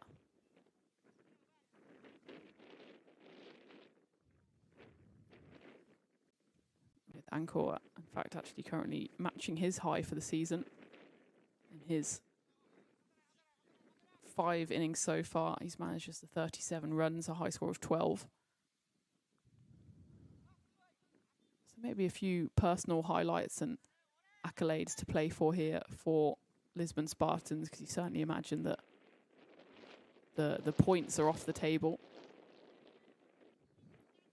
Then again, if they go for a 10-11 over blitz, anything's possible. We saw the scores over in Zurich were around the 160, 170 mark. Of course, in smaller boundaries and much different conditions there. Some good signs of intent, though, here from the Spartans, as that one's played nicely down the ground, and unfortunate misfield out at long on means that Angkor does hit his highest score of the season so far with that 4. And you can see they're very actively chatting to each other in the middle, maybe just trying to G themselves up, trying to set themselves little milestones as they try to chip away into this total. They're about a third of the way, a quarter of the way there now. Fortunately for them, we're ticking over into almost the 10th over here.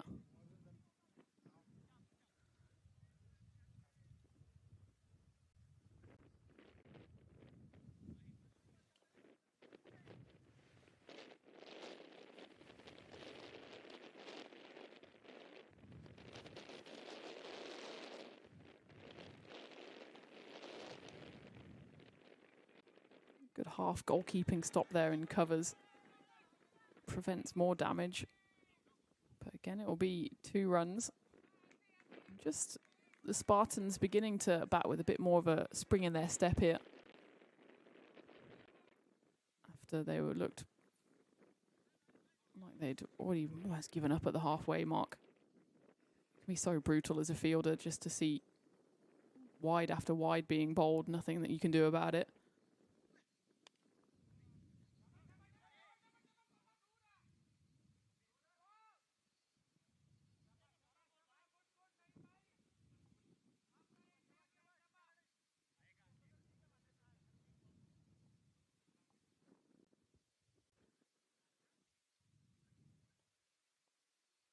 Mustafizur Rahman, with that wicket he picked up, notches his 11th of the season, which draws him level with Mohamed Omar Farouk, who is yet to bowl. I'd be surprised if we don't see him at some point, given that he is the top wicket taker. So we get to the end of the 9th, 58 for 3 on the board for the Spartans. Just the 4 bowlers used so far by the Tigers skipper Asif Attar.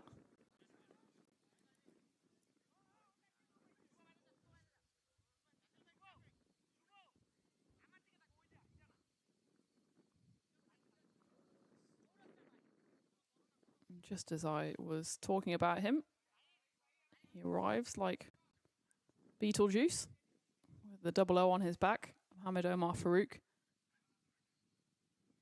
Look at that bowler rating, 96. Clearly the ECN supercomputer rates him. That's for good reason, given his figures so far in this league. Picking up 11 wickets in 5 matches. 2 3-fers along the way and an economy of 5, which is incredibly impressive in this format. Just bustles in off a few paces and bowls that irritating line and length just at the top of off stump.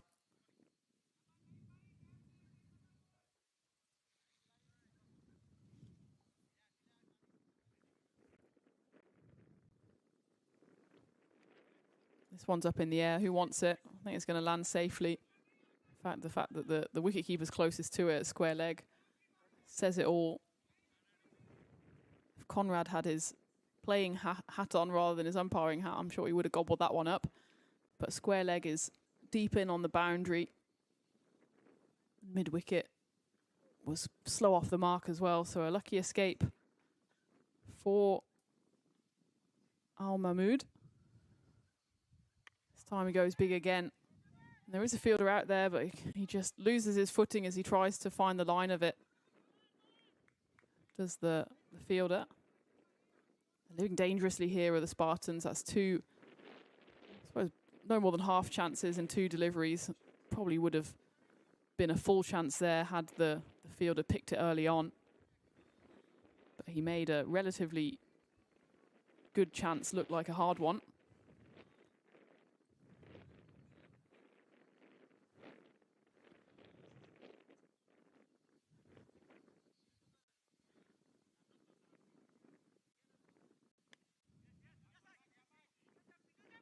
It's a filthy misfield there at mid-wicket. So it's just a period of sloppiness here from Team Tigers Portugal. Maybe the concentration levels just lapsing in the afternoon heat, and knowing that this game is probably going to go their way. But I suppose the only way that Lisbon Spartans could get back into this one is if the Tigers let them. And that's certainly would be the case through sloppy fielding and not concentrated bowling. But this one again goes up in the air, and again it's going to land safely. And I think Mohamed Omar Farouk is thinking, what more can he do to get a wicket? Because that was 3 or 4 in the over that went flying in the air, but none of them were able to be taken. And at the halfway mark then, Lisbon Spartans 66 for 3. So still 144 runs required off 60 deliveries. And just as the players go to take drinks, we'll take a brief pause here as well. So we'll be back in just a moment's time for the last 10 overs.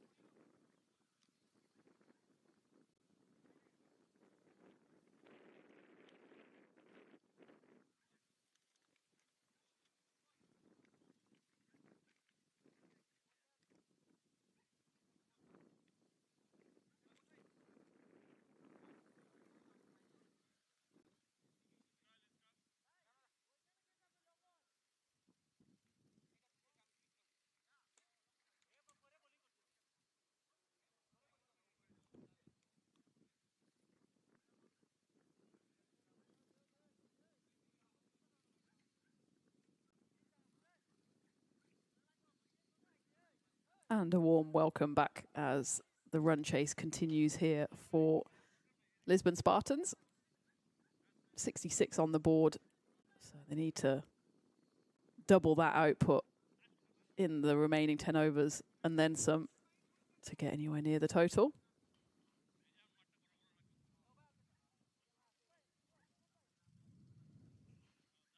So on strike is Ankor, who's been going well enough. 25 off 14 at the other end. Al Mahmood is going a bit more slowly, 26 off 22. Jibon Naidu comes in and gets the wicket. It's the drinks that do it, as is always the case. This time, after shelling one, Foyuzuddin makes no mistake and picks up his third catch behind the stumps. 5 more and you'll get the same amount as that Saltburn CC wicketkeeper.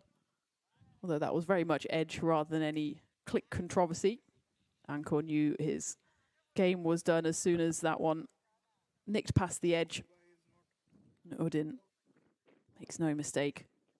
Spartans lose their 4th, 66 for 4. As the new batter decides very slowly to get his way into the middle. If the Tigers want to appeal at any point, there might be a question to be had. I think that was more of a finger wag of disapproval from umpire Andy rather than an out signal, because everyone had time for a cup of tea while Rashid Iqbal took his time to get out in the middle, but arrive he does.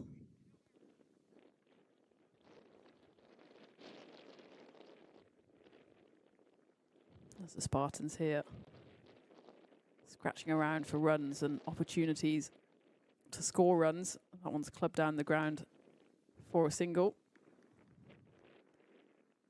2 scores on the doors over in the 100. As Birmingham Phoenix men are on 58 for 2 after 36.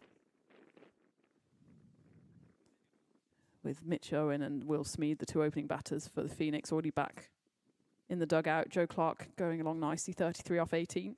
It's just joined out there in the middle by Rayan Ahmed. Chris Wokes. Bit of a tragedy to see him bowling against Birmingham Phoenix rather than for Birmingham Phoenix, but he picked up a wicket for Welsh Fire, as did Marco Janssen. And over in the women's competition, London Spirit at the home of cricket, going along pretty slowly, 33 off 2 off their 32 delivery so far. That one's going quickly though to the boundary, as Mahdi Al Mahmood misses out on that one, but so does Foyuzuddin, the keeper.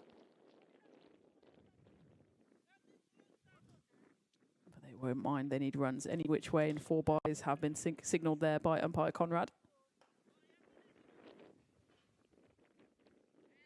So he's doing a good sticking around job, is Mahdi Al Mahmood, but never going to trouble the game if he continues going at just over 100 strike rate.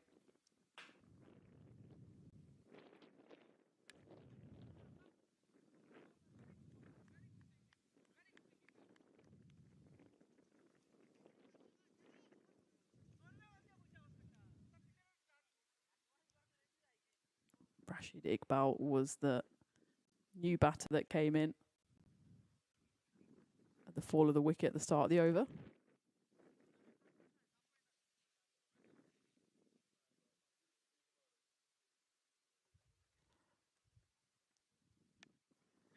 Cut away from outside leg stump, which is unconventional, but works well there for Mahmood. Only gets the single. So we get to the end of the 11th, 72 for 4. Mahmood then retains the strike.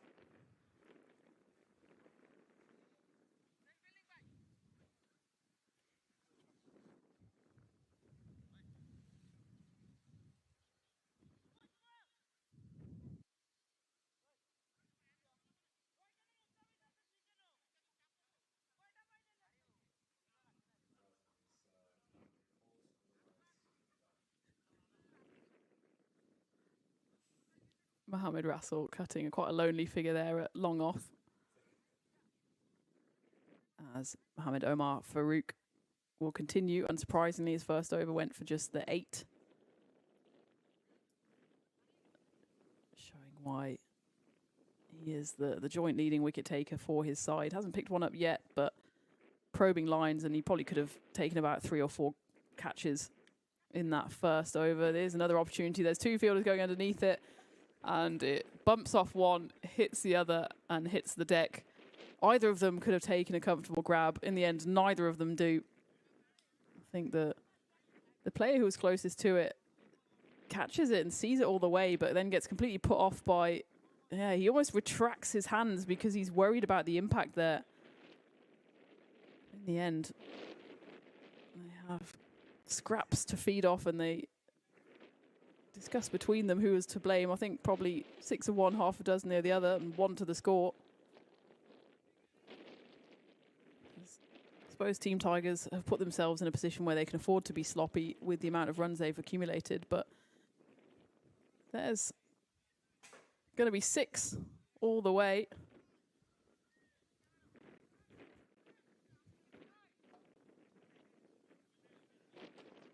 Sees that one nicely, does the batter. Gets a hold of all of it. It goes back, what's that, 50.5 metres. Just over the boundary rope. Or in fact, it's going to be a longer boundary in these T20 games. Over the boundary it was about 10 centimetres above that. So nice Maximo to Rashid Iqbal. In fact, the first of the innings.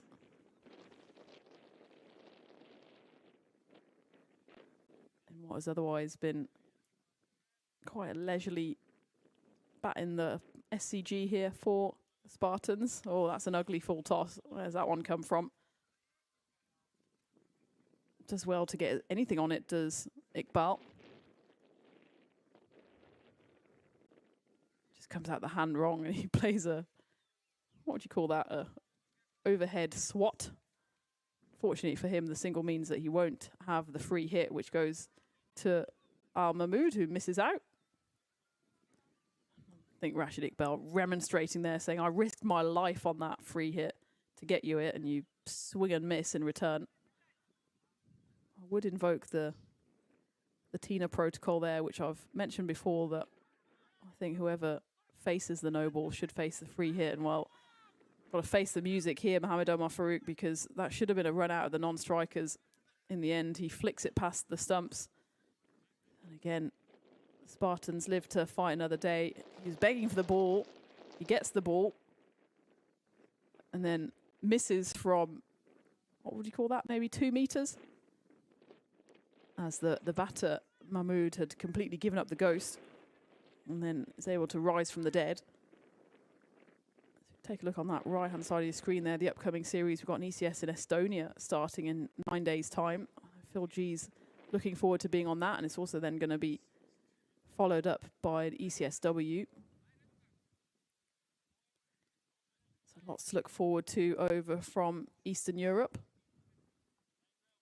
Another look at that run out. I mean, he probably had enough time to just take a step forward and whip the bails off himself. You can see that Mahmood had completely given up. In the end, he gets another run added to the collection.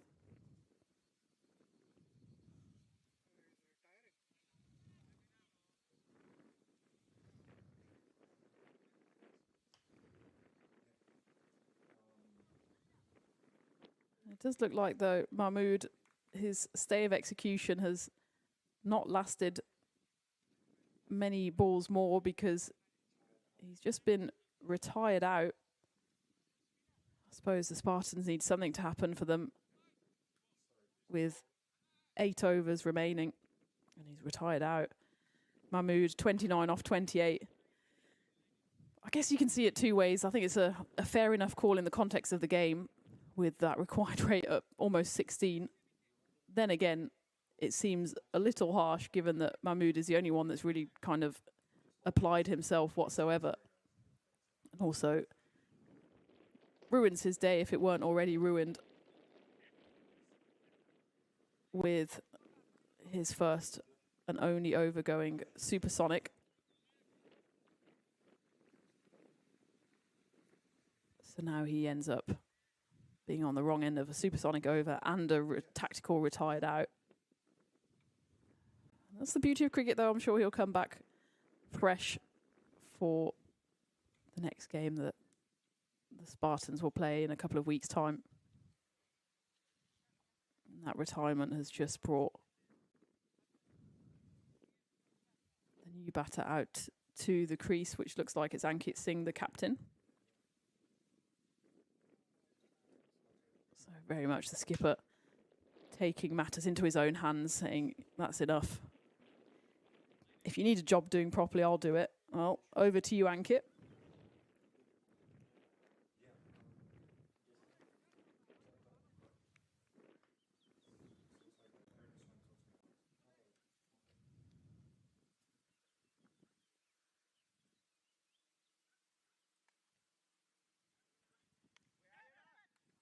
That one's cut away nicely by the skipper.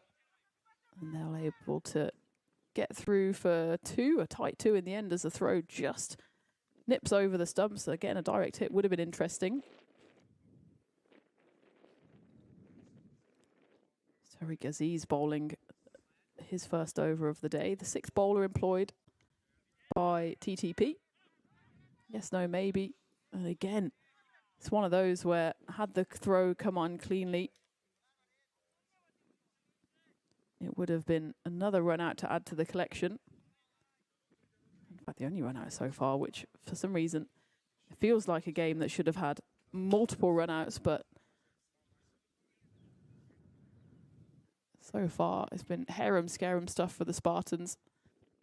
The 5 wickets to fall have all been caught, 3 of them by Foyuzuddin, and 1 caught and bowled by Mustafizur Rahman, and of course the retirement just now by Mahdi Al Mahmood.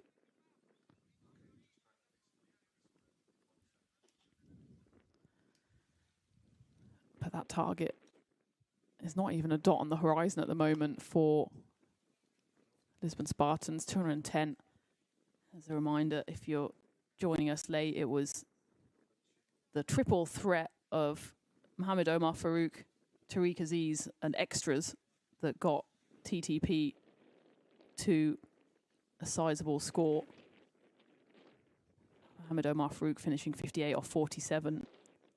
Tariq Aziz, he really lit up the SCG with his 67 off 35, which included 6 fours and 5 sixes. That's 30 runs alone in sixes, plus another 24 and fours. So actually 54 of his 67 runs came in boundaries. And then extras were just an absolute killer for Lisbon Spartans. You can exclude byes and leg byes. There was 4 byes and 9 leg byes, but 31 wides and 4 no balls contributed all to the fact that the innings took about a good hour 40.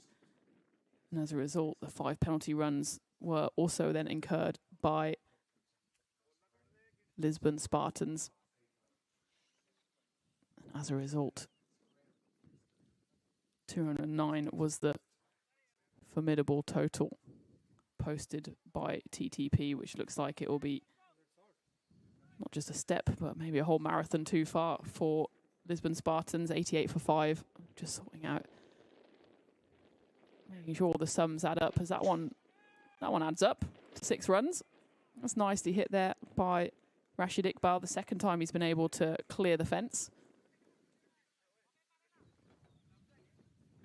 It's always a scorer's nightmare, isn't it, when the teams do something funky. On this occasion, retiring out Mahdi Al Mahmood.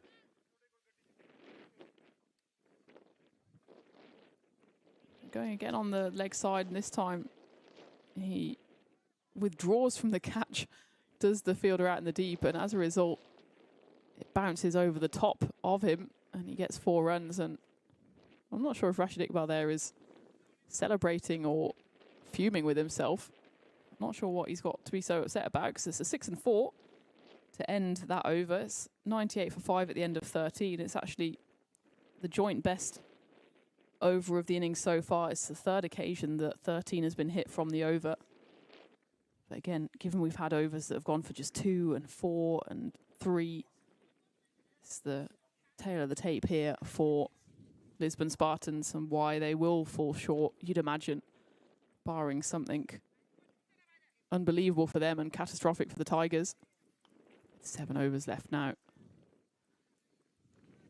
And Shuvra Biswas will get the opportunity to bowl. I suppose that's the beauty of having so many runs in hand, is that you can then turn to different bowlers to try and get them into a bit of form, get their confidence flowing with some wickets.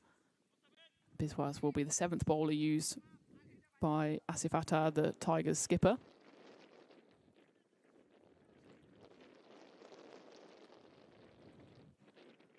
So we'll have a bit of spin action here from the embassy end as the tweaks are made to the field, with one fielder out deep in the covers, several fielders out on the leg side at deep mid-wicket and cow corner, and long on and long off as well. Fortunately for TTP, there's no one deep in the covers. And that one gets slapped away nicely by Singh for his first boundary. Just a bit of leg spin tossed up there. And I think the argument there by Shuvrat Biswas is that he probably would want someone in the covers. That's exactly what he's remonstrating with his wicketkeeper with now. If you're turning it away from the right-hander, it would make sense to probably have your long off a touch wider, or to bring your deep mid-wicket round just to close that gap. There is a conventional cover in. If it goes past him, it's going to be 4 runs all day long. Second time now, Singh gets it all wrong on the hoik to leg. Biswas bowling nicely, straight on his lines. It's not always easy as a leg spinner. That one, though, just does drift down leg side. And it's going to be an attempt to field the ball here in the deep. We're going to maybe have to take another look at that one, because his batting of the ball and the landing of his feet outside the boundary were almost simultaneous. Great work by Kruti there in the outfield, and just lands there, and I'd say that's probably runs, some of them.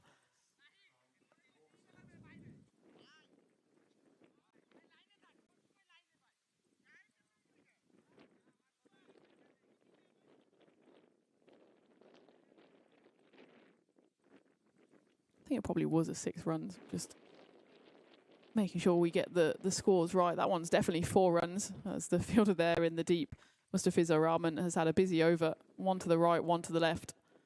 It's an outstanding effort nonetheless, with the stop on the rope.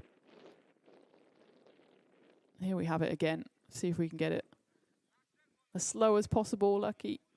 It's an outstanding effort here. And just when his right boot lands there, I think the ball is probably still in hand. The previous frame would suggest to me that that's 6 runs. There, his foot is landed. The ball is still in contact with his hands. That is an outstanding effort. Even if it is 6 runs, you have to say Mustafizur Rahman, you can see there, he was not entirely convinced if it was a 6 or not. But all marks for effort and style there, and he can do nothing about the 4 later on in the over.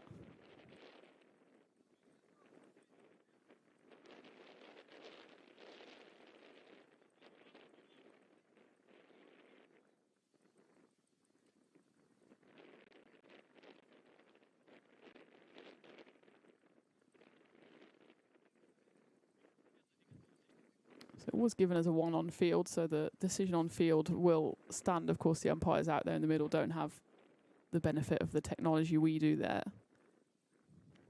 You've got to say hats off to Crew capturing that. And Lucky pushing the buttons here in the embassy to slow that right down. And it was very much a frame-by-frame call. In one frame, he was holding the ball with his foot on the ground, and the next frame, it was thrown away. So it was a decision of millimetres. And I suppose the one thing you can say is Mustafizur Rahman deserved to not concede the boundary for the effort.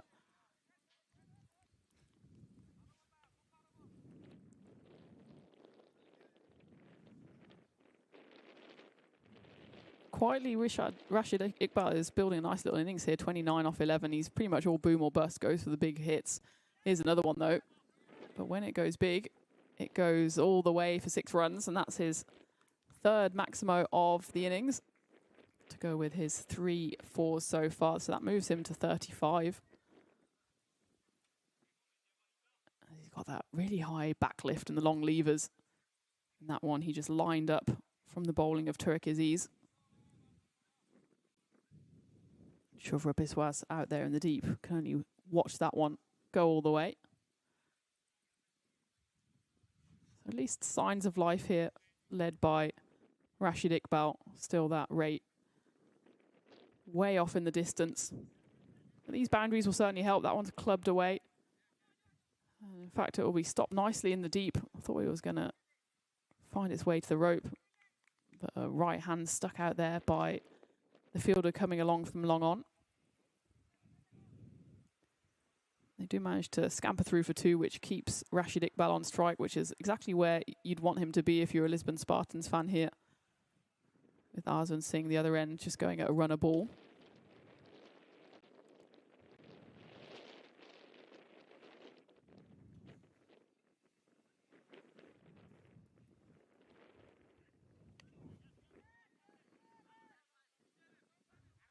This one's up in the air and it goes over the head of the skipper Asif Atta, and I'm not even sure that went all the way. I think he just completely misjudges the line of this one. He comes in off the rope. You can see that Rashid Iqbal thinks he's in trouble. And it does land inside the boundary, so that's 4 runs. A sheepish look back there from Asif Atta, almost looking behind him to try and find some kind of excuse for that. Not one was to be found. That's Team Tigers Portugal. Just struggling in the field here, and I suppose it's symptomatic of 2 teams that are very much languishing in mid-table. Team Tigers Portugal do take the win here, which is looking increasingly likely with 127 on the board after 15. They will go level with EU Pack Friendship, Lisbon Kings 11 and Rangers CC on 6 points, having played 6 matches. Lisbon Kings have only played the 5 matches, as they will be playing their 6th this afternoon in about 45 minutes time against Falcaus. As for Lisbon Spartans, well, they're currently in 11th place and won't fall down the table as a result of this defeat, but certainly will damage their already negative net run rate even further. They're level on points with several teams on 4. But now their net run rate will decrease again. It's just a case of how much by.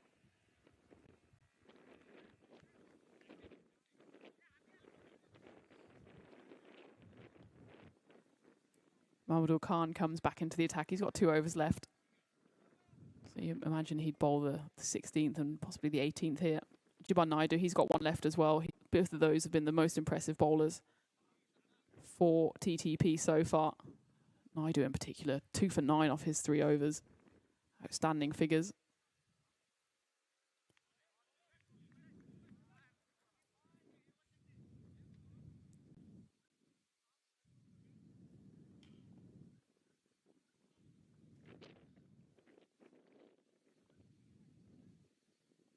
Back over in the 100, Birmingham Phoenix men, they're having a bit of a tough time of it. 82 for 5 off 63 deliveries.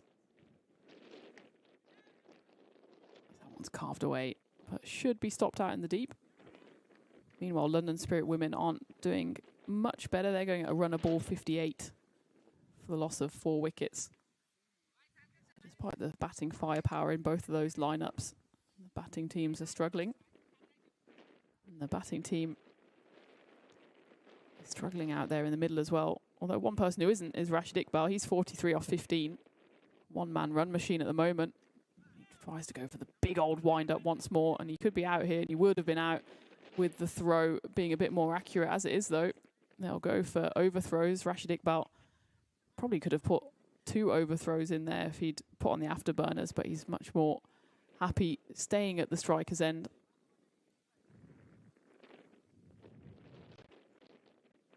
He's pleading his case here to the prosecution that he needs a new bat. That one Well, he almost needed a new ankle as well. He turned his ankle as he went for the run. Almost saw his innings come to an end with that throw darting in. It was very close to the top of the stumps. And then he goes through for the extra one. But needs a new piece of timber as a result. I think he did clonk his bat against the AstroTurf there, and the speed with which he swings his bat. I'm not surprised that he's done a bit of damage there, and he's chosen his weapon as the Spartan as he moves to 45. So one big hit away from a half century for him, as we see the glorious Santarem cricket ground on the wide angle. Equally glorious is the blue sky. And most glorious is the air conditioning in the embassy, which is keeping us at a decent enough temperature. I'm sure the umpires and players in the middle are beginning to slowly cook.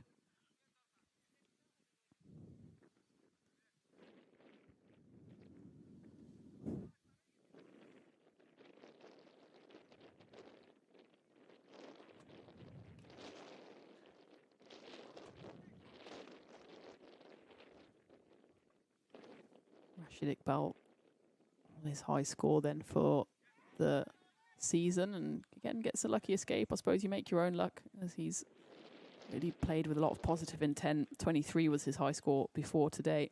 But he now moves along to 46 and retains the strike as well, as that was the end of the 16th.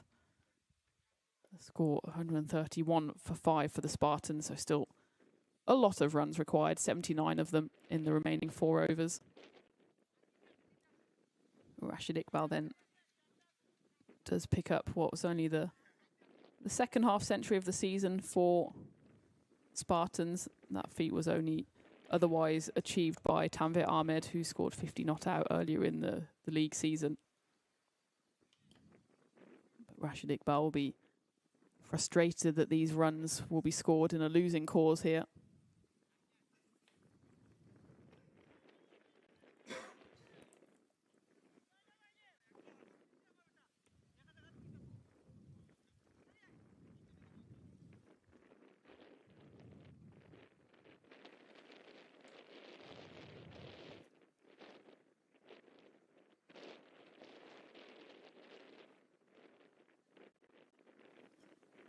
Gibbon is coming back on after all seeing his praises. He gets his opportunity to bowl out here in the 17th over. 2 for 9 so far. Looking to add to his wicket collection. His first one whistles past the stumps, as Rashid Iqbal certainly not going to die wondering here. Going for the big swing. Probably knows that his half century is just around the corner and he wants to get there in some style.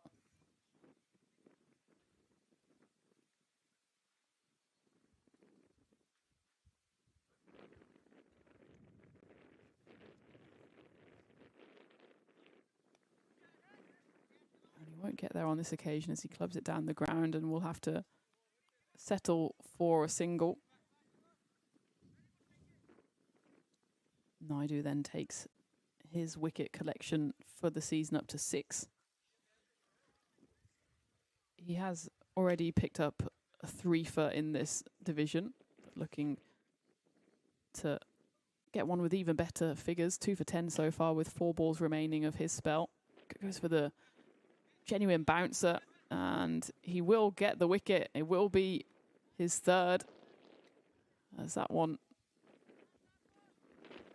is remonstrated by the batter. I think you're trying to say it was over his head, but he did go fishing after it.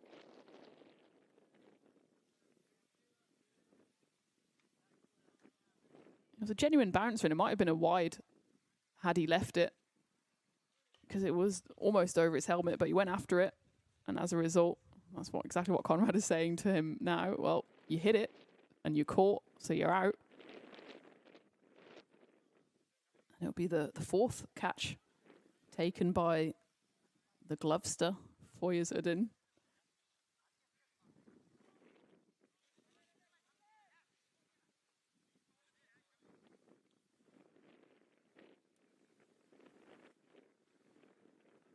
Three for 10 then for Gibbon Naidu. He He does pick up his second, third, 3-wicket haul of the league.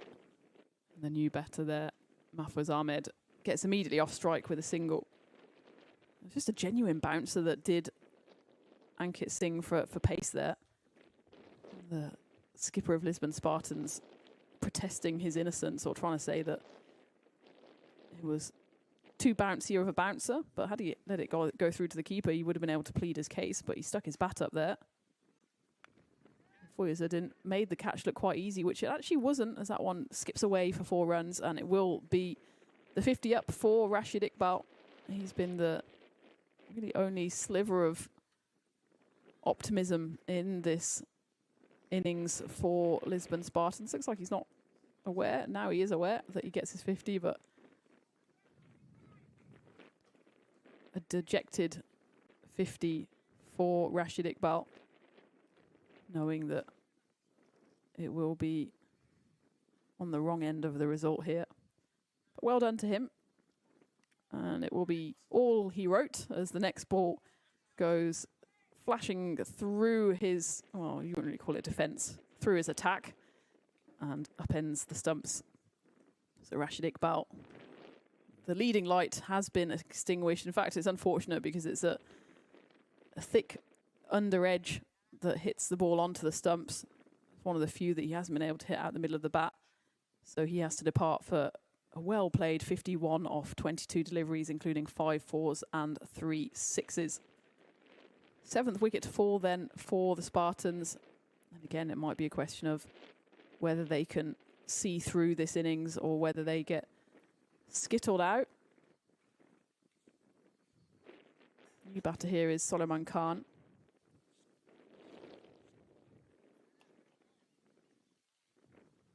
Who was impressive in the field in the first innings. There was 2 or 3 stops in front of us here at the Embassy where he was fielding kind of a 45 or a fine leg, where he put in the big dive and got his foot and hand in the right position to stop the ball and not be over the rope at the same time. And he has the chance now to score a few consolation runs off his bat, but he'll be starting at the non-striker's end as Mamdul Khan comes in to bowl his final over.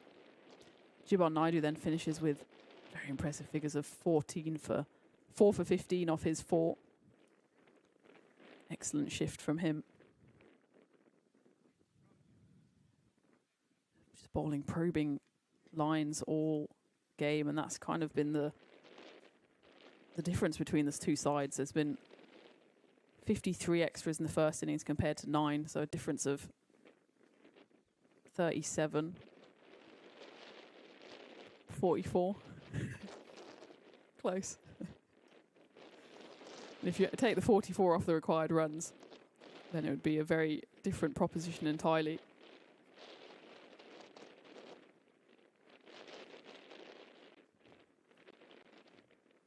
would have been 29 off 17 required instead of the 73 required.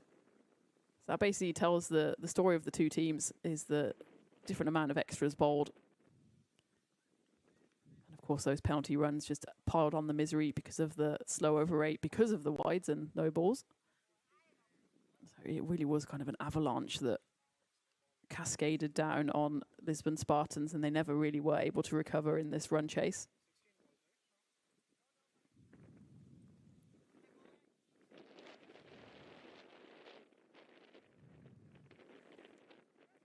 Slower ball there by Mamdul Khan, gets squeezed away by Mahfouz Ahmed,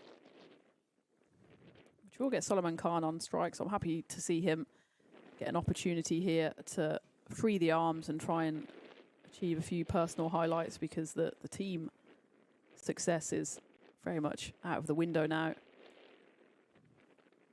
There's 3 balls left of the 18th for Solomon Khan.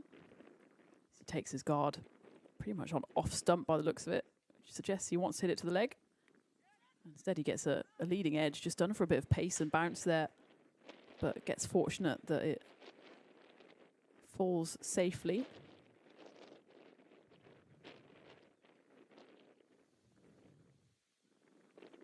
Just genuine pace there from Mamdul Khan, which Suleiman Khan couldn't deal with.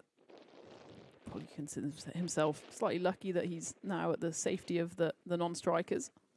As Ahmed faces up. And up he faces, down the stumps go. And that's the 8th wicket to fall. So it will be a race to the finish now between the wickets and the overs. As Mahmudul Khan picks up his 2nd wicket. Just caught in 27 different mines there was the batter. In the end, executes none of the shots apart from the swing and the miss. And Mahfouz Ahmed has to depart for 2 off 5, bringing Imtiaz Hussain to the crease.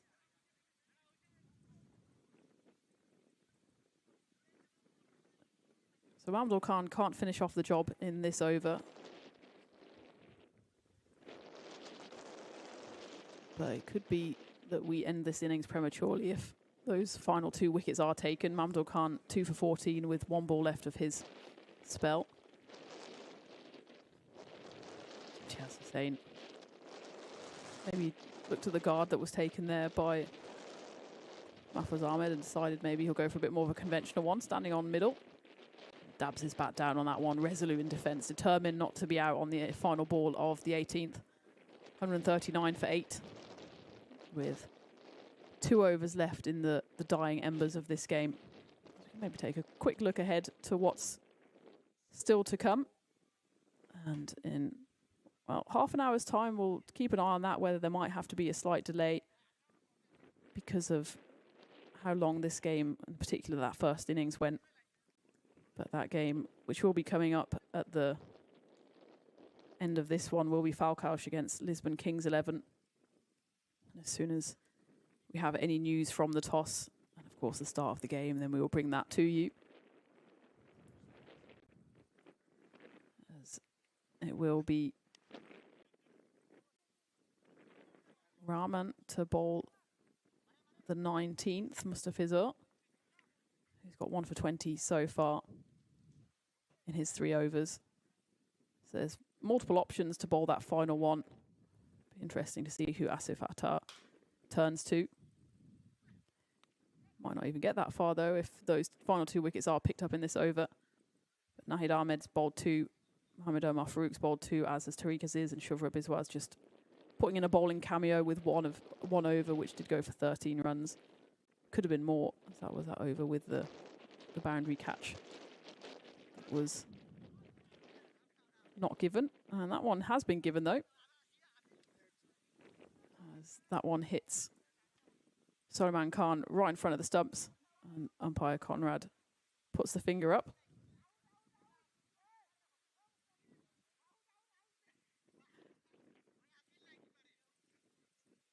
Yeah, it just hits the back pad there of Suleiman Khan on his back leg. I think the bowler there remonstrating, why didn't you appeal with me? It looked plumb from here. Umpire Conrad agreed. 9 wickets down then. Suleiman Khan has to depart 3 for 4, so not able to repeat his heroics from the field with the bat, which brings out Arzan Singha, the wicket keeper, coming out at number 11. Can they keep out these final 9 deliveries, or will it be a slightly premature end to this innings? Whatever happens, we know now that Team Tigers Portugal will be taking home the 2 points, which will level up their record for the series. 6 games, 3 wins, 3 defeats. As for Lisbon Spartans, they will fall to a defeat which will take their record to 2 wins and 4 losses. You have to say it was really the bowling that lost it for the Spartans in that first innings. Never had any control in the lines and lengths that they bowled. Just gifted the Tigers far too many runs.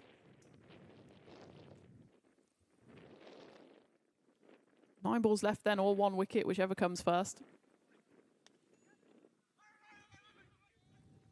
Almost, it was a wicket very first delivery. It was a caught and bowled attempt there from Mustafa Rahman. He did get a hand to it.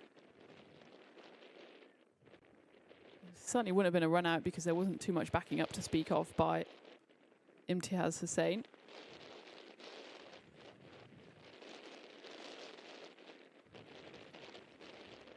And the on ball comes in.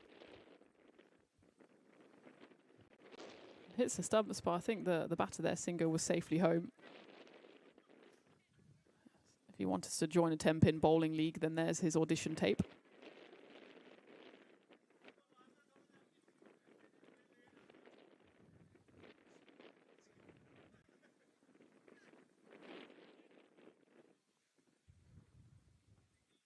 A tight call there. I think it was slightly nonchalant running there by Singer. Worth taking another look at this one. Looks to me like he doesn't quite get his foot grounded. The throw comes in. It's difficult to see where his right foot is planted. I mean, you have a bat in your hand for a reason. Doesn't use it when he runs, but ends up having the decision go his way. It's all academic at this point anyway, but it would have drawn the game to a earlier close. As it is, we go into the final innings, into the final over, in fact, which will be bowled by Mohamed Omar Farouk, who gets the nod, maybe as a reward for his 58 not out he scored in the first innings, searching for what would be his first wicket.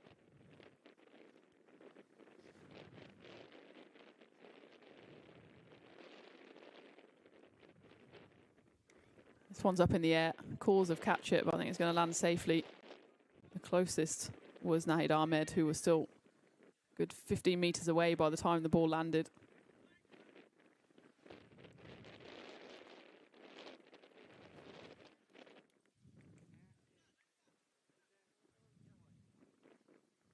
So 4 balls left. Can the Spartans at least get up to 150? That's nicely paddled away off middle stump.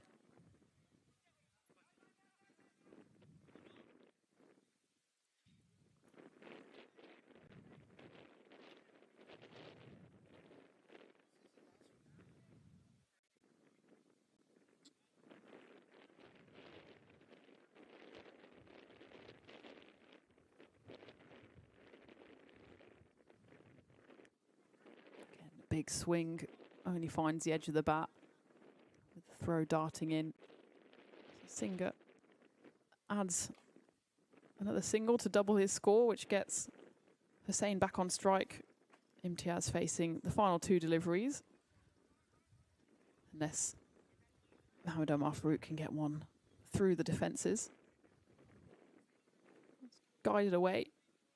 That does bring up the 150 for Lisbon Spartans, so something for them to take solace in. And, well, the average score in this competition is 152.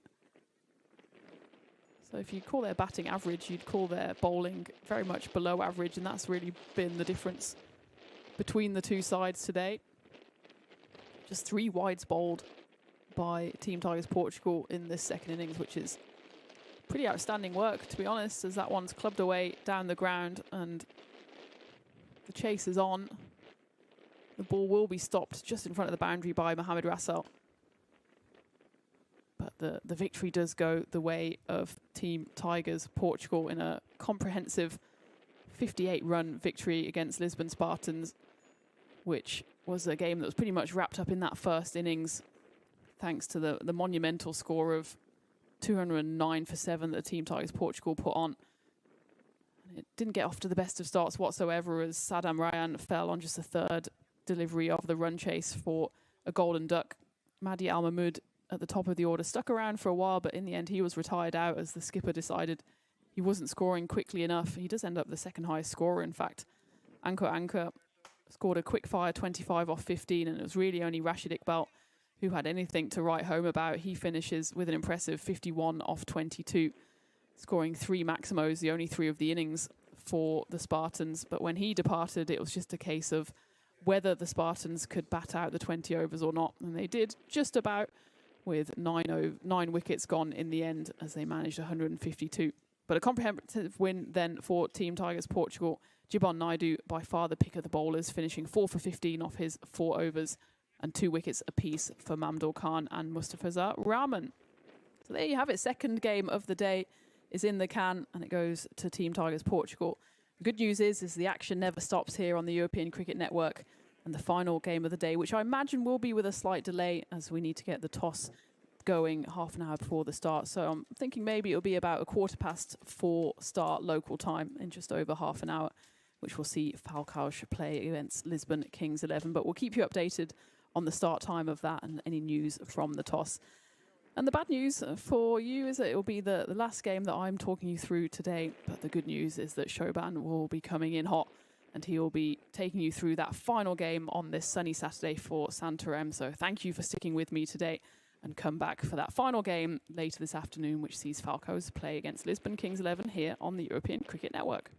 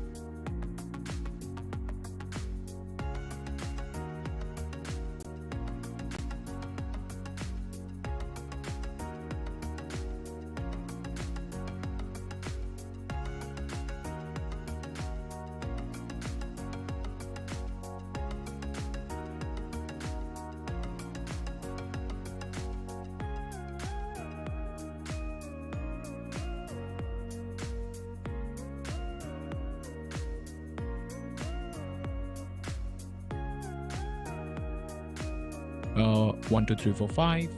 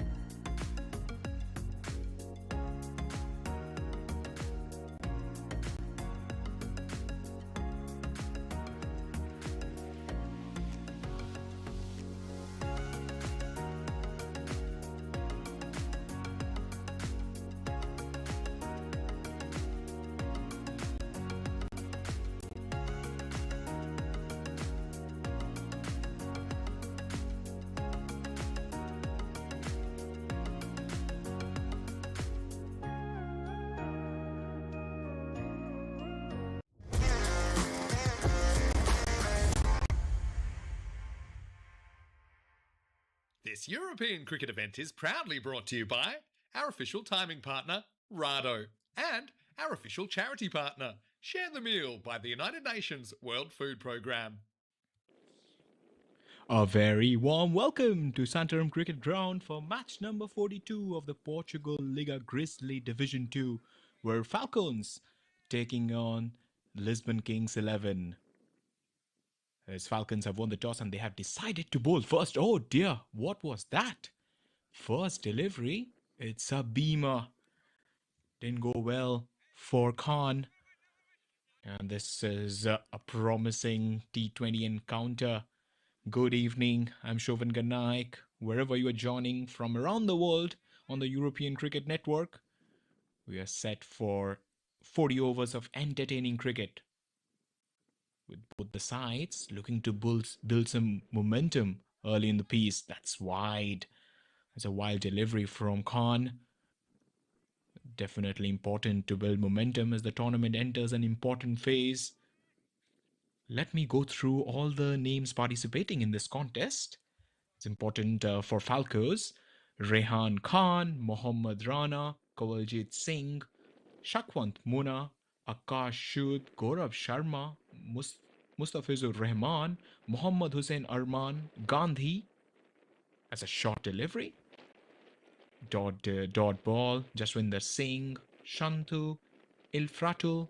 For Lisbon Kings lineup: Rajbir Singh, Mohammad Hussain, Amritpal Singh, Rajinder Singh, Love Singh, Vikas Saini, Juwanjit Singh, Adnan Haider, Harb Upal, Jitender Singh, and Gaurav, the wicket-keeper. Important toss to win and elect to bowl. It's guided quite gently towards third. They might look to go for the second run of the missed field by Arman, the wicket-keeper. It's an important encounter for both the sides. The toss going in favor of the Falcons, but I hope they don't do the same mistake as Spartan did in the previous game, winning the toss, deciding to bowl, the opposition Tigers scoring a monumental 200 change in the first innings, and it was pretty difficult to chase in the second innings.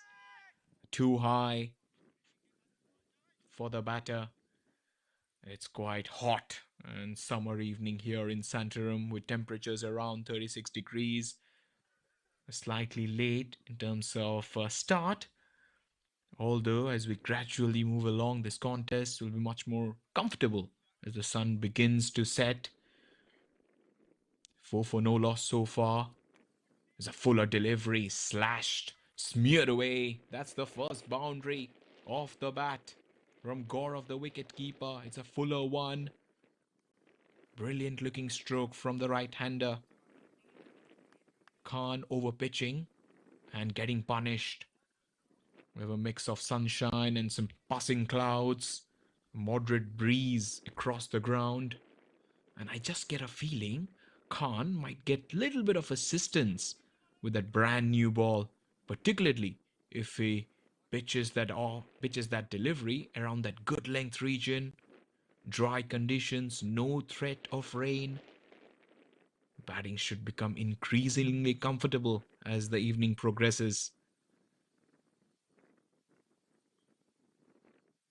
That's a down the leg side, wide number 2 of the very first over. It hasn't been particularly a good start for the Falcons, but for Lisbon Kings, they will take it.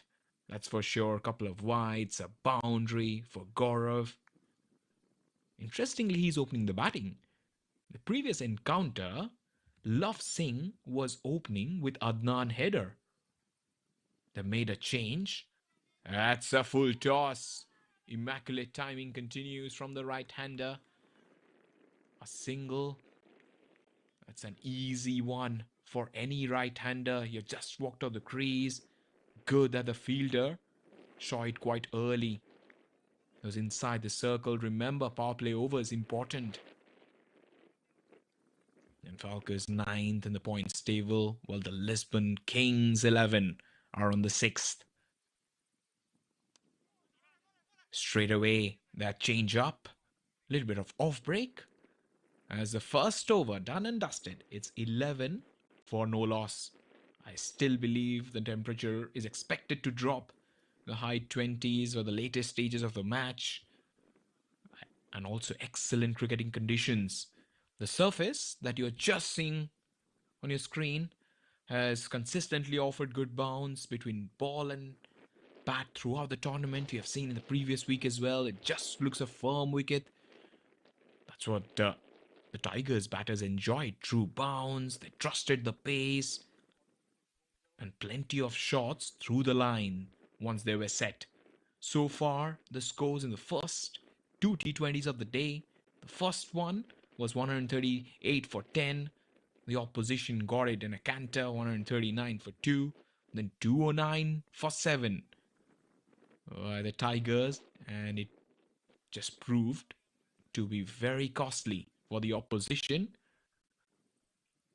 Sood has been given the ball to bowl the second over. Might get a touch of sieve movement during this opening couple of overs, especially under the influence of the evening breeze, saying hello to Paolo Campini.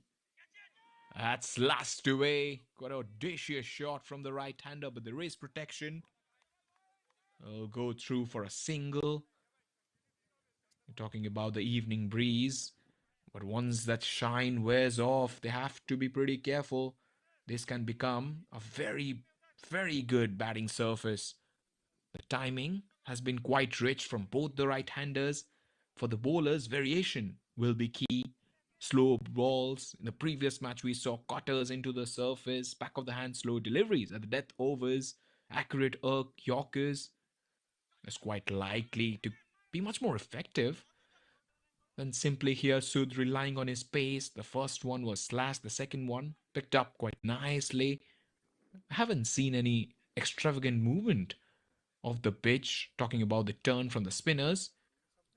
We're looking mostly to vary their pace and hitting that consistent length. We've seen that region of the pitch where the ball has just taken off has been quite difficult to score against. A short ball again, muscled away towards the onside. Nobody will get across, and the fielder will fetch that. It's a powerful strike from Amritpal Singh. Let me tell you, this lad can bat for sure. Amritpal Singh scoring 57 of 36 in the previous game. Rich vein of form, which included 4 fours and 3 sixes. Talking about this opening pair, Singh and Gaurav, for the very first time in the previous match. Love Singh was opening with Adnan Haider. Mohammad Hussain walked out number 3. Amritpal Singh number 4, scoring half century down the ground this time. Measured stroke. A daring shot for another maximum, the second 6 of the over. That's a brilliant shot from Amritpal Singh. Swinging, picking the line of the ball, the left leg, taking it away, and then a colossal hit from the right-hander. Number 5, Rajbir Singh came, Juwanjot Singh as well in the previous match, following him. And when you talk about match number 30, Lisbon Kings had won the toss and elected to bat. Remember, they scored 159 for 7 against the Lisbon Spartans, who were bundled out for 95. Love Singh scoring 26, Adnan Haider 31, Mohammad Hussain bringing up his first half century of the tournament. This is easy, blasted in front of square. No response from Shurda Singh, just flourishing at the crease. He has hit the ground running. 3 boundaries so far. First 2 going over the fence this time. Clearing that front leg, an easy swing of the bat. Amritpal Singh will be looking to make amends, especially inside the power play. The ball is new. Utilizing the fielding restrictions. Is not even looking to preserve his wickets, just trying to maintain momentum. Because building a strong opening partnership here at Santarem, it looks like a very flat track. Fuller delivery again, this time. Might not reach to the fence. There is protection, couple of runs, easy ones for Amritpal Singh. John Gray saying hello from Santarem. Some start for Lisbon Kings 11, absolutely. It's 29 for no loss after a couple of overs. 155 to 165 will be competitive. 170 to 180 will be very good. And 185 plus in the previous match that we saw, 209. Outstanding and pretty difficult to chase. The outfield here at Santorum just continues to look in excellent shape. It's quite evenly cut, dry, and very quick, which means once the ball hits that infield, is likely to race away to the boundary. That's what Singh has done, and he has been in tremendous form. Has put plenty of bowlers under threat. Quite warm and dry conditions. The ball skidding off the surface quite nicely. The fielders have to stay a little alert and stay low as well. But I believe the first 10 overs in this T20 contest will lay the foundation for the rest of the innings. First couple of overs, 29 for low loss. A solid platform has been set and a score beyond 170 looks likely. They need timely wickets. As Singh comes to the bowling attack for the very first time. The control has been missing so far. It's Kanwaljit Singh. Has not been quite effective with the ball. In the previous match also he was punished. But here he has to look to completely shift the momentum in favor of his side if they want to make some kind of effort to come back to this game. A slow bouncer. A couple of boundaries in the previous over. In fact, 3. That's why you see the score in this match number 42. Excellent conditions to bat. I see Gaurav assessing the conditions.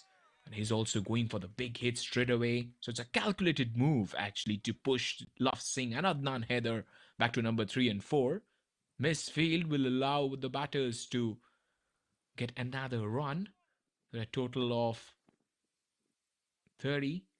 So Mohammad Hussain might be slotted to bat at number 3. Amritpal Singh has been in tremendous form in this tournament. He's on strike. He gets beaten outside the off stump. It's a good delivery from Kanwaljit Singh. Important that both the batters don't lose the momentum. 19 from 8. It has been a very good start from the batting side. Down the leg side, easy pickings for the right-hander. The field is in and he is making it ridiculously easy at the batting crease.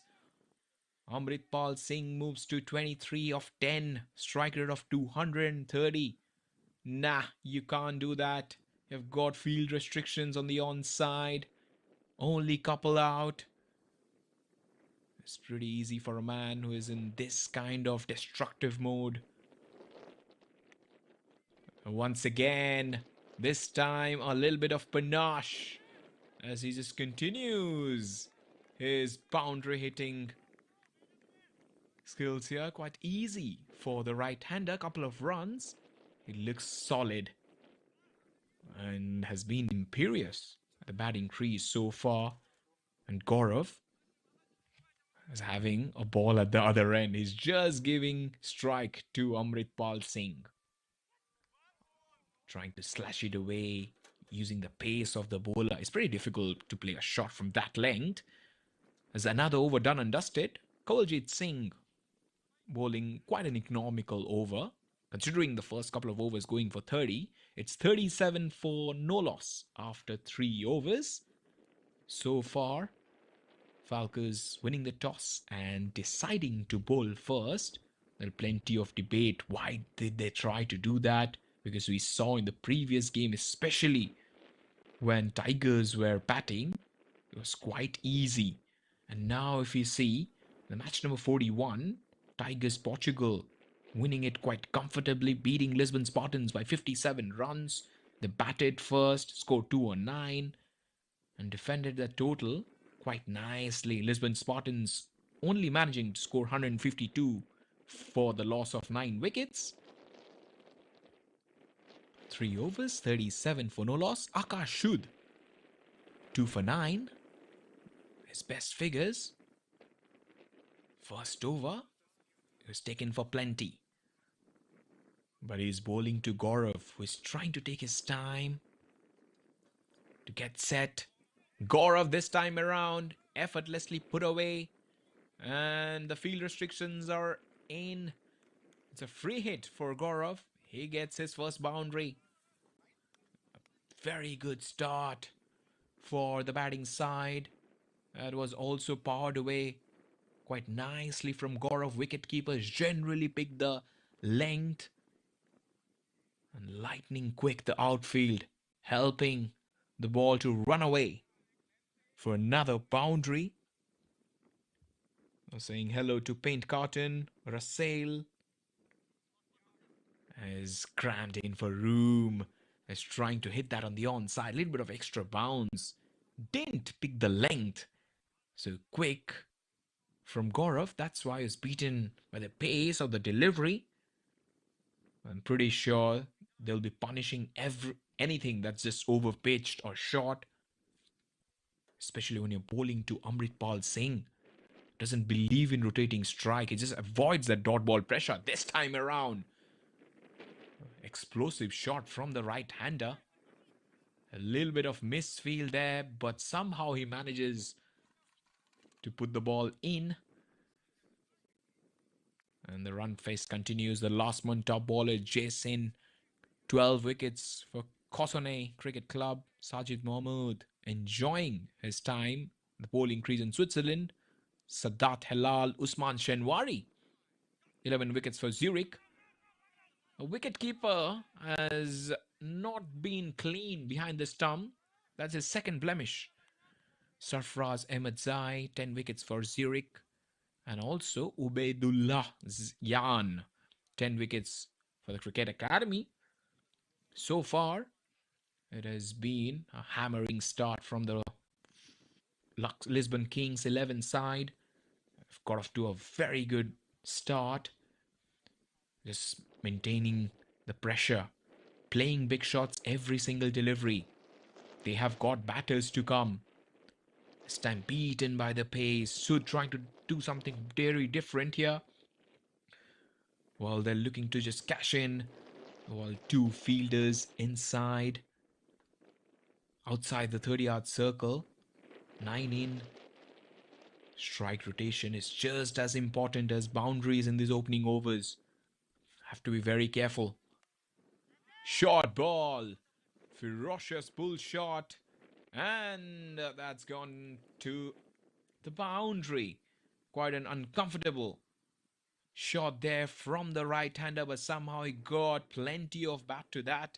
And for the fielder, bad bounce.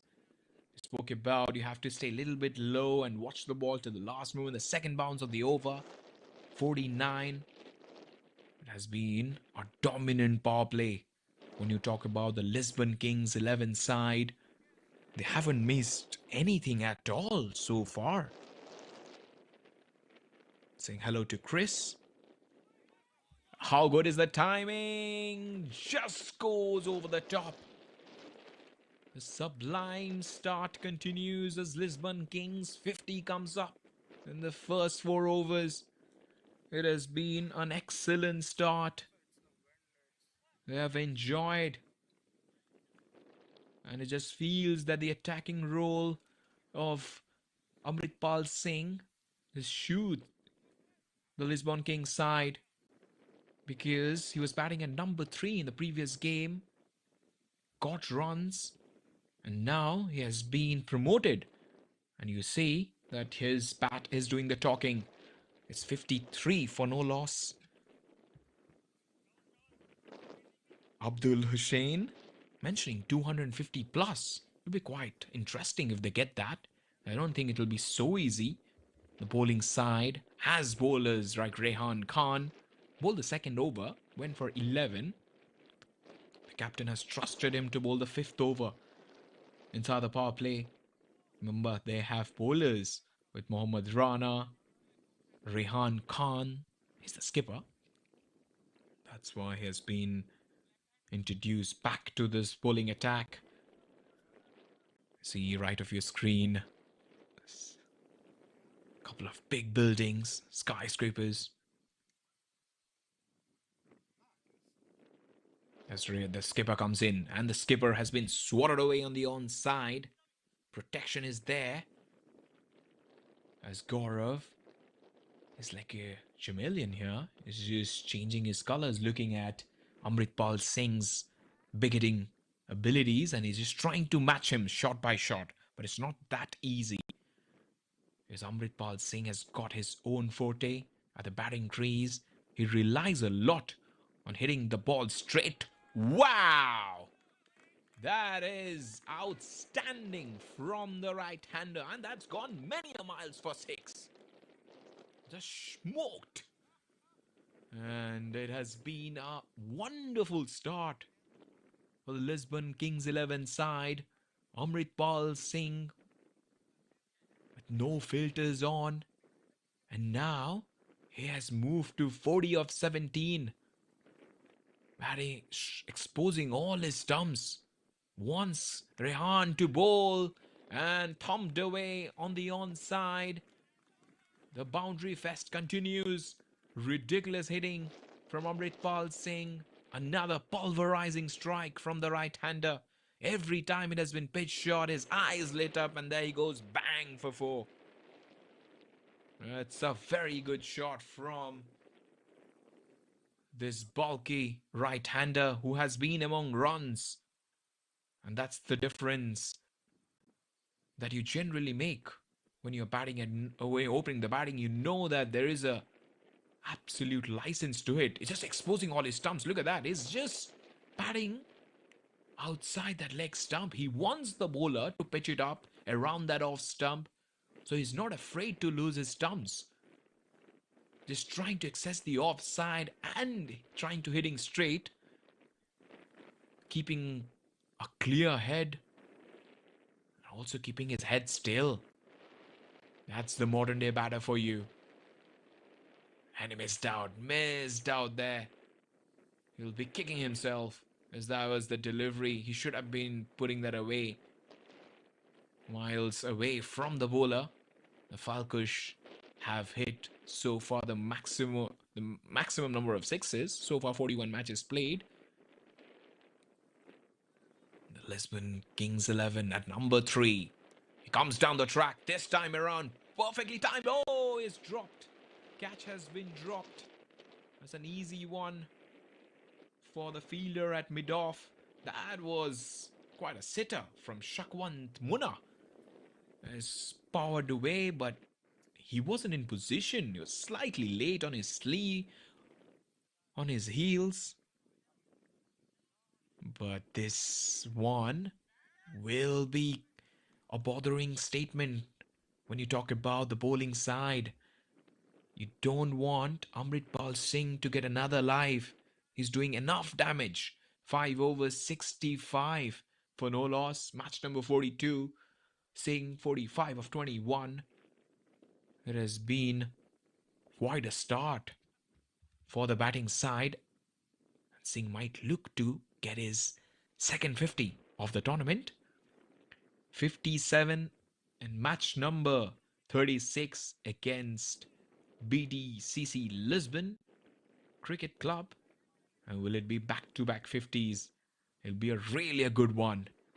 Is it batted at number 4 in the previous match, accepted the responsibility, walked the water around against the spinners, but here he has got the license to thrill, and he just watchfully played towards the offside, full face of the bat.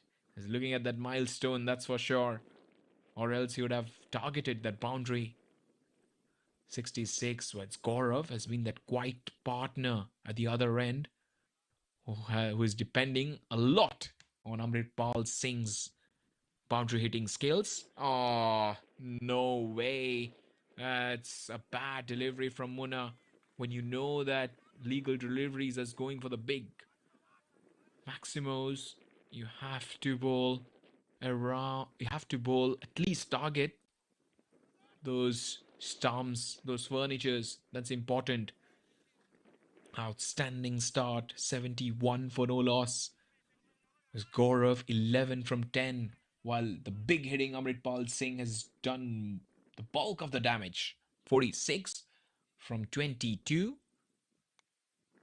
Goes over the top. And this one sliced away, but straight to the man. Wicket number 1 for the Falcons side. Munna comes in. Munna dropped that catch in the previous over against Amritpal Singh. But he takes his vengeance in pretty good fashion. That outstanding catch. Behind square, the man was fielding at. In front. And diving forward and taking the catch. 71 for no loss. He was looking to rotate the strike. It was important for him in these opening overs. Has got to go. Strike rate 100, 11 from 11. It's 71 for 1. The fast bowlers, that's what you need to do. You need to bowl a full length, at least to encourage that swing. And this time around, Murrah making the batter go for that big shot on the offside and has mixed his lengths. And that's how he has been able to stay in this contest. As Mohammad Hasnain in the previous match got 3, match number 36. And if you go back, he also scored runs. He scored half century 51 in match number 30. So he has been among runs. And that has been the problem for Munna. The first couple of deliveries, while then picking up a wicket, not so consistent with his line. The length has been quite good. It's important for him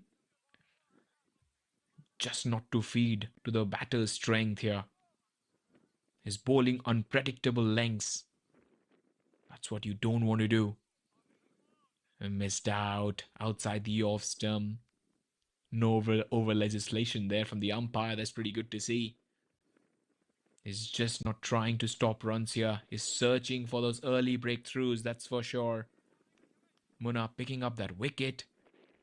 But after that, he hasn't been able to control his movement. Down the leg side again. Hasn't been a good power play bowling so far. They haven't been able to build pressure through dot balls. Just feeding to the batter's strength. When you talk about the variations, that has been quite effective for Munna. And that's a very good delivery for a left-hander, but for a right-hander, it's a pretty bad one. He continues to struggle with his line. His primary objective should be to take early wickets while keeping the scoring rate under control. So far, the dominant power play. They have assessed the conditions and they're going for the big hits. Amritpal Singh on the verge of getting his second half century. And he just takes a single. Has been quite an easy for Singh to rotate strike. Remember, the team that wins this game will definitely go some places up. That's a good one. I'll definitely let you know what's happening at the points table. So Brothers 11 Portugal are leading the way. They have 11 points, while the Lisboa Panthers are stuck the same number of points. While Portugal 11 have plus 3.106 net run rate, while Lisboa Panthers are plus 2.627. Has gone to the bigger side of the boundary, and he has gone.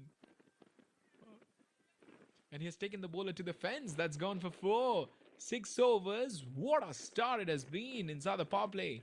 80 for 1. Mohammad Hussain picking up the length quite easily. And that's how he just smokes it away towards the fence for 4. The predictable score has been 267 by the AI. The projected score. That's massive. saying hello to Parveen Akhtar, saying 220 under. Paint can, 250 not possible. Craze 64. White क्यों दे रहा है? That's because these players are amateur cricketers. They regularly play in the weekends. They have their day jobs as well. So that's why they're not being able to stick to one line and length.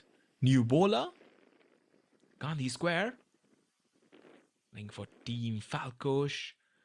So Gamblers SC are stuck in 10 points plus 1.603. They've got 5 wins and a loss. BDCC Lisbon, 4 wins, 8 points. UPAC Friendship, 3 wins, 3 losses, 6 points as well. Shot ball! Has he got the legs? Yes, it is. That has been a majestic 50 for Amritpal Singh. He has put some bombs on the seats, that's for sure. Ridiculous hitting with ridiculous timing, with a lot of fluent looking strokes. Has been crisp, and there has been an effortless knock so far, just like that. A lot of balance at the crease, and this is a mighty hit. It's 6 number 5 for the right-hander, and just letting everyone know that what kind of batter he can be. This time down the ground, thundered away. The fielder does well. They're going for the second run, quite busy at the crease. Mohammad Hussain pushing his partner, going for the second run for Lisbon Kings 11. Also 6 points. Rangers Cricket Club the same. Then Team Tigers Portugal 4. Falcons Precious Cricket Club, the same number of points. Lisbon Spartans as well. I've got 3 losses. And then Oirish, second 11.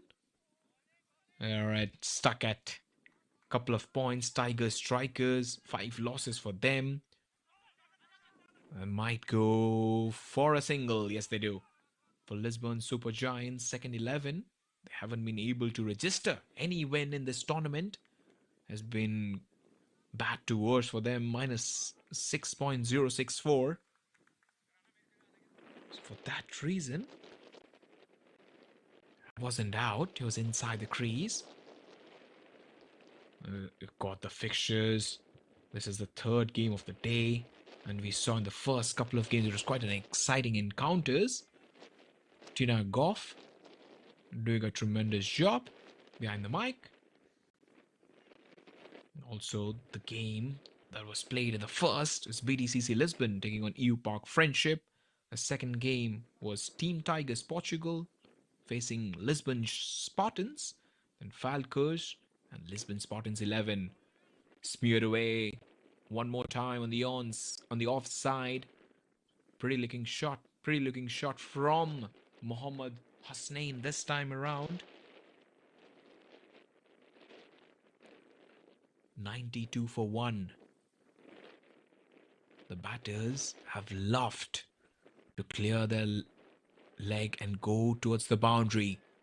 Another sumptuous shot from the right-hander. This time around might not go to the fence, but he just believes in a lot of power shots, isn't it, the right-hander? It's 7 overs done, 93 for 1. Also, we'll let you know what's happening. The other side of the world, ECS Switzerland.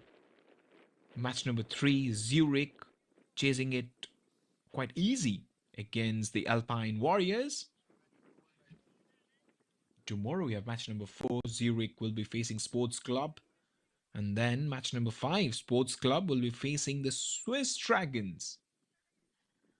And for us tomorrow, it'll be Portugal Liga Grizzly Division 1. Lisbon Capitals will be facing Punjab Cricket Club and Madeira. So we'll be calling the 3rd match of the day tomorrow as well. First 2 will go to Christina Groff. 93 for 1, 7 overs done and dusted. That's what they needed, isn't it?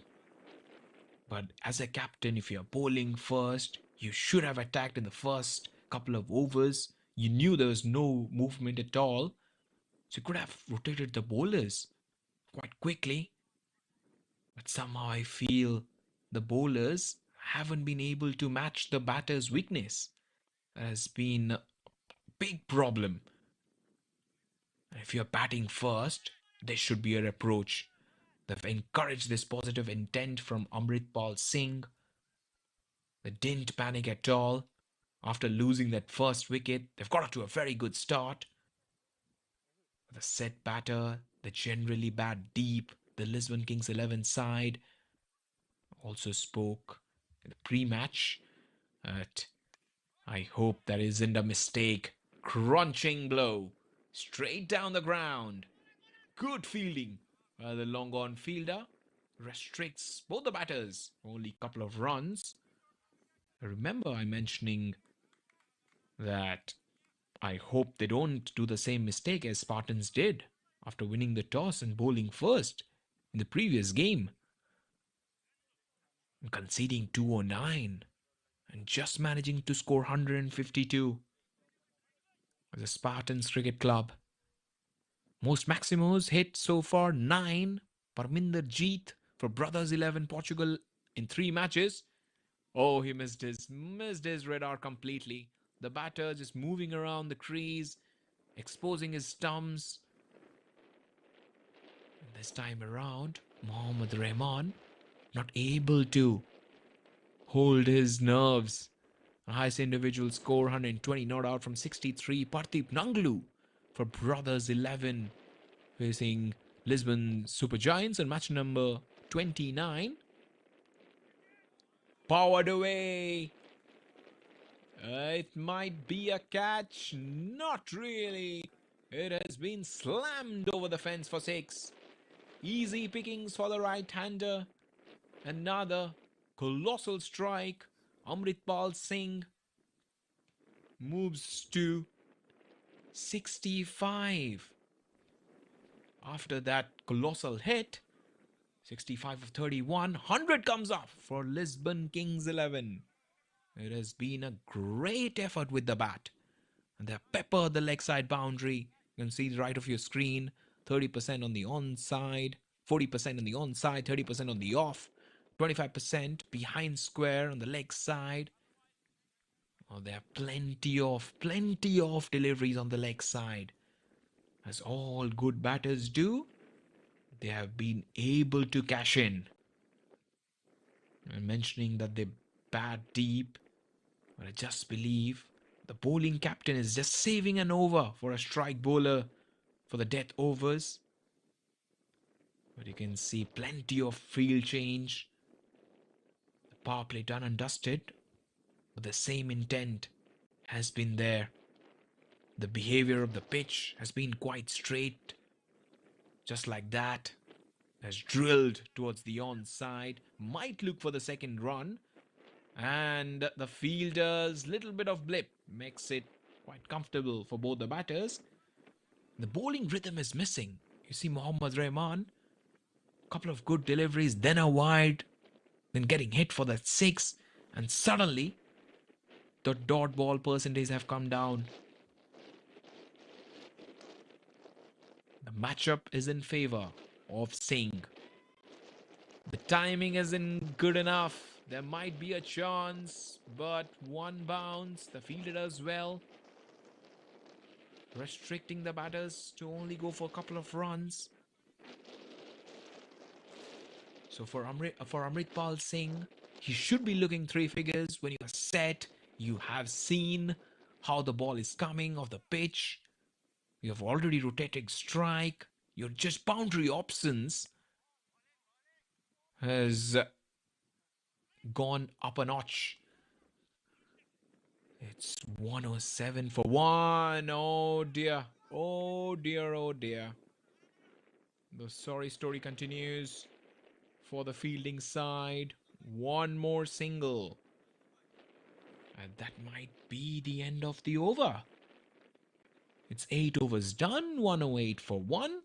Both the batters quite set, especially Amritpal Singh. who has been able to just play a destructive innings, dominating the power play, and forcing a lot of mistakes of the opening bowlers. And now he just looks so comfortable at the batting crease, enjoying his time. The productive power play has just laid the platform for a total well above par. They need some kind of discipline. Just can put the batting side on the back foot.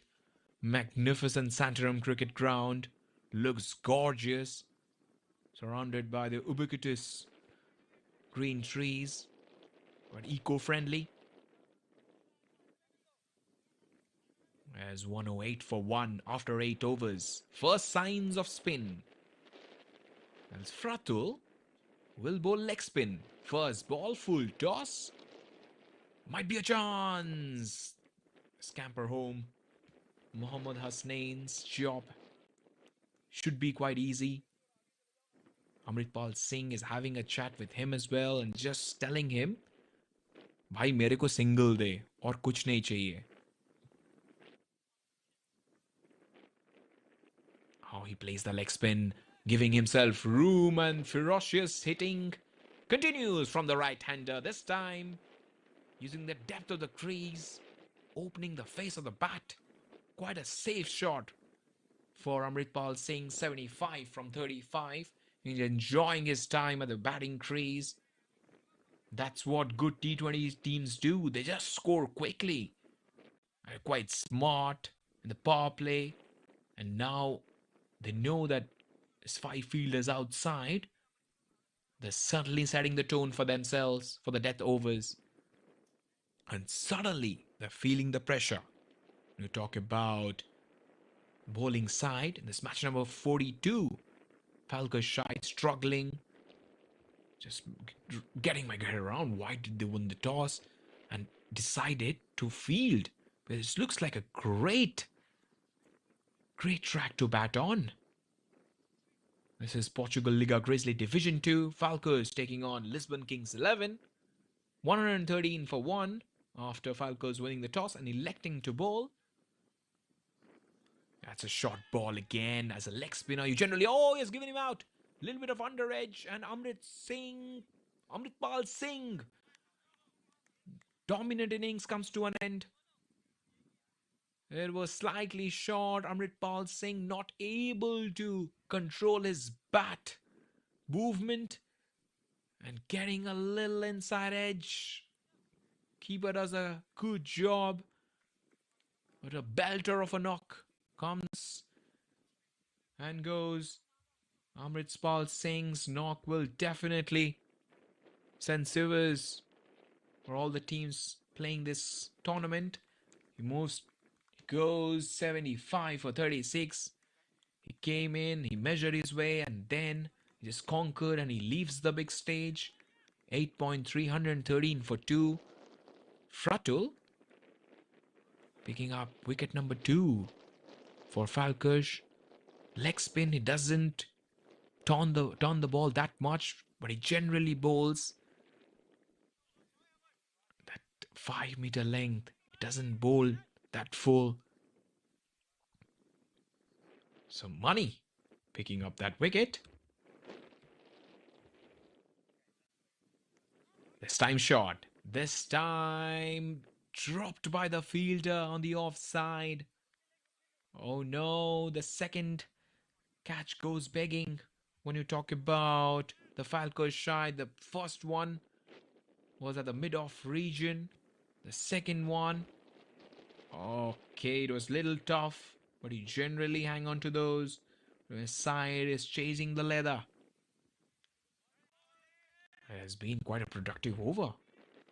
And very good piece of leg spin from Fratul. That's what leg spinners do. They generally come in and pick up wickets. The great thing about Fratul is not pitching the ball up. It's just bowling that hard length. So that batters are not getting that elevation to go for those big shots. Haven't been able to pluck to those quick catches or not been able to get those run out opportunities. Optimistic appeal. successful over from Fratul comes to an end. 9 overs done. It's 114 for 2. Only going for 6 and picking up that crucial wicket. But so far, I've not been able to get that dot ball percentage up. The par score on this kind of a surface should be 200. And so far, 9 overs, 114 for 2. Exploiting early pitch conditions. And now they know that this wicket is flat. And when you are a 9th place team, you'll always want the opposition bowler to get the maximum possible assistance with the ball. But I just got a feeling Falcons, in fact Lisbon Kings 11, have got this superior batting lineup. When they come to bowl, we're looking to pick up early wickets.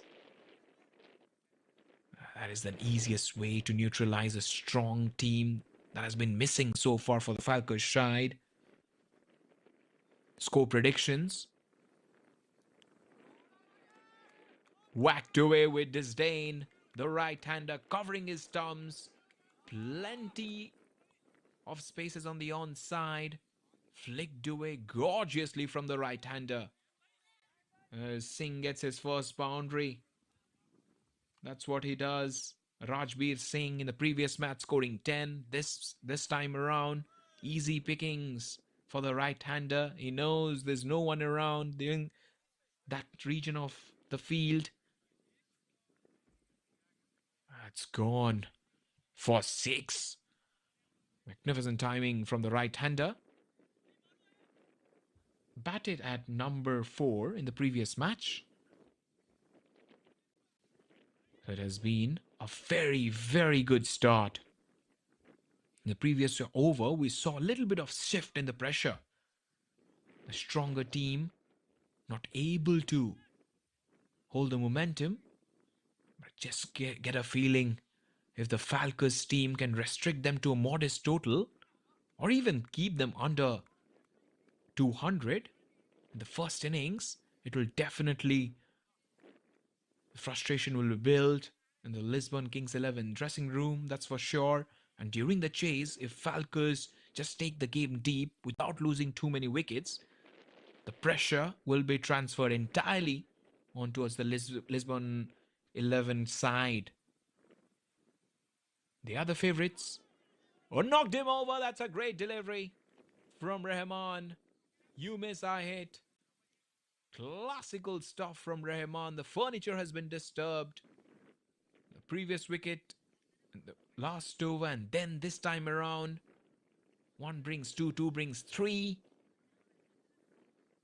And he hasn't disturbed the scorers that much. At Mohammad Hasnain just didn't look like a batter who's been set from the dressing room. So it's 6.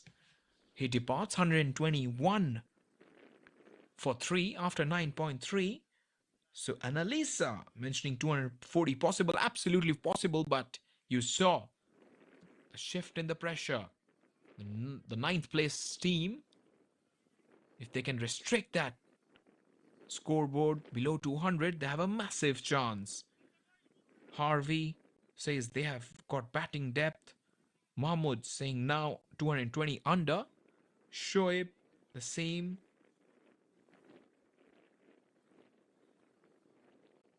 .3, 121 for 1.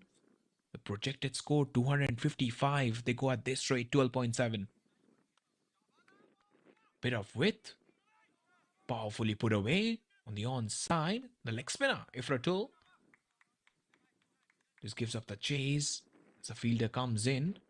The strike is rotated. Love Singh is batting at number 5. That's quite interesting. The last couple of games he has opened and now he's batting in the middle overs.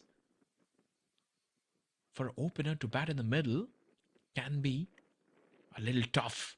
But this time around, first ball has been powered away on the offside. Quite a regal stroke from the right-hander just to come out and play that kind of stroke.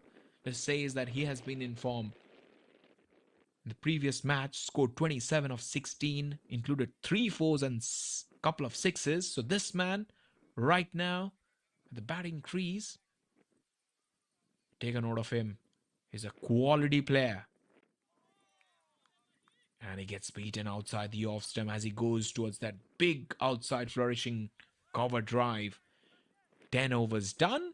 It's 125 for 3 so far. Lisbon Kings 11 have dominated proceedings. They came in with a clear plan to attack. And now they've enjoyed the middle overs as well. They lost a couple of wickets in the previous couple of overs.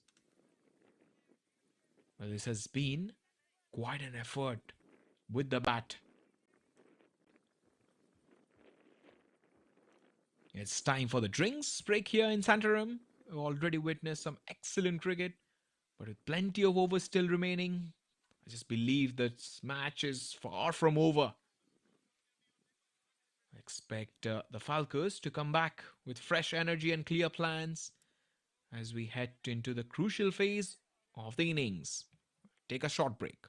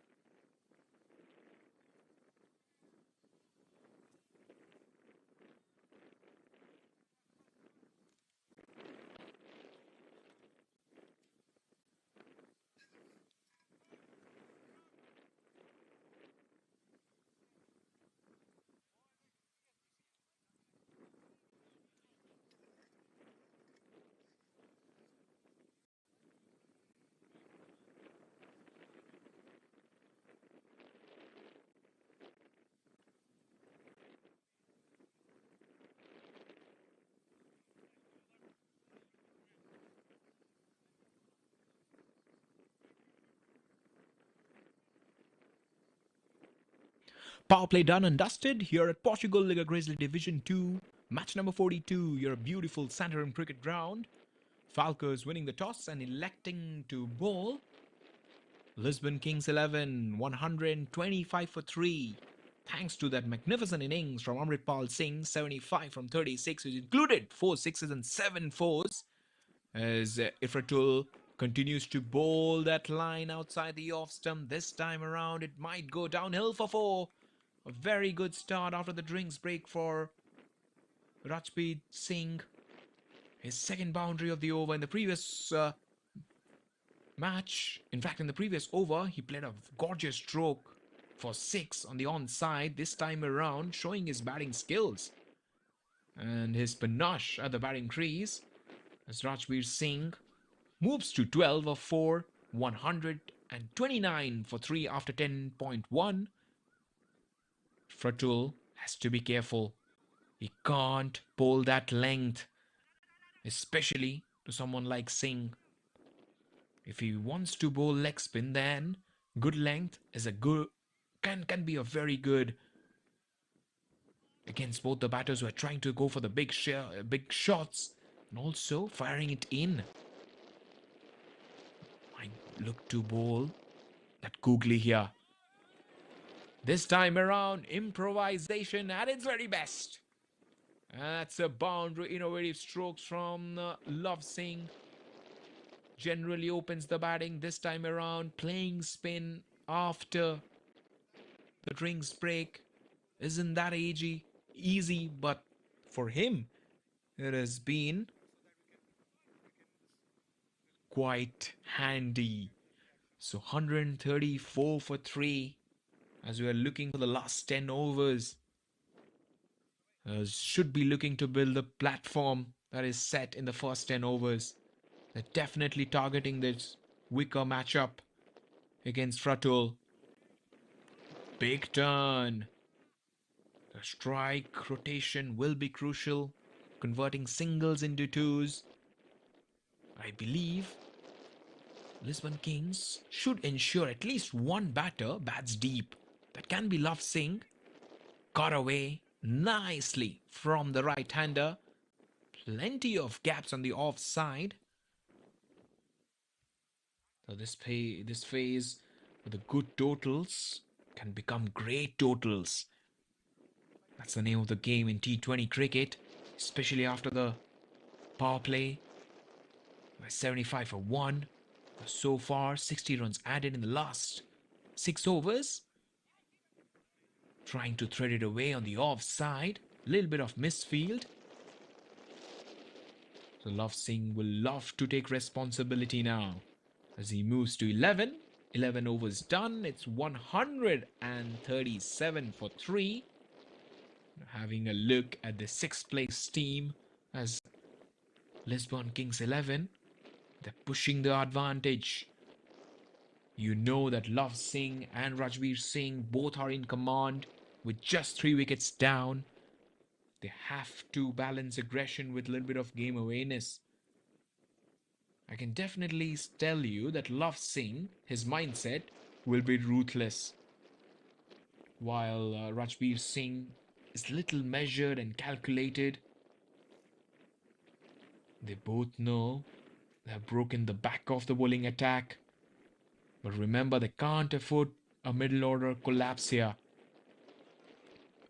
That's a sweetly timed stroke on the offside. The underdogs need to be back. They have to show plenty of awareness and certainty at the bowling crease, as need to do a lot of damage control. The bowlers under severe pump. As we saw, the traditional line and length didn't really work out. Inside edge. It doesn't matter how they come, as long as they come. In T20 cricket, brilliant piece of fielding. And for the fielder, as Mohammad Rana, clearly showing a lot of aggression on the field and saving his team a couple of runs. Thickest inside edge. I was talking about the mindset that they had, especially trying to bowl the perfect line and length that didn't work out against Amritpal Singh. They bowled outside the batter's arc, but somehow the shorter boundaries he utilized to very good effect. Outside edge, the previous one inside, this time outside. Sadiq, the fielder, I'm pretty sure the boundary is around 65 to 70 meters on the leg side. As same on the offside as well. But here the bowlers just need to force the batters to hit those deliveries towards the bigger parts or bigger pockets of the boundary. You can clearly see Mohammad Rahman's just looking to take pace off. As this time around punched away quite nicely. He's just trying to force the batter to hit towards the bigger side of the boundary. Pace off. We have seen the pitch has been quite flat. But cutters, slow balls, back of the hand slow deliveries. Forcing the batters to generate their own power. Oh, it's dropped again, but might go to the fence. That's a fluent looking stroke from the right-hander. Another flourishing drive. This time, Love Singh just loves to hit it. And over the infield. No chance for anyone. And there's another boundary. Flicked away. Belted.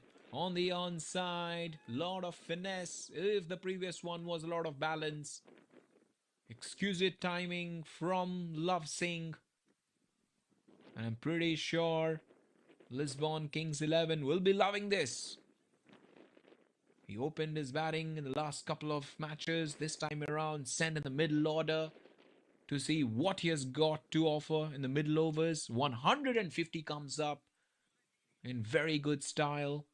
151 for 3 for the Lisbon Kings 11.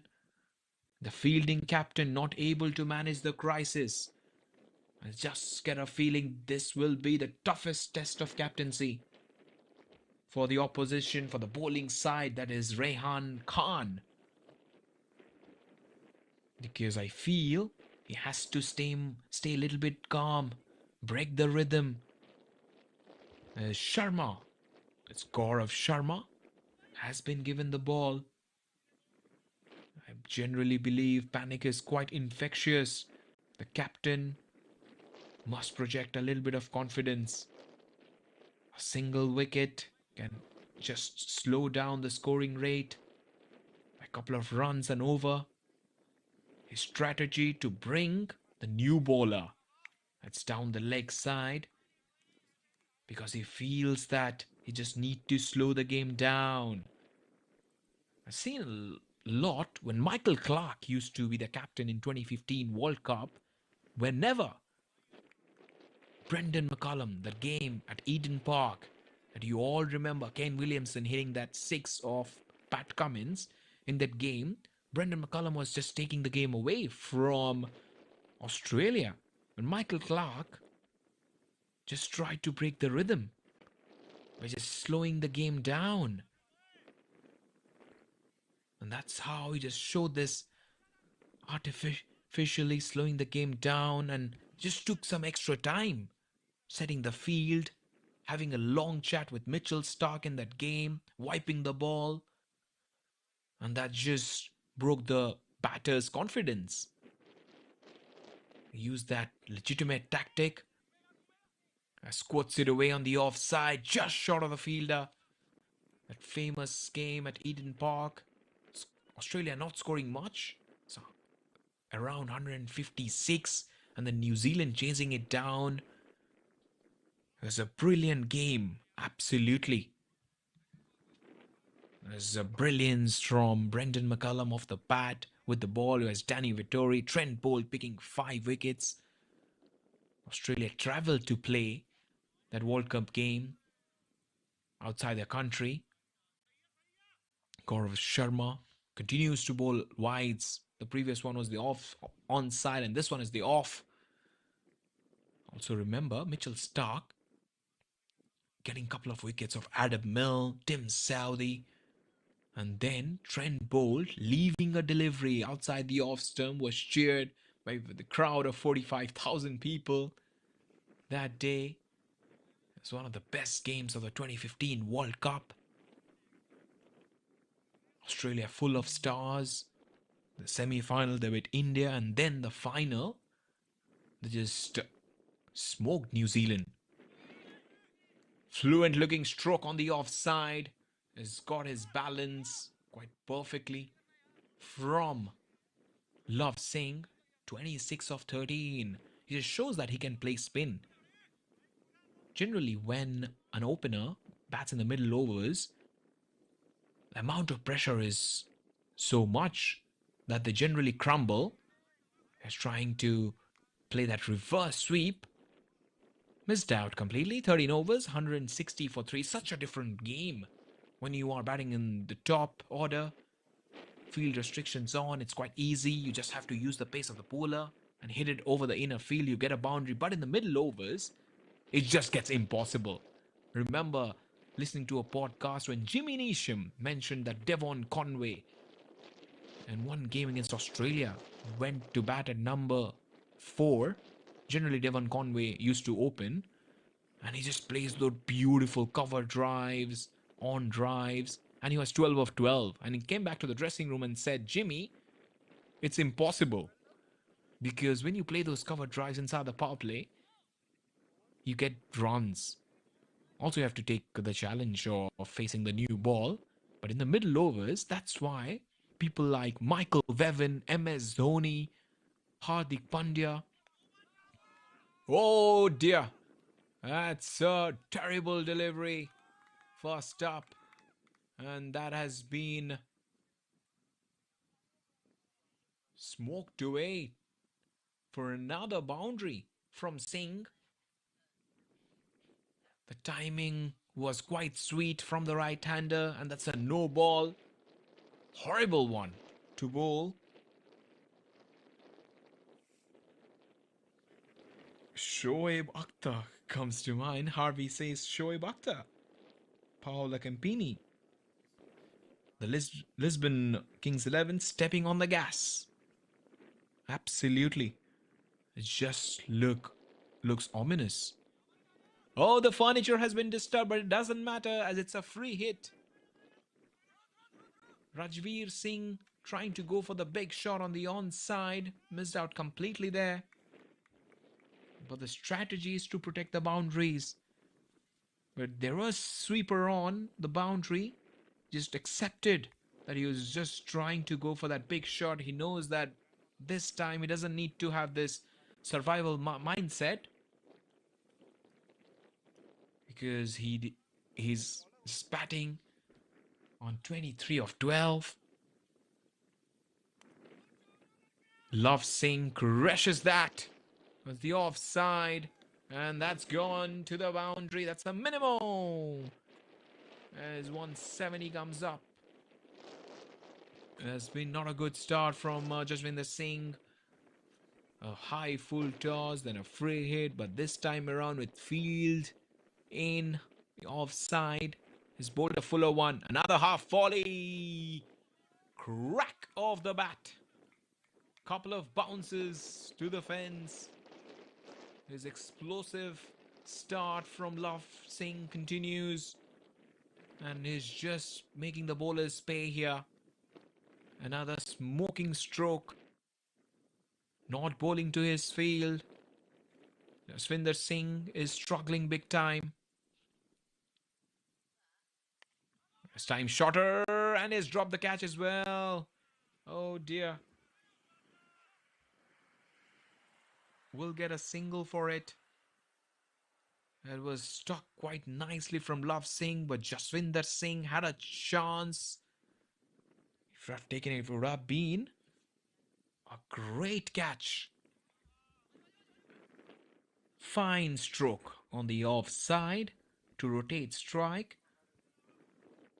Also letting you know that the Birmingham Phoenix have lost the game because the Welsh Fire as the men's 137 for 9. Birmingham Phoenix in the first innings, and then chasing it down, the Welsh Fire as another hammering stroke from the right-hander. Love Singh moves to 39, whacked with disdain.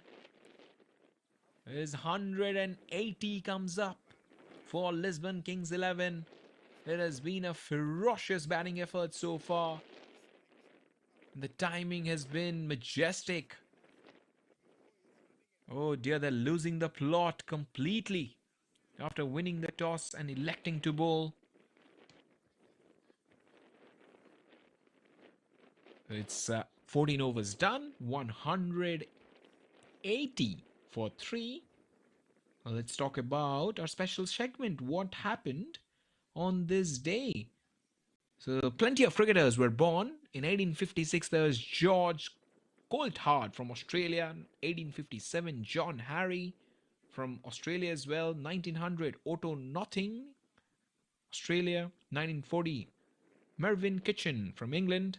Mike Watkinson, 1961 from England.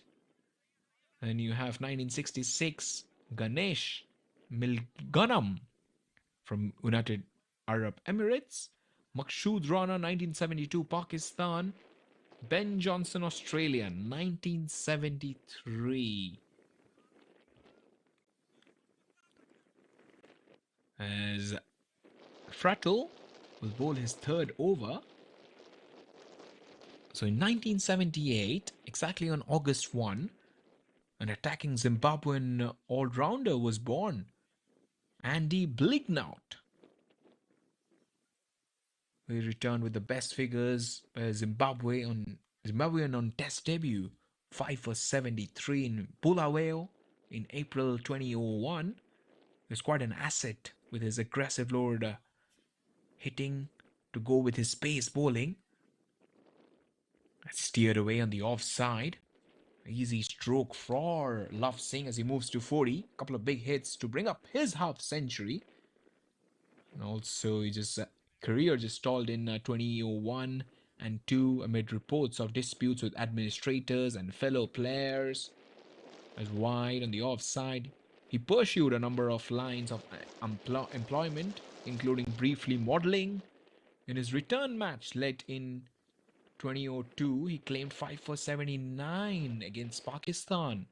His career suffered yet another setback when he joined 14 rebel players in the standoff with the Zimbabwean board in 2004 and was ultimately sacked.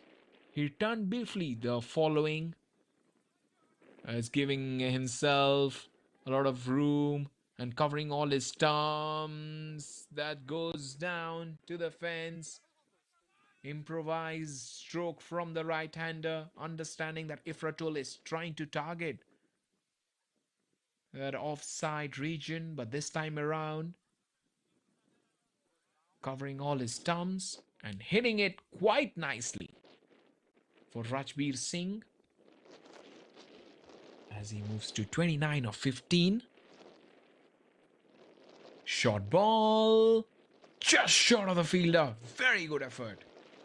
Give him full marks for that effort. Also going back to Andy Blighnout, he returned briefly to the following year but took part in another strike before leaving to play for Lions in South Africa.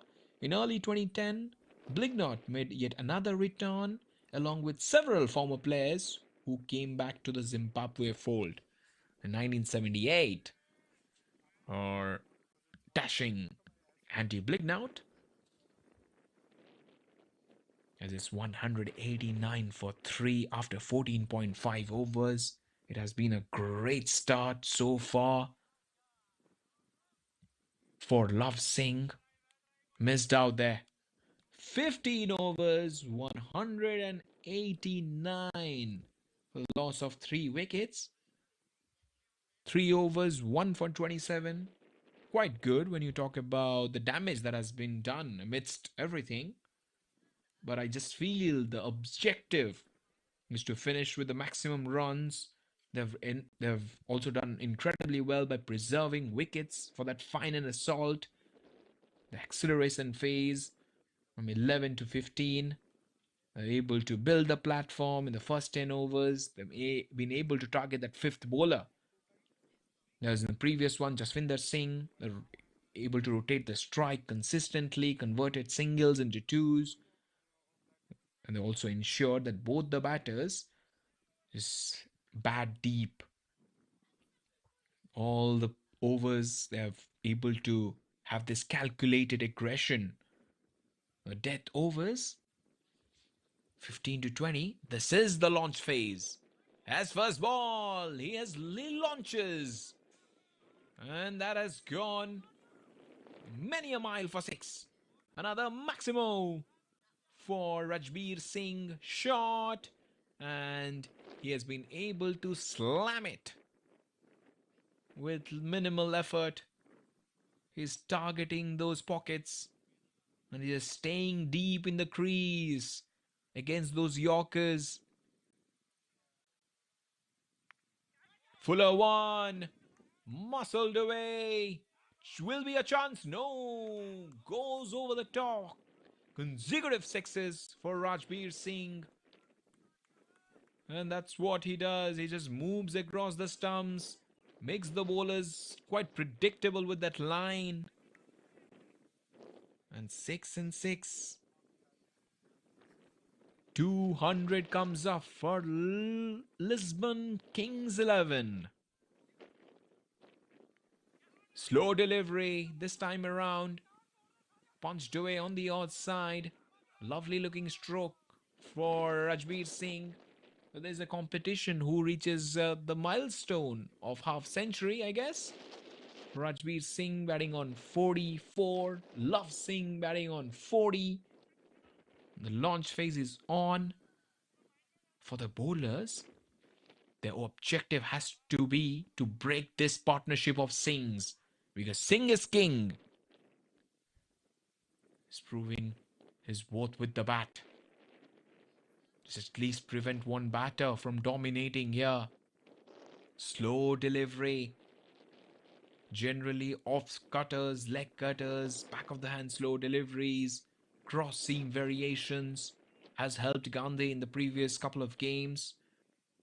And that hard length into the wicket also has to come into play.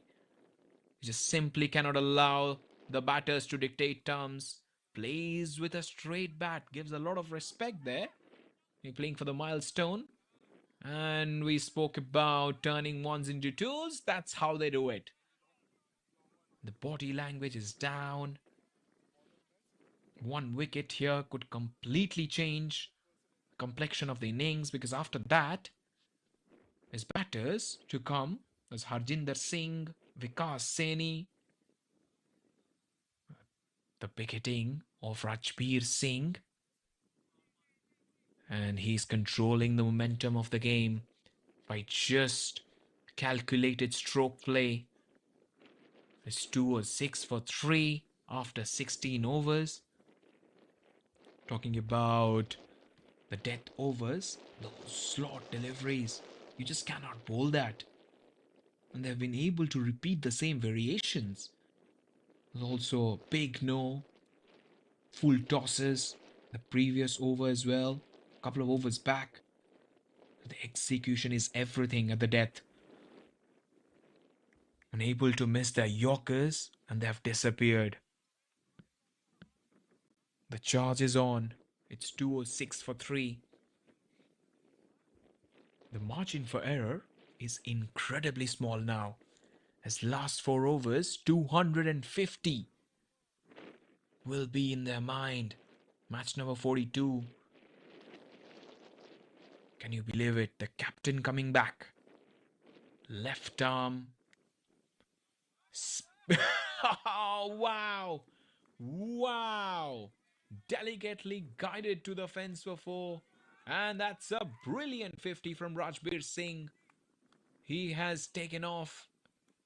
And he has dictated terms against all the bowlers of the Falcons side, creating that angle. And that's how you do it. He has been able to target those pockets, staying deep in the crease against Rehan Khan. His boundary options are doubling up. Wrapped in the pads, and it's given. Rajbir Singh has to live. After getting that half century, just lost his momentum a bit. Was stuck on the pads. An umpire had no hesitation. But Singh has done the damage. He has batted a striker of 222. Getting a far across, exposing that leg stump. It's quite a good decision from the umpire, who was deep inside the crease. And he's a goner. It's 210 for 4 for Lisbon Kings 11. And now Pinder Uppal comes out to bat at number 6.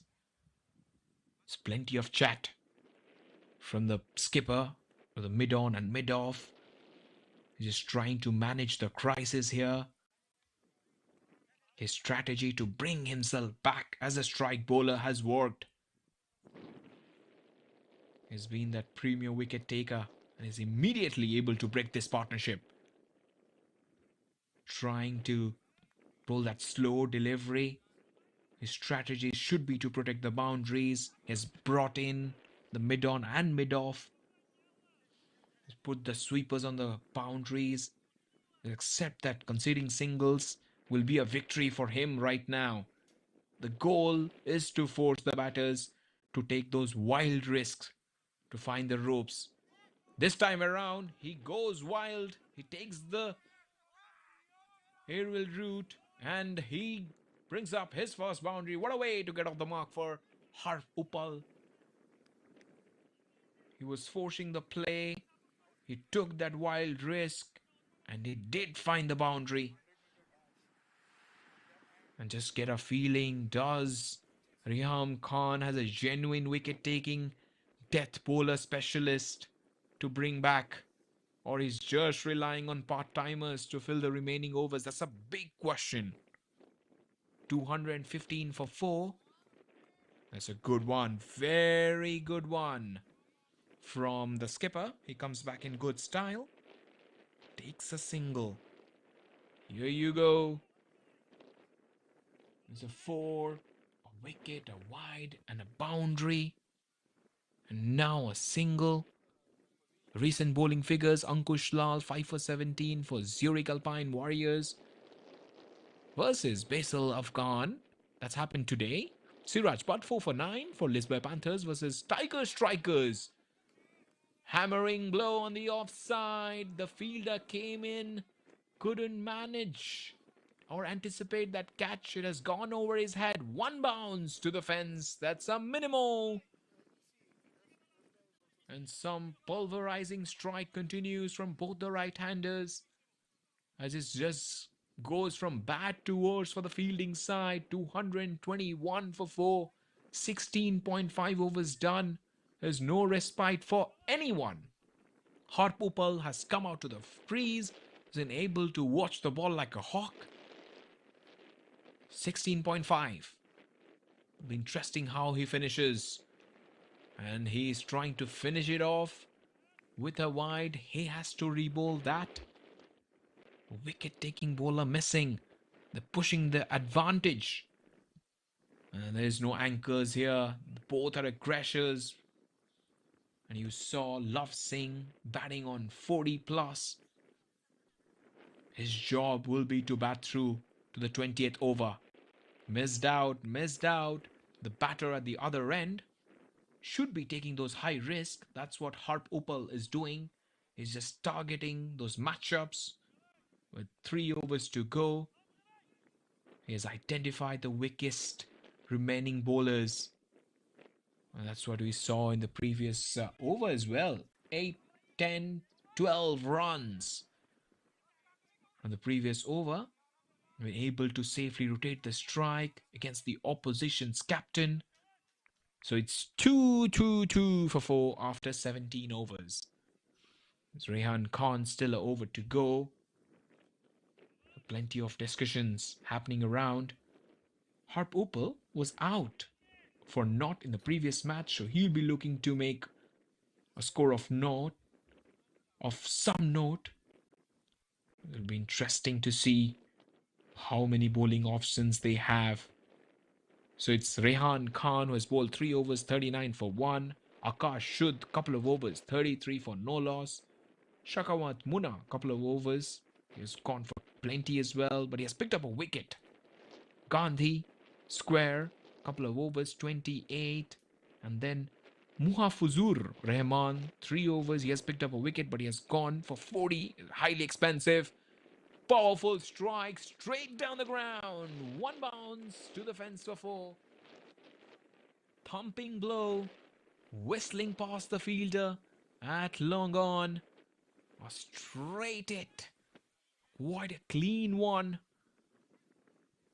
And also the non-striker mentioning that's a boundary. A 6 will do it for Love Singh. And you're talking about the bowlers that they have. They have to go to Shanto Ifratul, who has bowled 3 overs, 27 for 1. Then Gaurav Sharma, first over was quite decent, went for 9. Then Jaswinder Singh, just get a feeling that he might not be introduced because he's gone for 19. There's still 2 overs, 8, 19th and 20th. Beliefs should be bowled. But there's Shanto Ifratul who was bowling really good leg spin. And they might trust Shakawant Munna, who has picked up a wicket. So let's see what the captain will believe in. Adamail is saying, shall I put over 266? I don't think so. It'll be a total somewhere around 250-ish. Furniture has been disturbed. He has been castled as he goes for a wild heave-ho. Love Singh has done his job.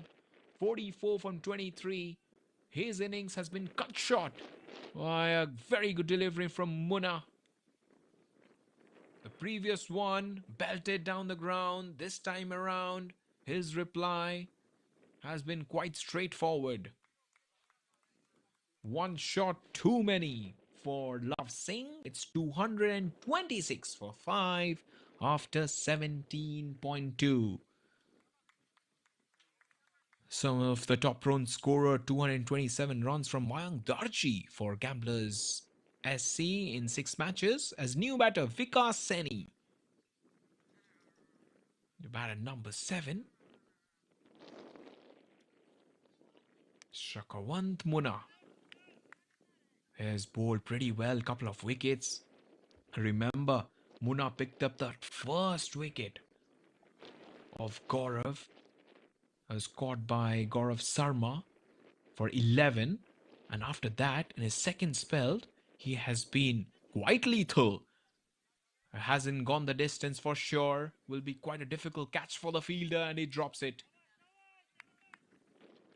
And wasn't aware that there was a fielder coming in as well.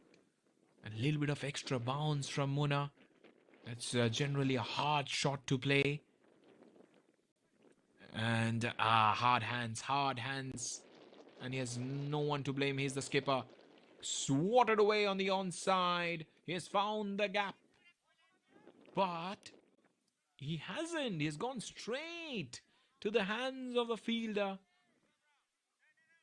who has taken a spectacular catch from Harpupal. For a moment, I thought he has been able to find that gap. There was quite a small gap. A wicket, the second wicket in this over for Munna, but wicket number 3. And in total, wicket number 6 for Lisbon Kings 11. 227 for 6. Plenty of chats between the non-striker. He might be tempted to bowl that same delivery again. That's Munna. I'm pretty sure he'll be given another over to bowl the last one.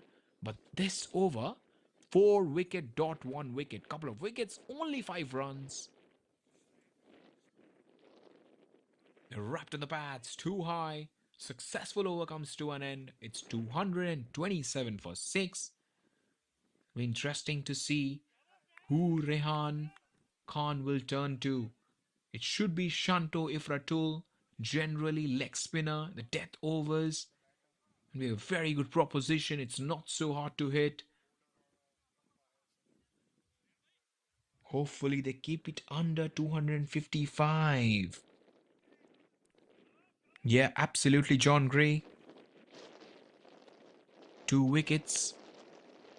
And the skipper will bowl himself the penultimate over of the first innings. 227 for 6. Our amigos in the chat of YouTube are predicting 255. Still need 28 in the last couple of overs. Outside edge. He has been quite unlucky so far. Rehan Khan has bowled pretty well in the second spell. He got that outside edge. And you can definitely say at this point, both the new batters will be looking to swing for the hills. 228 for 6. They got off to a very good start. 71 for 7. Then 113 for 2. That's up in the air. A fielder might not be able to catch that, but he will be able to try to get the batter run out at the non-striker's end. So 71 for 2. Then a very good partnership of 42. 113 for 2. Then 121 for 2 for 3. Then a big partnership of 91 and 210 for 4, 226 for 5, 227 for 6. Extras, 22 wides, 2 no balls, 4 byes and 1 leg bye, 29 in total. That's another strong shot down the ground for 4. Blasted away from the right-hander. Jaswinder Singh enjoying his stay at the crease. Quite an easy swing. Easy shot to play. Full tosses from the captain never helps. Jitender Singh moves to 6 from 3. 9 deliveries to go. Looking at this total, it just looked menacing. Isn't it, guys? It's 234 for 6. Last 9 deliveries to go. Slow delivery again, well bowled. They'll be tempted to go for the second run. And the fielder will get across. Couple of runs. 236 for 6. At this stage, the ECN team ratings not looking so good for the Falco side. You can definitely say the fielder at long off is clearly struggling. That's Mustafiz wearing jersey number 23, Muhafur Rahman. Full toss missed out. A big miss. You talk about Jitender Singh. The previous one, he hit it straight. He was able to manage to get a boundary, but here, suddenly his eyes lit up. He's not been able to hit that. Final 7 deliveries, plenty of action will happen in the second innings. You shouldn't go anywhere. The chase will be coming up. 6th place team taking on the 9th. It's Lisbon Kings 11 facing the Falcons. Oh dear, oh dear.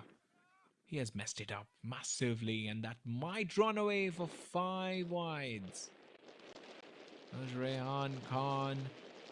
He has an apology straight away to the wicketkeeper. There's nowhere near him. And sloppy bit of bowling from Khan. His 50 comes up. He moves to 53 from 3.5. Final delivery to go in his spell. It's 241 for 6. He waits. And the wicketkeeper does well. Uses his left leg to stop the ball. 19 overs done. It's 241 for 6. Get a feeling the last over will be bowled by... Maybe they might go to Shanto Ifratul, but they have options of bowling Gandhi.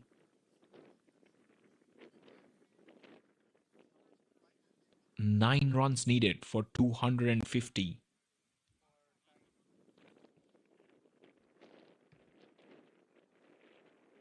Mini Kunchan says batsmen won't need to score, the bowlers themselves have given it away. Yeah, lot of wides and no balls.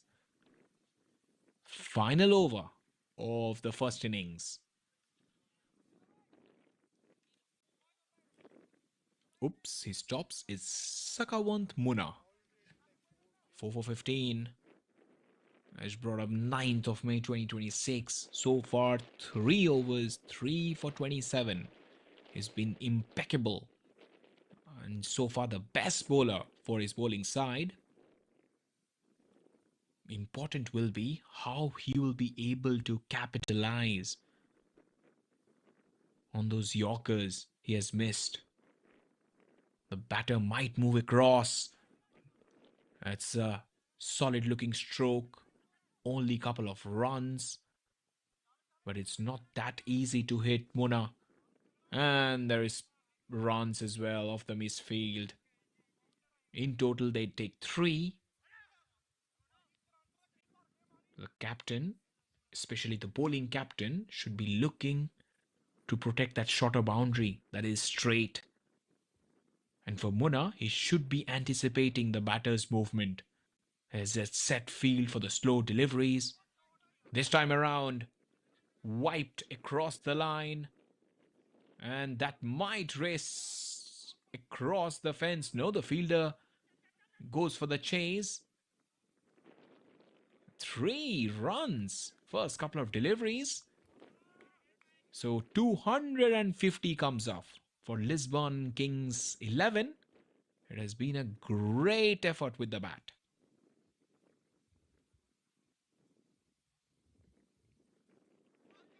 Missed out, but the wicket keeper again not able to anticipate the batter's movement and missed out completely there. Mohammad Hussein Arman.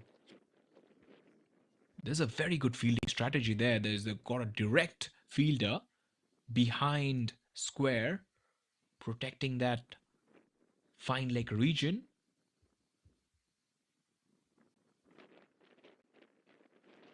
But wickets in hand, that's what you do. Short ball. Another very good looking shot. That's a thunderous one for 4. Vikas Saini's first boundary. He looks quite powerful. And this one around slightly shorter. And picked up the length. He just picked the bones out of that. 258 for 6 in 19.4. Couple of overs. Runs in the last over. And the best bowler, the strike bowler, is getting hit.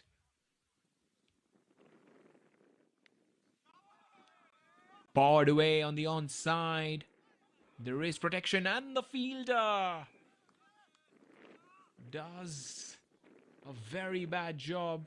And that's gone to the fence. Back-to-back boundaries. These are some very powerful strikes from the bat of Vikas Saini.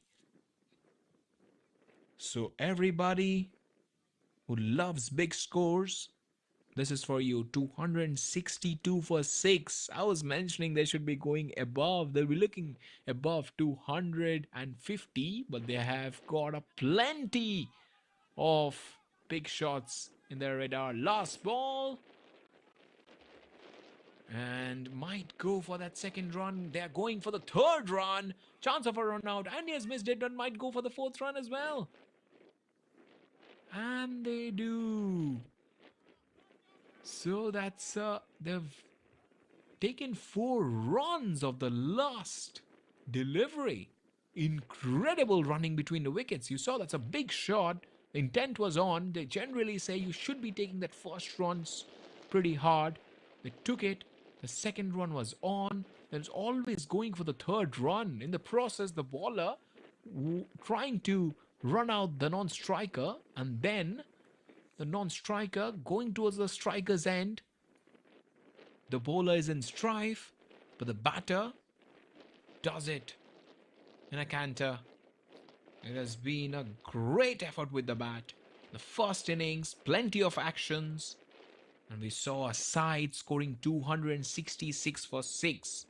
Incredible batting effort from the openers, Amritpal Singh, and then later on by Love Singh. Amazing stuff.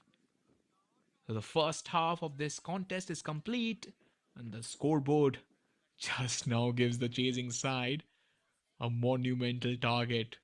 But you have seen momentum swings both ways. But it's the next 20 overs that will ultimately decide this match. Now, taking a short break because the run chase is just around the corner.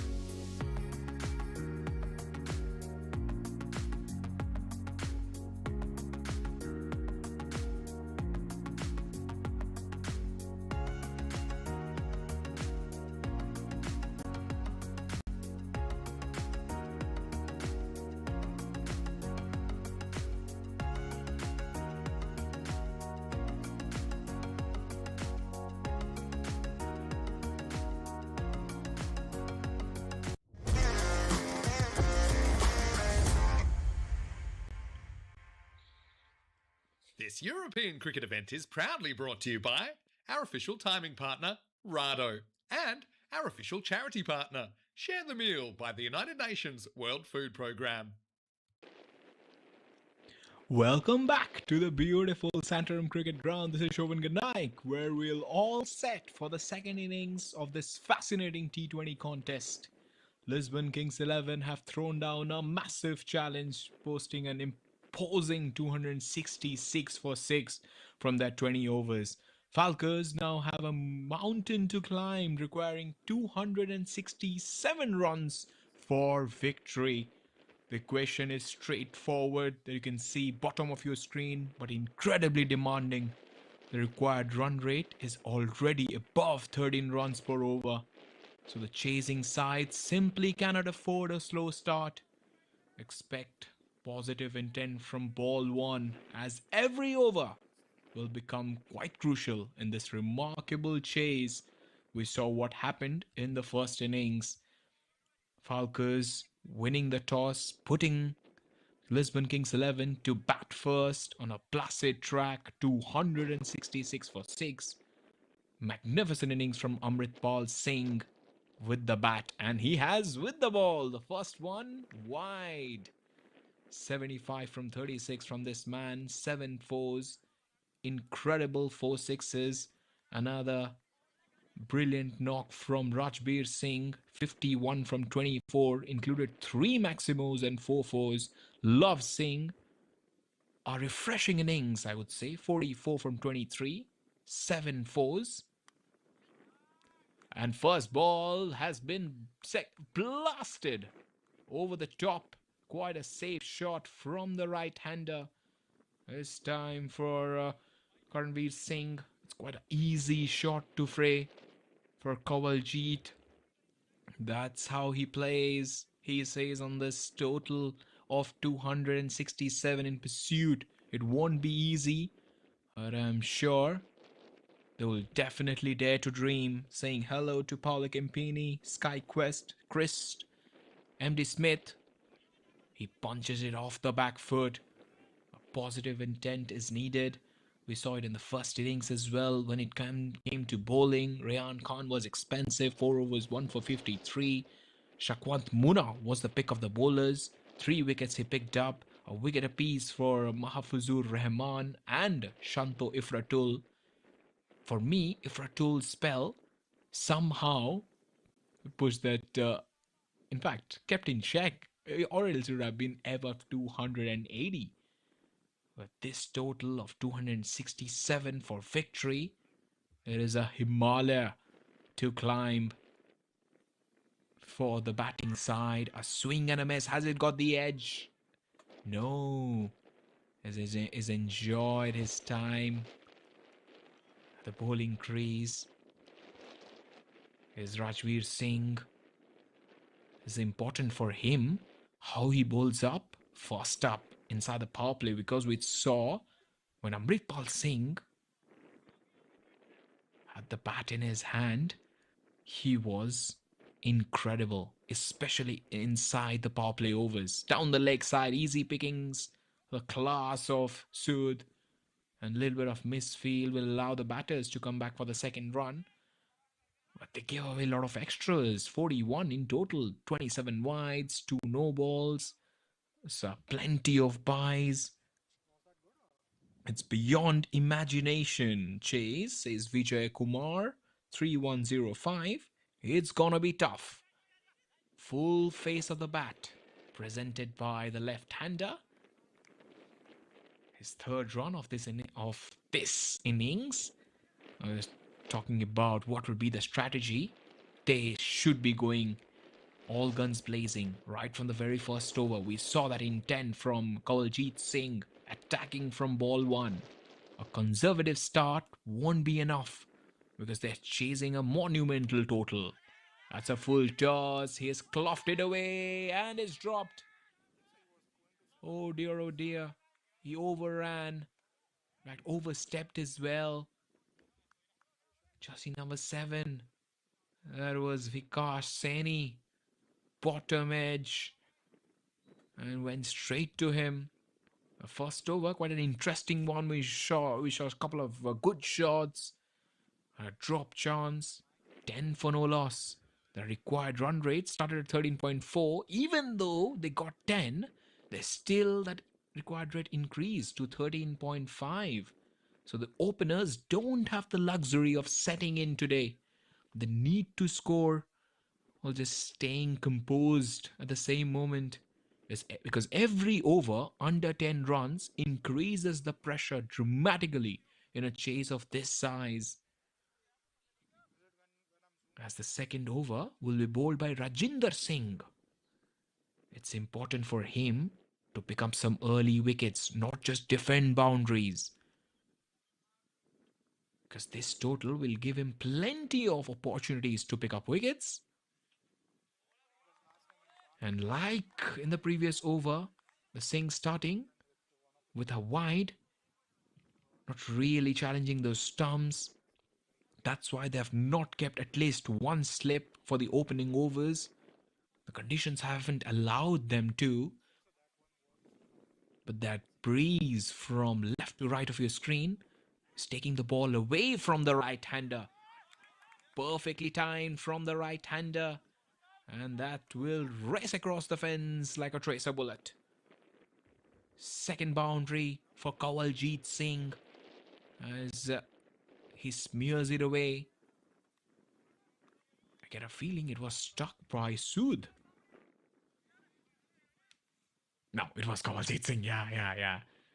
Got it there. At two very good shots. 15 for no loss. Left hand, right hand combination always helps. Wrap to the pads, too high, says the umpire. Still, they will pick up a single. But you saw in the first innings a flying start from Amritpal. Then later on, Love Singh and then Ed Singh joining the party. So far, the highest total in this tournament. And brought up by Lisbon Kings 11. I'm pretty sure when Falcos won the toss and decided to bowl, they would have been thinking in the dreams that we'll be stopping the opposition under 200. But when you're chasing this magnitude for total, you just have to take advantage of the field restrictions with some controlled aggression.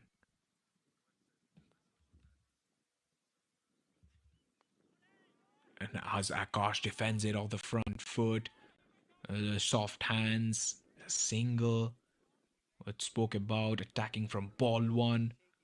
They have to take the advantage of a couple of fielders outside, punish anything that is overpitched or short. Just like Akash did, they have to rotate the strike to avoid that dot ball pressure. Down the track, one more time, it has been cloughed. This time around, no mistake, the man takes an easy catch at mid-off. And that's a big wicket of Kanwaljit Singh, who was timing it to perfection against the run-up play. That's what the doctor ordered for the men in yellow and green. As an easy catch from Jiwanjot Singh, the skipper taking the catch. And it's an easy one as Falcos lose their first wickets. And it just looks like the leg spinner has been sent out to bat. That's Shanto Ifratul. Bowled pretty well. 3 overs, 27 for 1 wicket. Once you have got the first opener, we're looking to hunt down this pair. I've introduced their variations pretty early in the piece. When you talk about Rajbir Singh, he's getting plenty of movement as the ball goes away. He's just need to avoid giving width outside the off stump. He has been lucky a couple of times. The ball hasn't been punished to the boundary. Elfratul without a helmet. And that's a Jaffer. That's a Jaffer of a delivery. Play that, he says. It's just pitched in that middle stump, then went away. Genuine outswinger from Rajbir Singh. Saying hello to Seth Derek. 18 for 1. Soft hands. Protection is on. Hunting down the singles. Couple of overs done. It's 18 for 1. Well, Lisbon Kings won't mind conceding that odd boundary if they can pick up early wickets. As we saw in the very first over. And then the following over, they got the wicket. Just get a feeling the pressure in a big chase comes from wickets as much as from the required run rate. At this point, the required run rate is 13.8. So the fielding's captain's biggest challenge is just balancing the attacking fields with the boundary protection. That's why it'll be highly important for him to change. Constant change in the field will also unsettle the batter's mood. An attacking stroke play is match number 48. Falcons chasing a monumental 267. Walked it away on the onside. There's plenty of gap behind square for the left-hander. And they decided to go against two, only getting a single. This is that strategy of the Lisbon Kings 11. They're keeping their best death bowlers in reserve for the final overs. Rajinder Singh and Rajbir Singh from both ends. This time this is Rajbir not been able to control the extras throughout the day. We have seen plenty of them in the first innings. We saw 41 in the second innings so far. In front of us, they're bowled 4 wides. The strategy for the number 3 will be to rotate strike. Dot ball pressure can create panic. It's 20 for 1 after 2.1. Big shot. How good is the timing? And the man takes the catch at mid-on. Short ball. It was there to hit. Ifratul not having enough strength to put that ball away. Wicket number 2 for the Falcons. And Lisbon Kings 11 are making a strong case of winning this contest. It's 20 for 2. They're on a spot of bother here. Ilfratul was trying to go the big shot. A lot of use of the bottom hand. Can definitely see losing the shape and the head position going in the other direction. Just looks like Ifratul departing for a duck won't help. As Muhammad Arman. His Arman, that's what in Urdu it means dream, Arman. So his dream or Arman will be to score a century here. He has to score big for his side, or else it will be an easy win for the Lisbon Kings 11.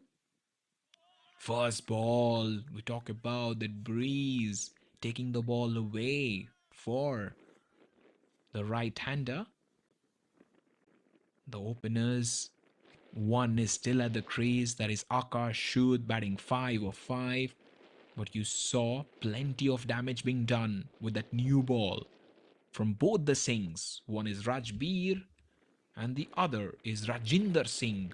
Flicked away nicely from the right-hander. Intelligent shot to bring up his first boundary and a good way to get off the mark.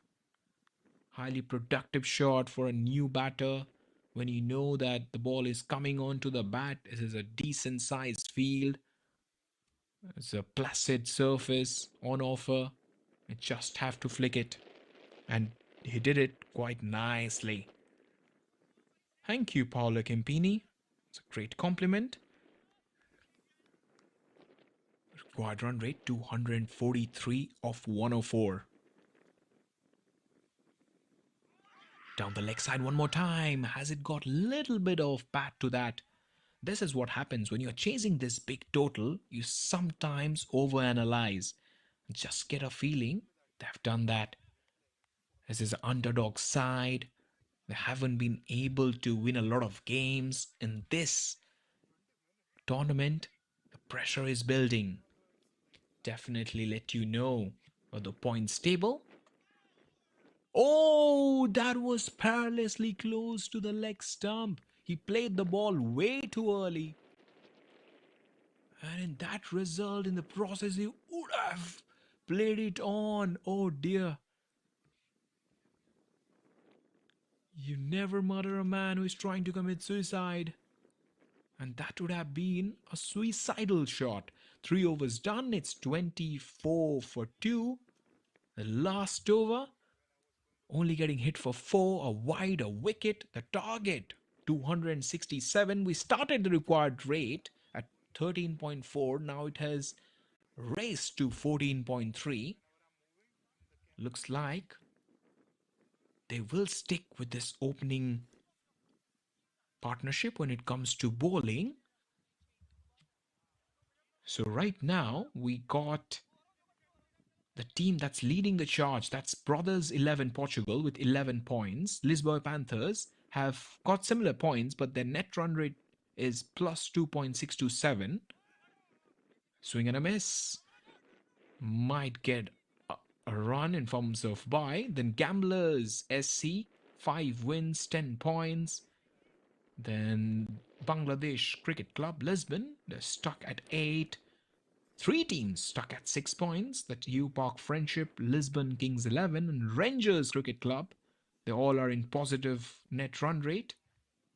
And then the minus net run rate starts. That's Team Tigers Portugal, couple of wins with 4 points. Falcons with 4 points, 3 losses. And you have got the Precious Cricket Club with couple of wins and 4 losses in 6 games. Oh, that's a run out. That's a run out. That's a horrible mix-up. Both the batters ball watching, no communication at all. That's a suicide from Arman. He played the stroke. Well, have a look at this. This is a brilliant replay with hard hands. Then the fielder, Rajinder Singh, hit it straight to the fielder and brilliant pickup. And then running down the stumps. Oh, that's a top effort from the bowler. Rajbir has done a tremendous job to get in the right position. And it's 25 for 3. As Falcons are just got 25 on the board. While we've got a couple of points for OSS second 11. 6 matches. A win for them. 5 losses. Tigers. Couple of points, minus 2 points, 732. The fixtures coming up tomorrow. It'll be interesting how they come back, because we have seen plenty of action in terms of batting. And this first ball for Gandhi down the leg side. We've got match number 4 for Zurich Mavericks taking on Sports Club. And then you have the match number 5, Sports Club facing Swiss Dragons. Wrapped on the bats, that's out. That is out. Immaculate line and length brings up another wicket for Rajbir Singh. That's sumptuous stuff from the right-hander. First the run out, and now he's dead in front. He should have gone forward to play that delivery. Missed the line and the length. Just standing straight and just hoping that the ball will hit the bat. No inside edge at all. A disastrous start when you talk about the batting side. 26 for 4 in 3.3. That's what happens. They have lost plenty of wickets. Inside the power play, we've got ECS Switzerland. Match number 3 that happened today. That was Zurich facing the Alpine Warriors. Fantastic win for Zurich Mavericks. And then tomorrow we'll have the Portugal Liga Grizzly Division 1. Malo will be facing Lisbon Supergiants. There'll be a 4:30 Indian Standard Time start. And also, we have Division 1 game. Lisbon Capitals will be facing Punjab Cricket Club, Amadora, at 12:30. Match number 40. Scott in progress. Portugal Liga Grizzly Division 2. We've got tomorrow Division 1. We've got ECL England Hornchurch down the leg side in progress. That'll be till 7th of August. A brilliant cricket out there. And then ECL Switzerland, Zurich, will be happening till 5th of August. Phil G doing a great job. While England Hornchurch, Rico has also done a tremendous job so far. 28 for 4. And that is slammed down the ground. What a response from the left-hander. He has been the set batter, that is Akash Shud, coming down the track and presenting the full face of the bat. That's whacked with disdain.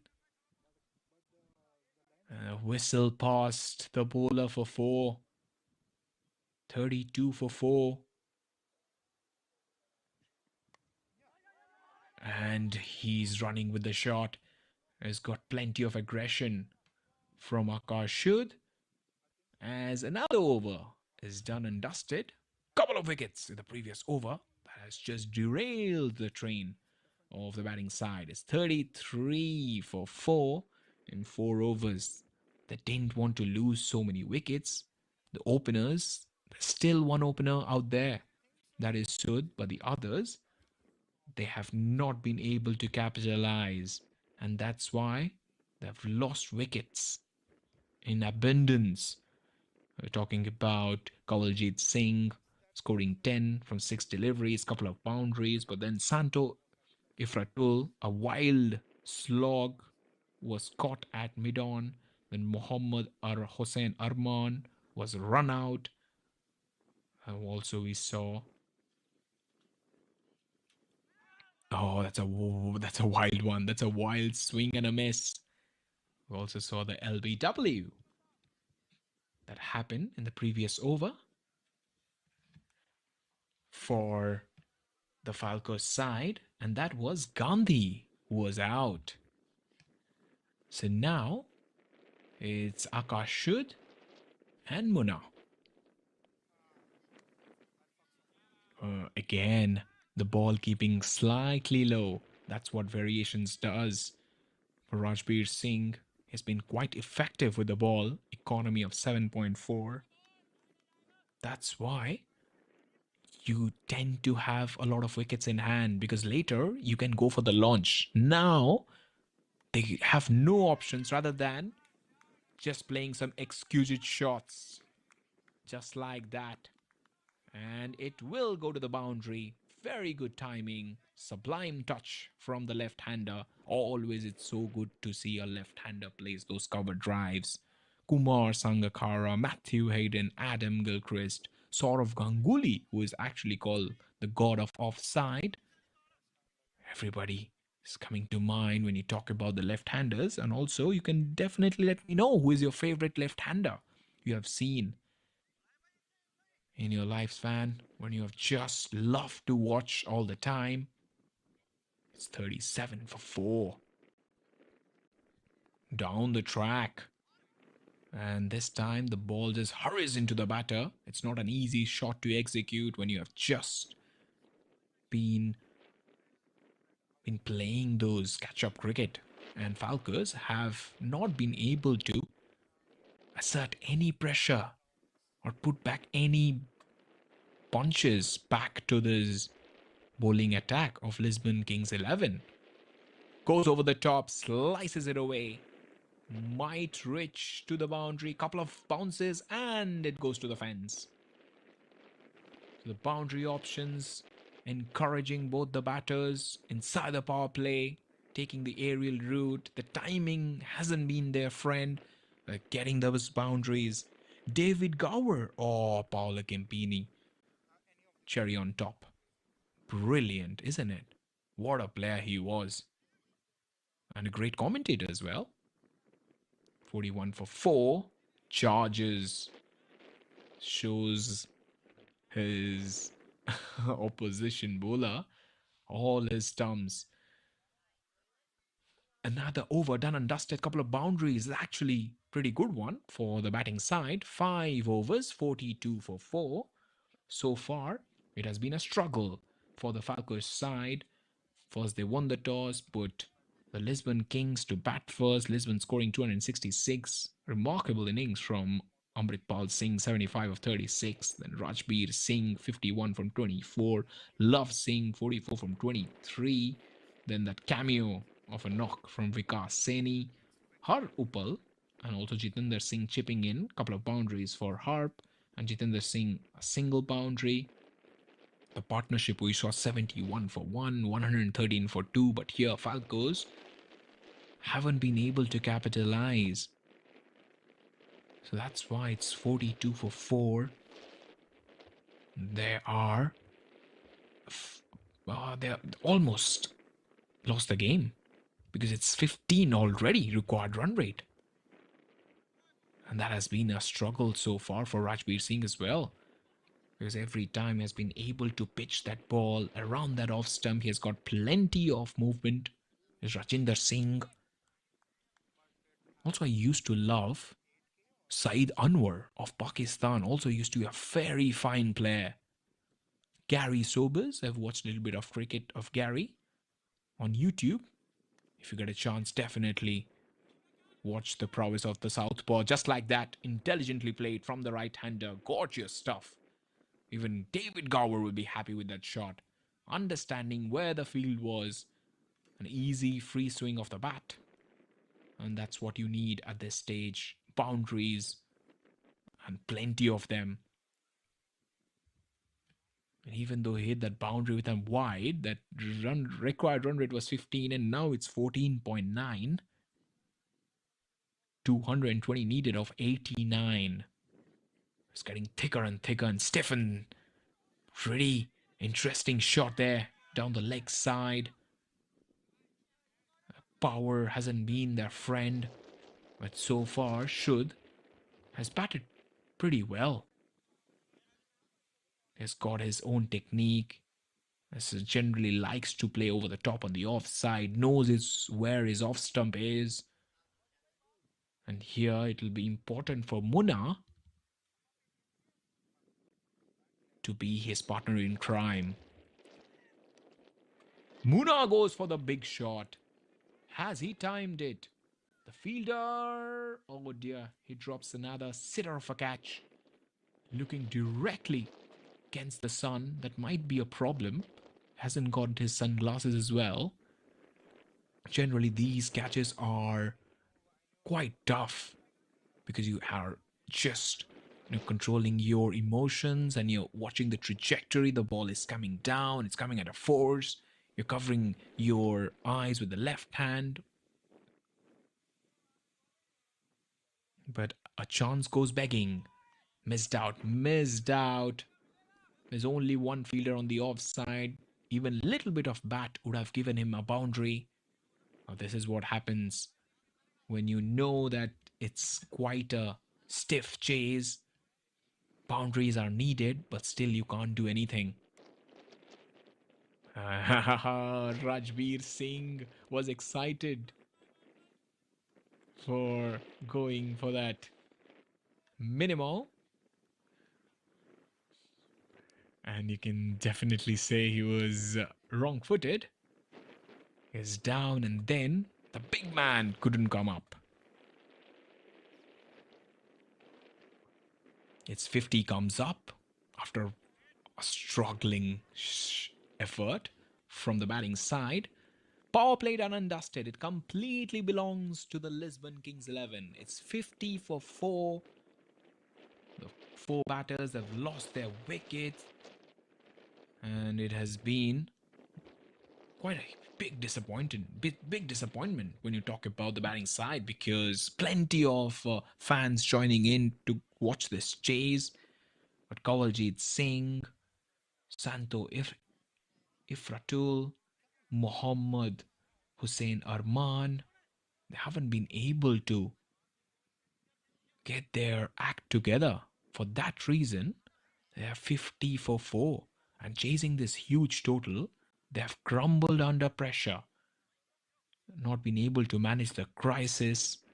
We saw they had a tough day on the field. When you talk about the first innings, the fielders' shoulders were dropping after 10 overs because they had such a got off to a flying start. When you talk about the Falcons' fielding effort in the first innings, the captain's mindset, he wasn't calm, couldn't break the rhythm, the flow of the game. While at the other end, you saw plenty of damage control, brilliant mindset. The strategy was defensive bowling, let the opposition take all the risk. That's what Lisbon Kings 11 bowlers have done.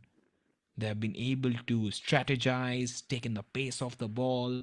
The pitch has allowed them to take off the pace of the ball, and they're trying to cutters and the slow deliveries. Now you see back of the hand slow balls force the batter to generate their own power. And fortunately, the batters, those who are calm, haven't been capitalized on the loose deliveries.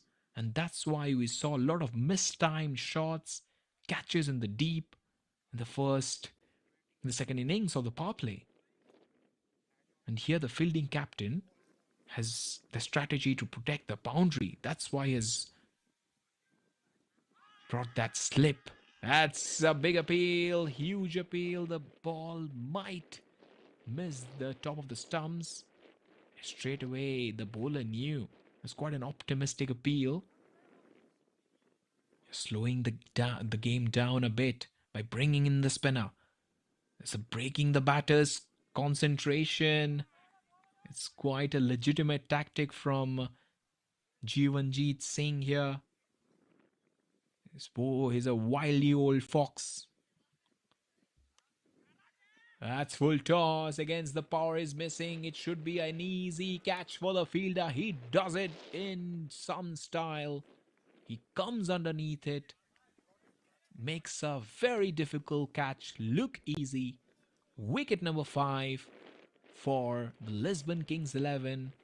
They've got this game by the scruff of his neck. And the said batter has to deposit. Akash should. And that's plenty of damage has been done. Half of the side done and dusted. Double quick time. It's 52 for 5 after 7 overs. Haven't been able to have this mindset of the intent to be the anchor and the aggressor. We saw in the power play itself, no batter was ready to get set or bat through to that 16th over. Both the batters were taking high risks. That's what happens.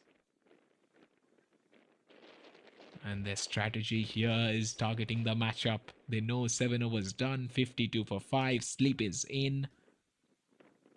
Now the batter should be looking to identify the weakest remaining bowlers. It's usually the 5th or 6th bowling options.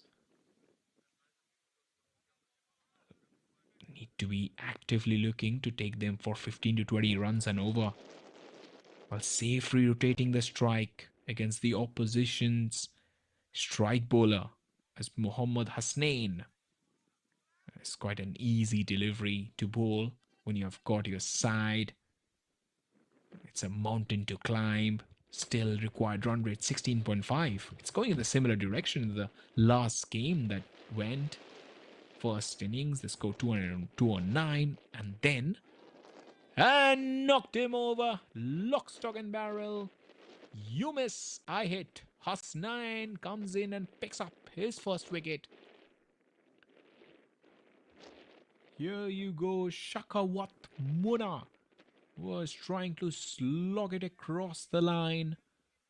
Missed his stumps completely. His stumps have gone for a walk.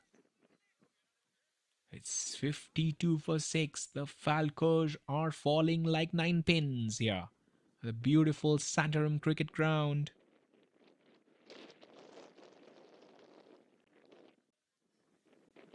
as Lisbon Kings 11 is making their best day on the field here at Portugal Liga Grizzly Division 2 2026. The top highest wicket taker we saw from Jiwanjit Singh, 14 wickets in 5 matches. He's done the job with the ball.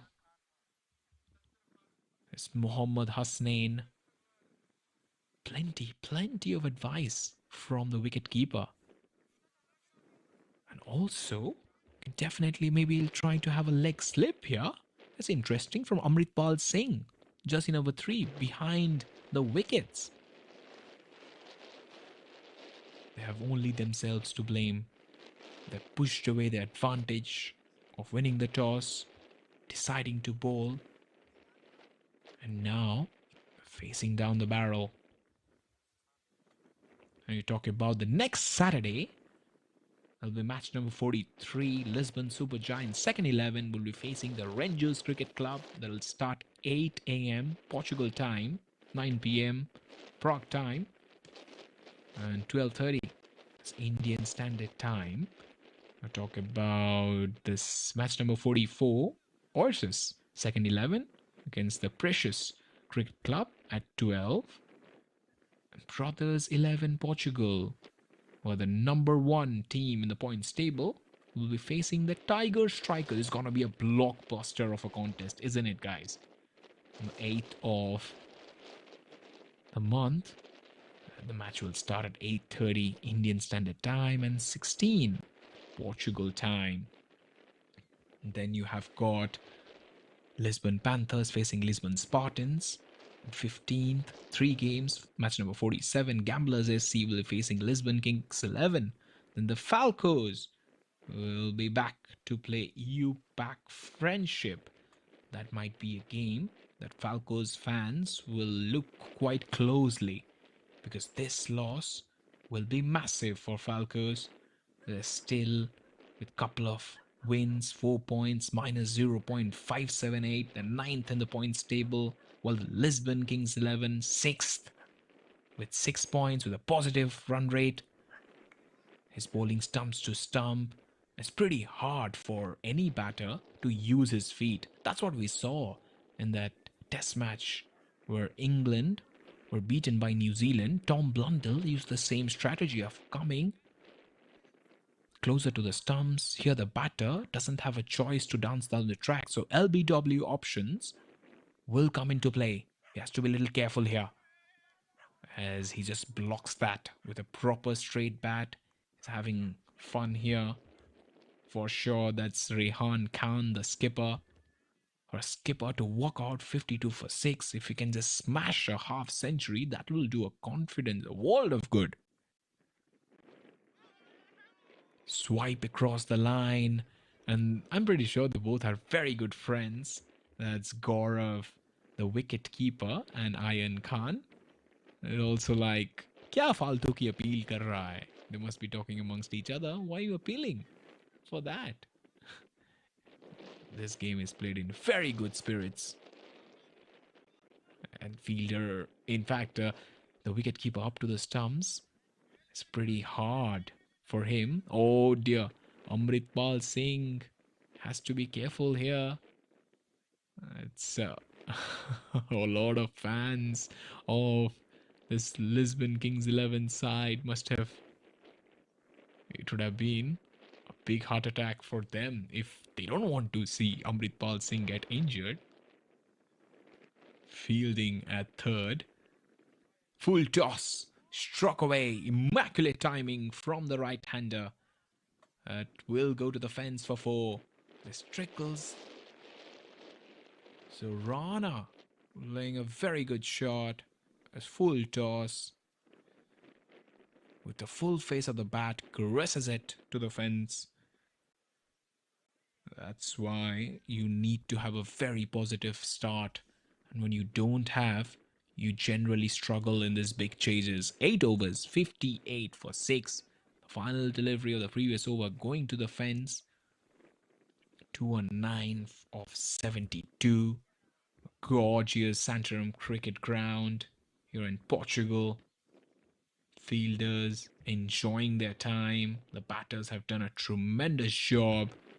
Against slow bowlers, it's actually very difficult to score off because this pitch is turning a bit.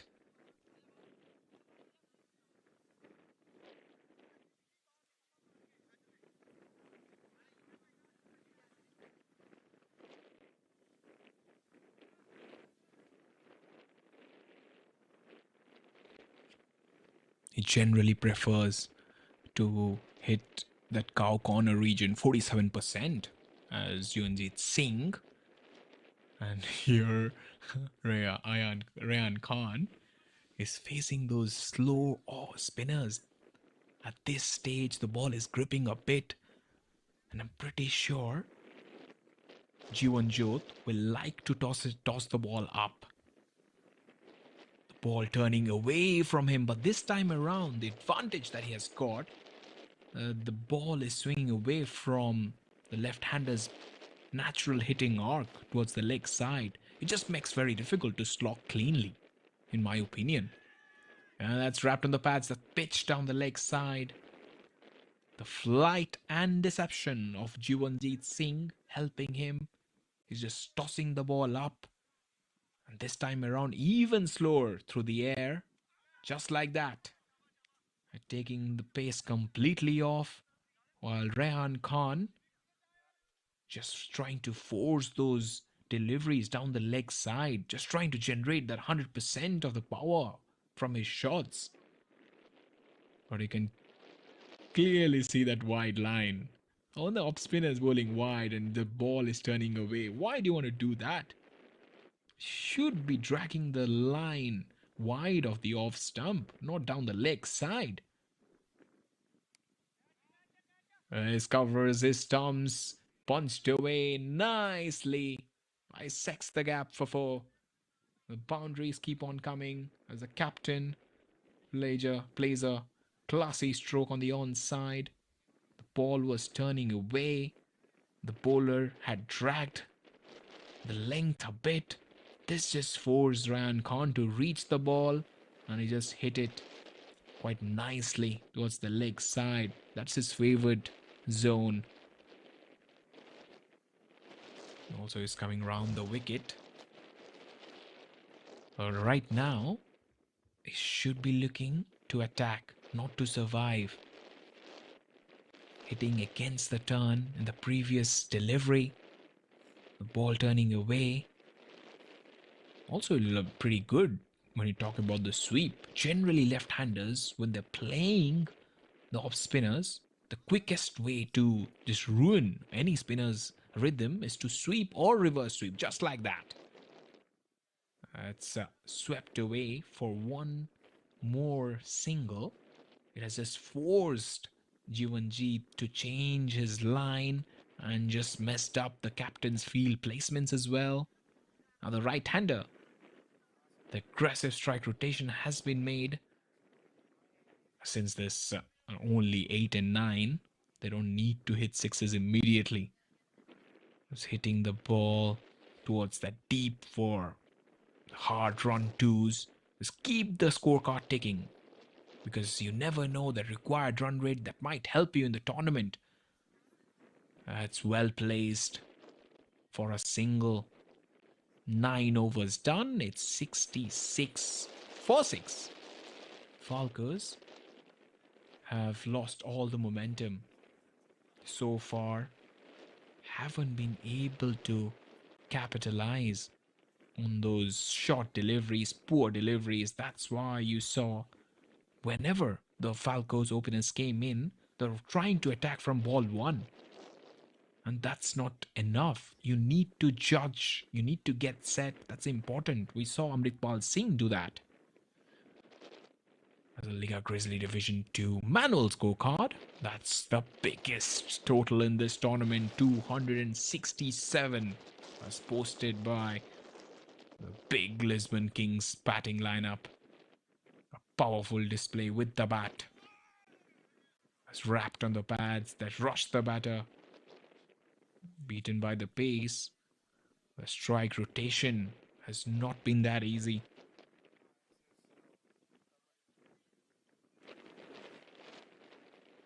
Paul Campini, absolutely.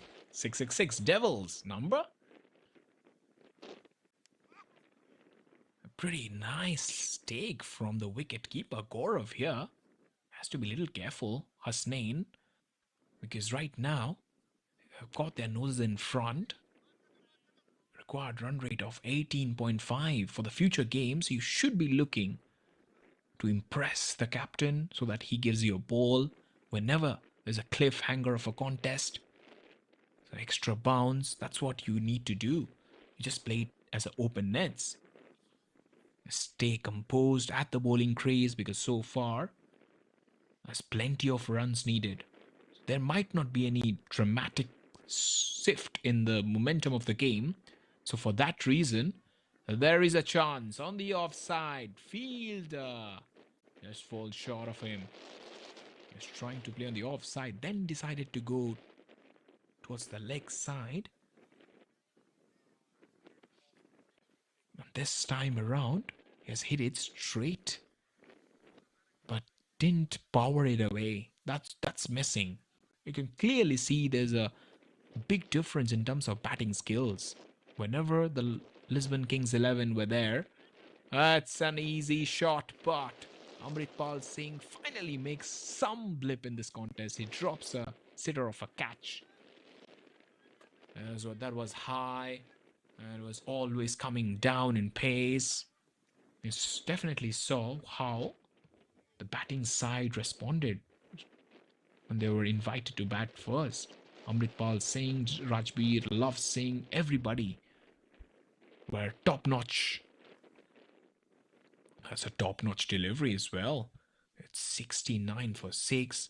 It's bowling good pace, proper channel outside the off stump. So whenever there's a big difference in terms of batting skills, you'll see these kind of weird scores. That's 267. And the opposition struggling big time. Played away on the onside. Worked it quite nicely. So it's a 70 for 6 after 10 overs. A welcome drinks break for both the sides after an intense first half of the chase. We'll be back in a flash.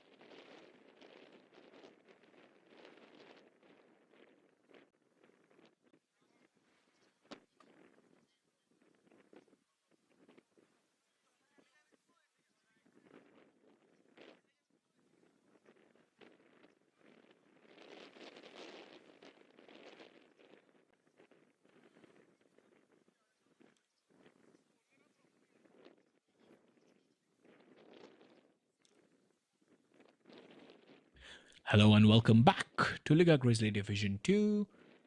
It's swatted away down the leg side. And Rayan Khan, surprisingly, isn't running. Not sure what his mindset is at this point in time. They have to rotate strike, that's for sure. Because it's 71 for 6 after 10 overs. You need plenty of big hits. 196 needed of 59. As he just continues to bowl that knacking channel. That's outside off. They're chasing a mammoth target of 267. This should be a competitive contest. It just feels like it's effectively getting over. It's swiped across the line for a single, chasing this huge total in the final 10 overs. A required run rate of nearly 21 per over. Only lower orders and tailenders left at the crease. That's gone! Jiwanjit Singh just finishes off in style. And Rehan's Khan misery at the batting crease comes to an end. And that was the slider that just pitched and then went in to the left-hander. The damage has been done. Rehan Khan's inning was quite confusing. His innings has been cut short. 7 of 12. It's 73 for 7. At this stage, objective for both the sides. We're completely no longer about winning or losing. It's about pride. for the Falcons side. There's 194 needed of 56. It's quite an easy one for Lisbon Kings 11. But we saw the mindset. There's no respect to the bowlers. This has been quite a disappointing batting performance. The worst thing a team can do here is just to get all out in 80 in the 12th over. It just looks terrible. And if you're a fan of Falcons, it just destroys the team morale as well. It just looks like a test match. 194 needed of 55. Soft hands from the right-hander. Also, don't forget, there are still plenty of cricket left to be played in this tournament. Falcons, it's 11 overs done, 74 for 7. Falcons, 5 matches, couple of wins, 3 losses, minus 0.578, the net run rate. So it's very important for them to protect that net run rate. In league formats, a massive margin of this kind of a defeat can completely ruin Falco's net run rate. And that will just cost them for a playoff spot later on. So every single run scored from here on reduces that mathematical deficit. Oh, that is so close. Inside edge. That's a close shave. The strategy should be batting out the overs. Right now, the immediate goal is just to simply bat out the remaining 54 deliveries. Here, Juanjeet Singh should be looking to rotate strike, just pick up easy singles. Just like that. I might get 2 for that. I'm not even interested. And might look to attack those loose deliveries. Because if they try and drag the total past 130 or 140, it'll just mark to save their faces here. Just shielding the tail. One more false shot. And the fielder didn't even go for the catch. He just restricted himself from going for that catch. I still believe there's still one recognized batter, maybe Akash, left playing with the bowlers. There would have been a chance. But right now, both the bowlers at the batting crease are completely exposed to this kind of bowling. Swatted away in some style. That's a very clever stroke from the right-hander. Nifty footwork brings a minimum for Rana. Covers his thumbs. Sees a gap and fetches it from outside off towards the leg. It's a boundary for the batting side. That it has been a ruthless execution with the ball from the Lisbon Kings 11. They've killed the game quickly. There's no need for any defensive bowling anymore. And go for the stumps. Oh, super quick work behind the stumps from Gaurav. That's a spectacular. That wicket should go to the wicketkeeper, isn't it? Dragging the batter out and then taking the bails off in a flash. MS Dhoni-ness at Santarum Cricket Ground. Just look at that. So quick. That's a brilliant footwork from the wicketkeeper. It was a straight, fast delivery. Little bit wide and brilliant behind the wickets. Even Vinny Sandhu will be proud of that. Being a genuine keeper. It's 81 for 8. Just let me know your favorite wicket keepers because this is sublime stuff. Talk about Mahendra Singh Dhoni. Even Adam Gilchrist, Mark Boucher, Jack Russell. To be tremendous keepers. Had their own style. When you talk about stunning stumping, says Paolo Campini. Oh, nicely bowled. Challenging his off stump there. Mohammad Hasnan has bowled a brilliant over. A wicket, a dot. Even though a boundary was included in that, it's 81 for 8 after 12 overs.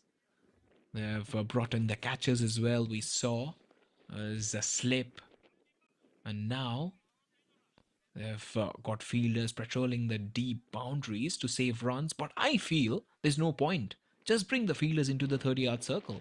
Add a slip or short leg. Invite the tailenders to try and hit over the top. Maybe they're hearing me. Wrapped in the pads. I also feel if they hit a boundary, it doesn't really matter. If they mistime it, it might be a catch. He's bringing all the field in. While Jitendra Singh, oh, it would have been a ripper of a catch. And he's dropped it straight. It was coming. Gone stuff. Oh dear. Yes, Johnny. Yes, Johnny. Oh, that just missed the stumps. Both the Singhs, Jay Singh battle here. You see Chuanjit Singh, Jaswinder Singh, both the players giving their 100%. One is trying to get out, another is trying to survive. So he has a wicket, a huge chance of getting a wicket here. Slow delivery this time around, beaten him with the pace. Gaurav has been terrific behind the stumps. Here, Lisbon Kings 11. What a comeback from them. 186 needed of 43. The captain has done a great job. Is able to protect his assets. Is able to take rest for the strike bowlers as well. Inside edge. That's why he's giving the part-timers a run. As brilliant captaincy, this is actually perfect. There's a pressure-free environment to give the 6th or 7th bowling options some practice. 13 overs, 83 for 8. If you have a young spinner here at Lisbon Kings 11 lineup, I just feel that he should be given some confidence. And we saw how Jitendra Singh has bowled, tossing the ball, allowing the batter to come forward. And he hasn't been hit as well. That without getting the fear of the head out of the park, they have to be a little brave here. That's what Amritpal Singh behind the wickets is mentioning. They want those big shots. Covering all his stumps is a dangerous ploy to play that. The workload management has to be taken care of as well. The strategy, they have brought in the fielders. Now it should be attacking the stumps for Mohammad Hasnain. Lower order batters generally lack the footwork to deal with straight fast deliveries. Remember that. And it's coming. It's coming. He should be abandoning those wide lines he has bowled so far. Just aim straight for the base of the stump and fire in the Yorkers. He's coming close here. It's swatted away for a single. He's trying to get a wicket. Even for the batter, Jaswinder Singh, is every single time he has watched the ball in around his leg stump, he has gone for that flick shot. Intelligent shot from the right-hander. Whoa! Brilliant placement there from Gaurav Sharma. A proper leg glance, Calypso style.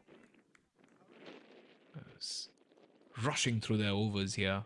It's 182 of 39. Last month, top bowlers, Jason, 12 wickets for Kosonei Cricket Club. Sajid Mohammad, 11 wickets for the same club as well. Sadat Halal, 11 wickets for Geneva. It's done a brilliant, as the host federation, Portugal Cricket Federation, they've done a tremendous job of organizing this game weekend. Classical encounters. And if it would have hit the stumps, it would have been a goner, that's for sure. And down the leg side. outside. He was trying to fetch it outside the off stump. It's 88 for 8. Yeah, absolutely, John Gray. We have mentioned that as well. As Chris has a, yeah, inconsistently with the score. Yes, Kanti was out for a duck. He was LBW. That was left-hander Sood, who was out on 21. Your message has been forwarded. Great job there from John Gray. 89 for 8. As they will introduce a new bowler to the bowling attack. It's Jitender Singh. Will bowl his first over. That's what I was mentioning in the previous over, isn't it, guys? The strategy to rest the strike bowlers and give a part-time spinners a run. This is perfect. A very good pressure-free strategy from the captain to give the sixth bowling option some practice. A young spinner will also get some confidence, should be able to bring his A game here, and don't get fear of getting hit out of the park. It doesn't really matter now. Short ball just short of the fielder. Might have come off the wicketkeeper's gloves.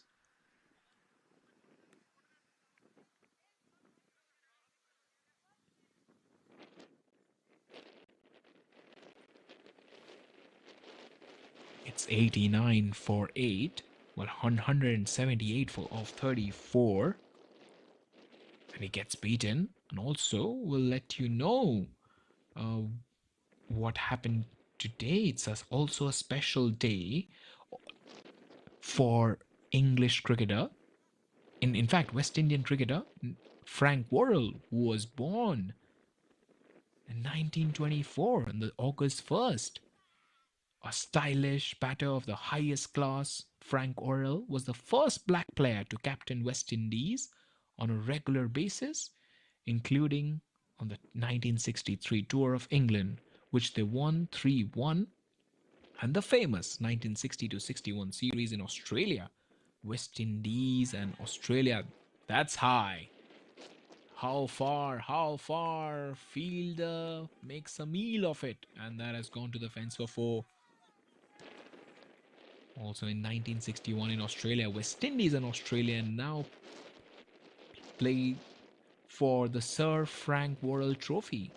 The 1950 Tour of England was a personal triumph for Worrell, who topped the Test batting averages with 539 runs at an average of 89.83.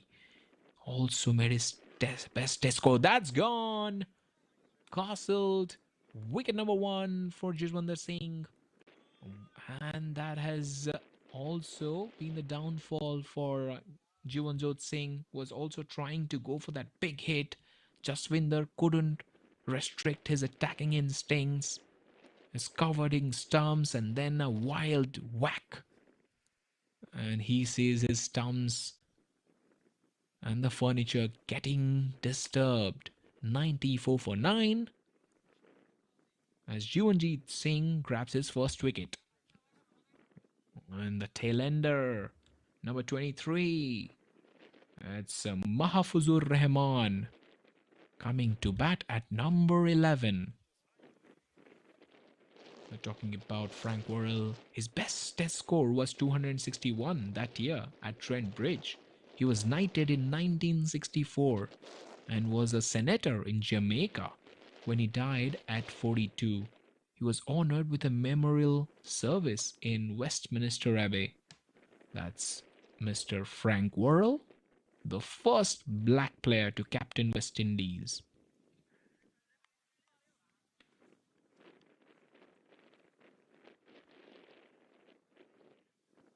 It's 94 for 9, 14.5 overs done, 173 of 31.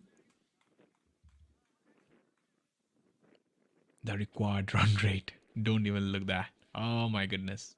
Look somewhere else. Oh dear. There's a fuller one. Plenty of bat to that. And they're not running. And that's gone to the fence for 4. So Mahfouz Rahman didn't want to keep strike for the next over. He can't run, but he can certainly bat. It's 98 for 9 in 15 overs, 169 of 30 needed.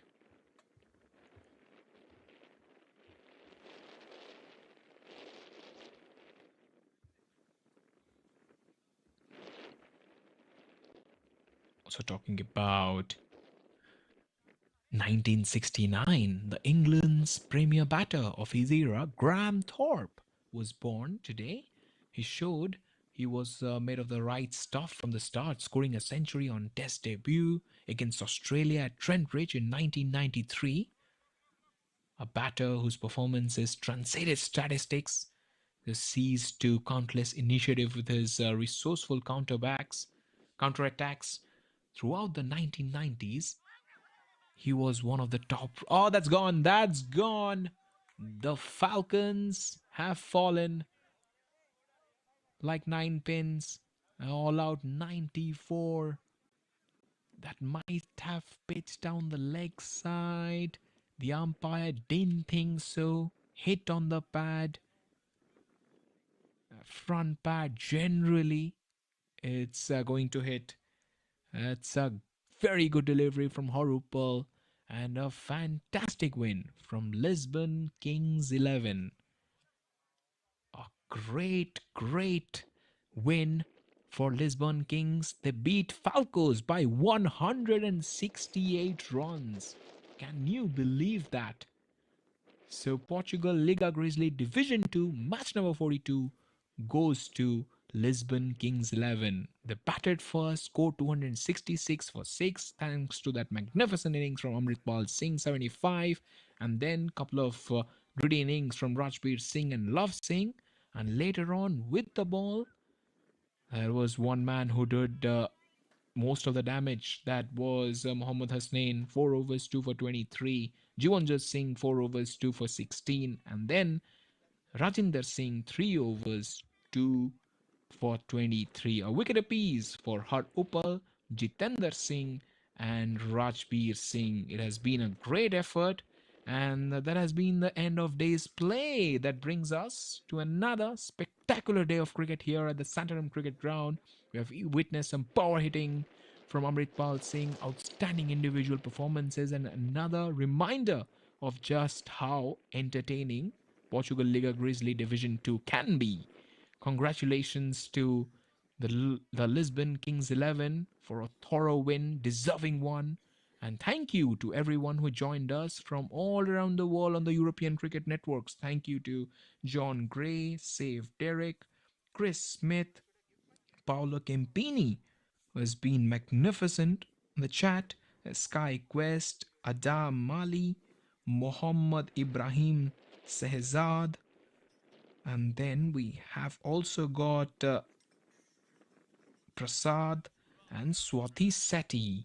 The Portugal Liga Grizzly Division 2 action continues tomorrow with more exciting T20 cricket. It will be Division 1, by the way, tomorrow, so don't miss it. From all of us here in Santaram, thank you for your company. Have a wonderful evening. Take care and goodbye. Shovan Ganaik signing off.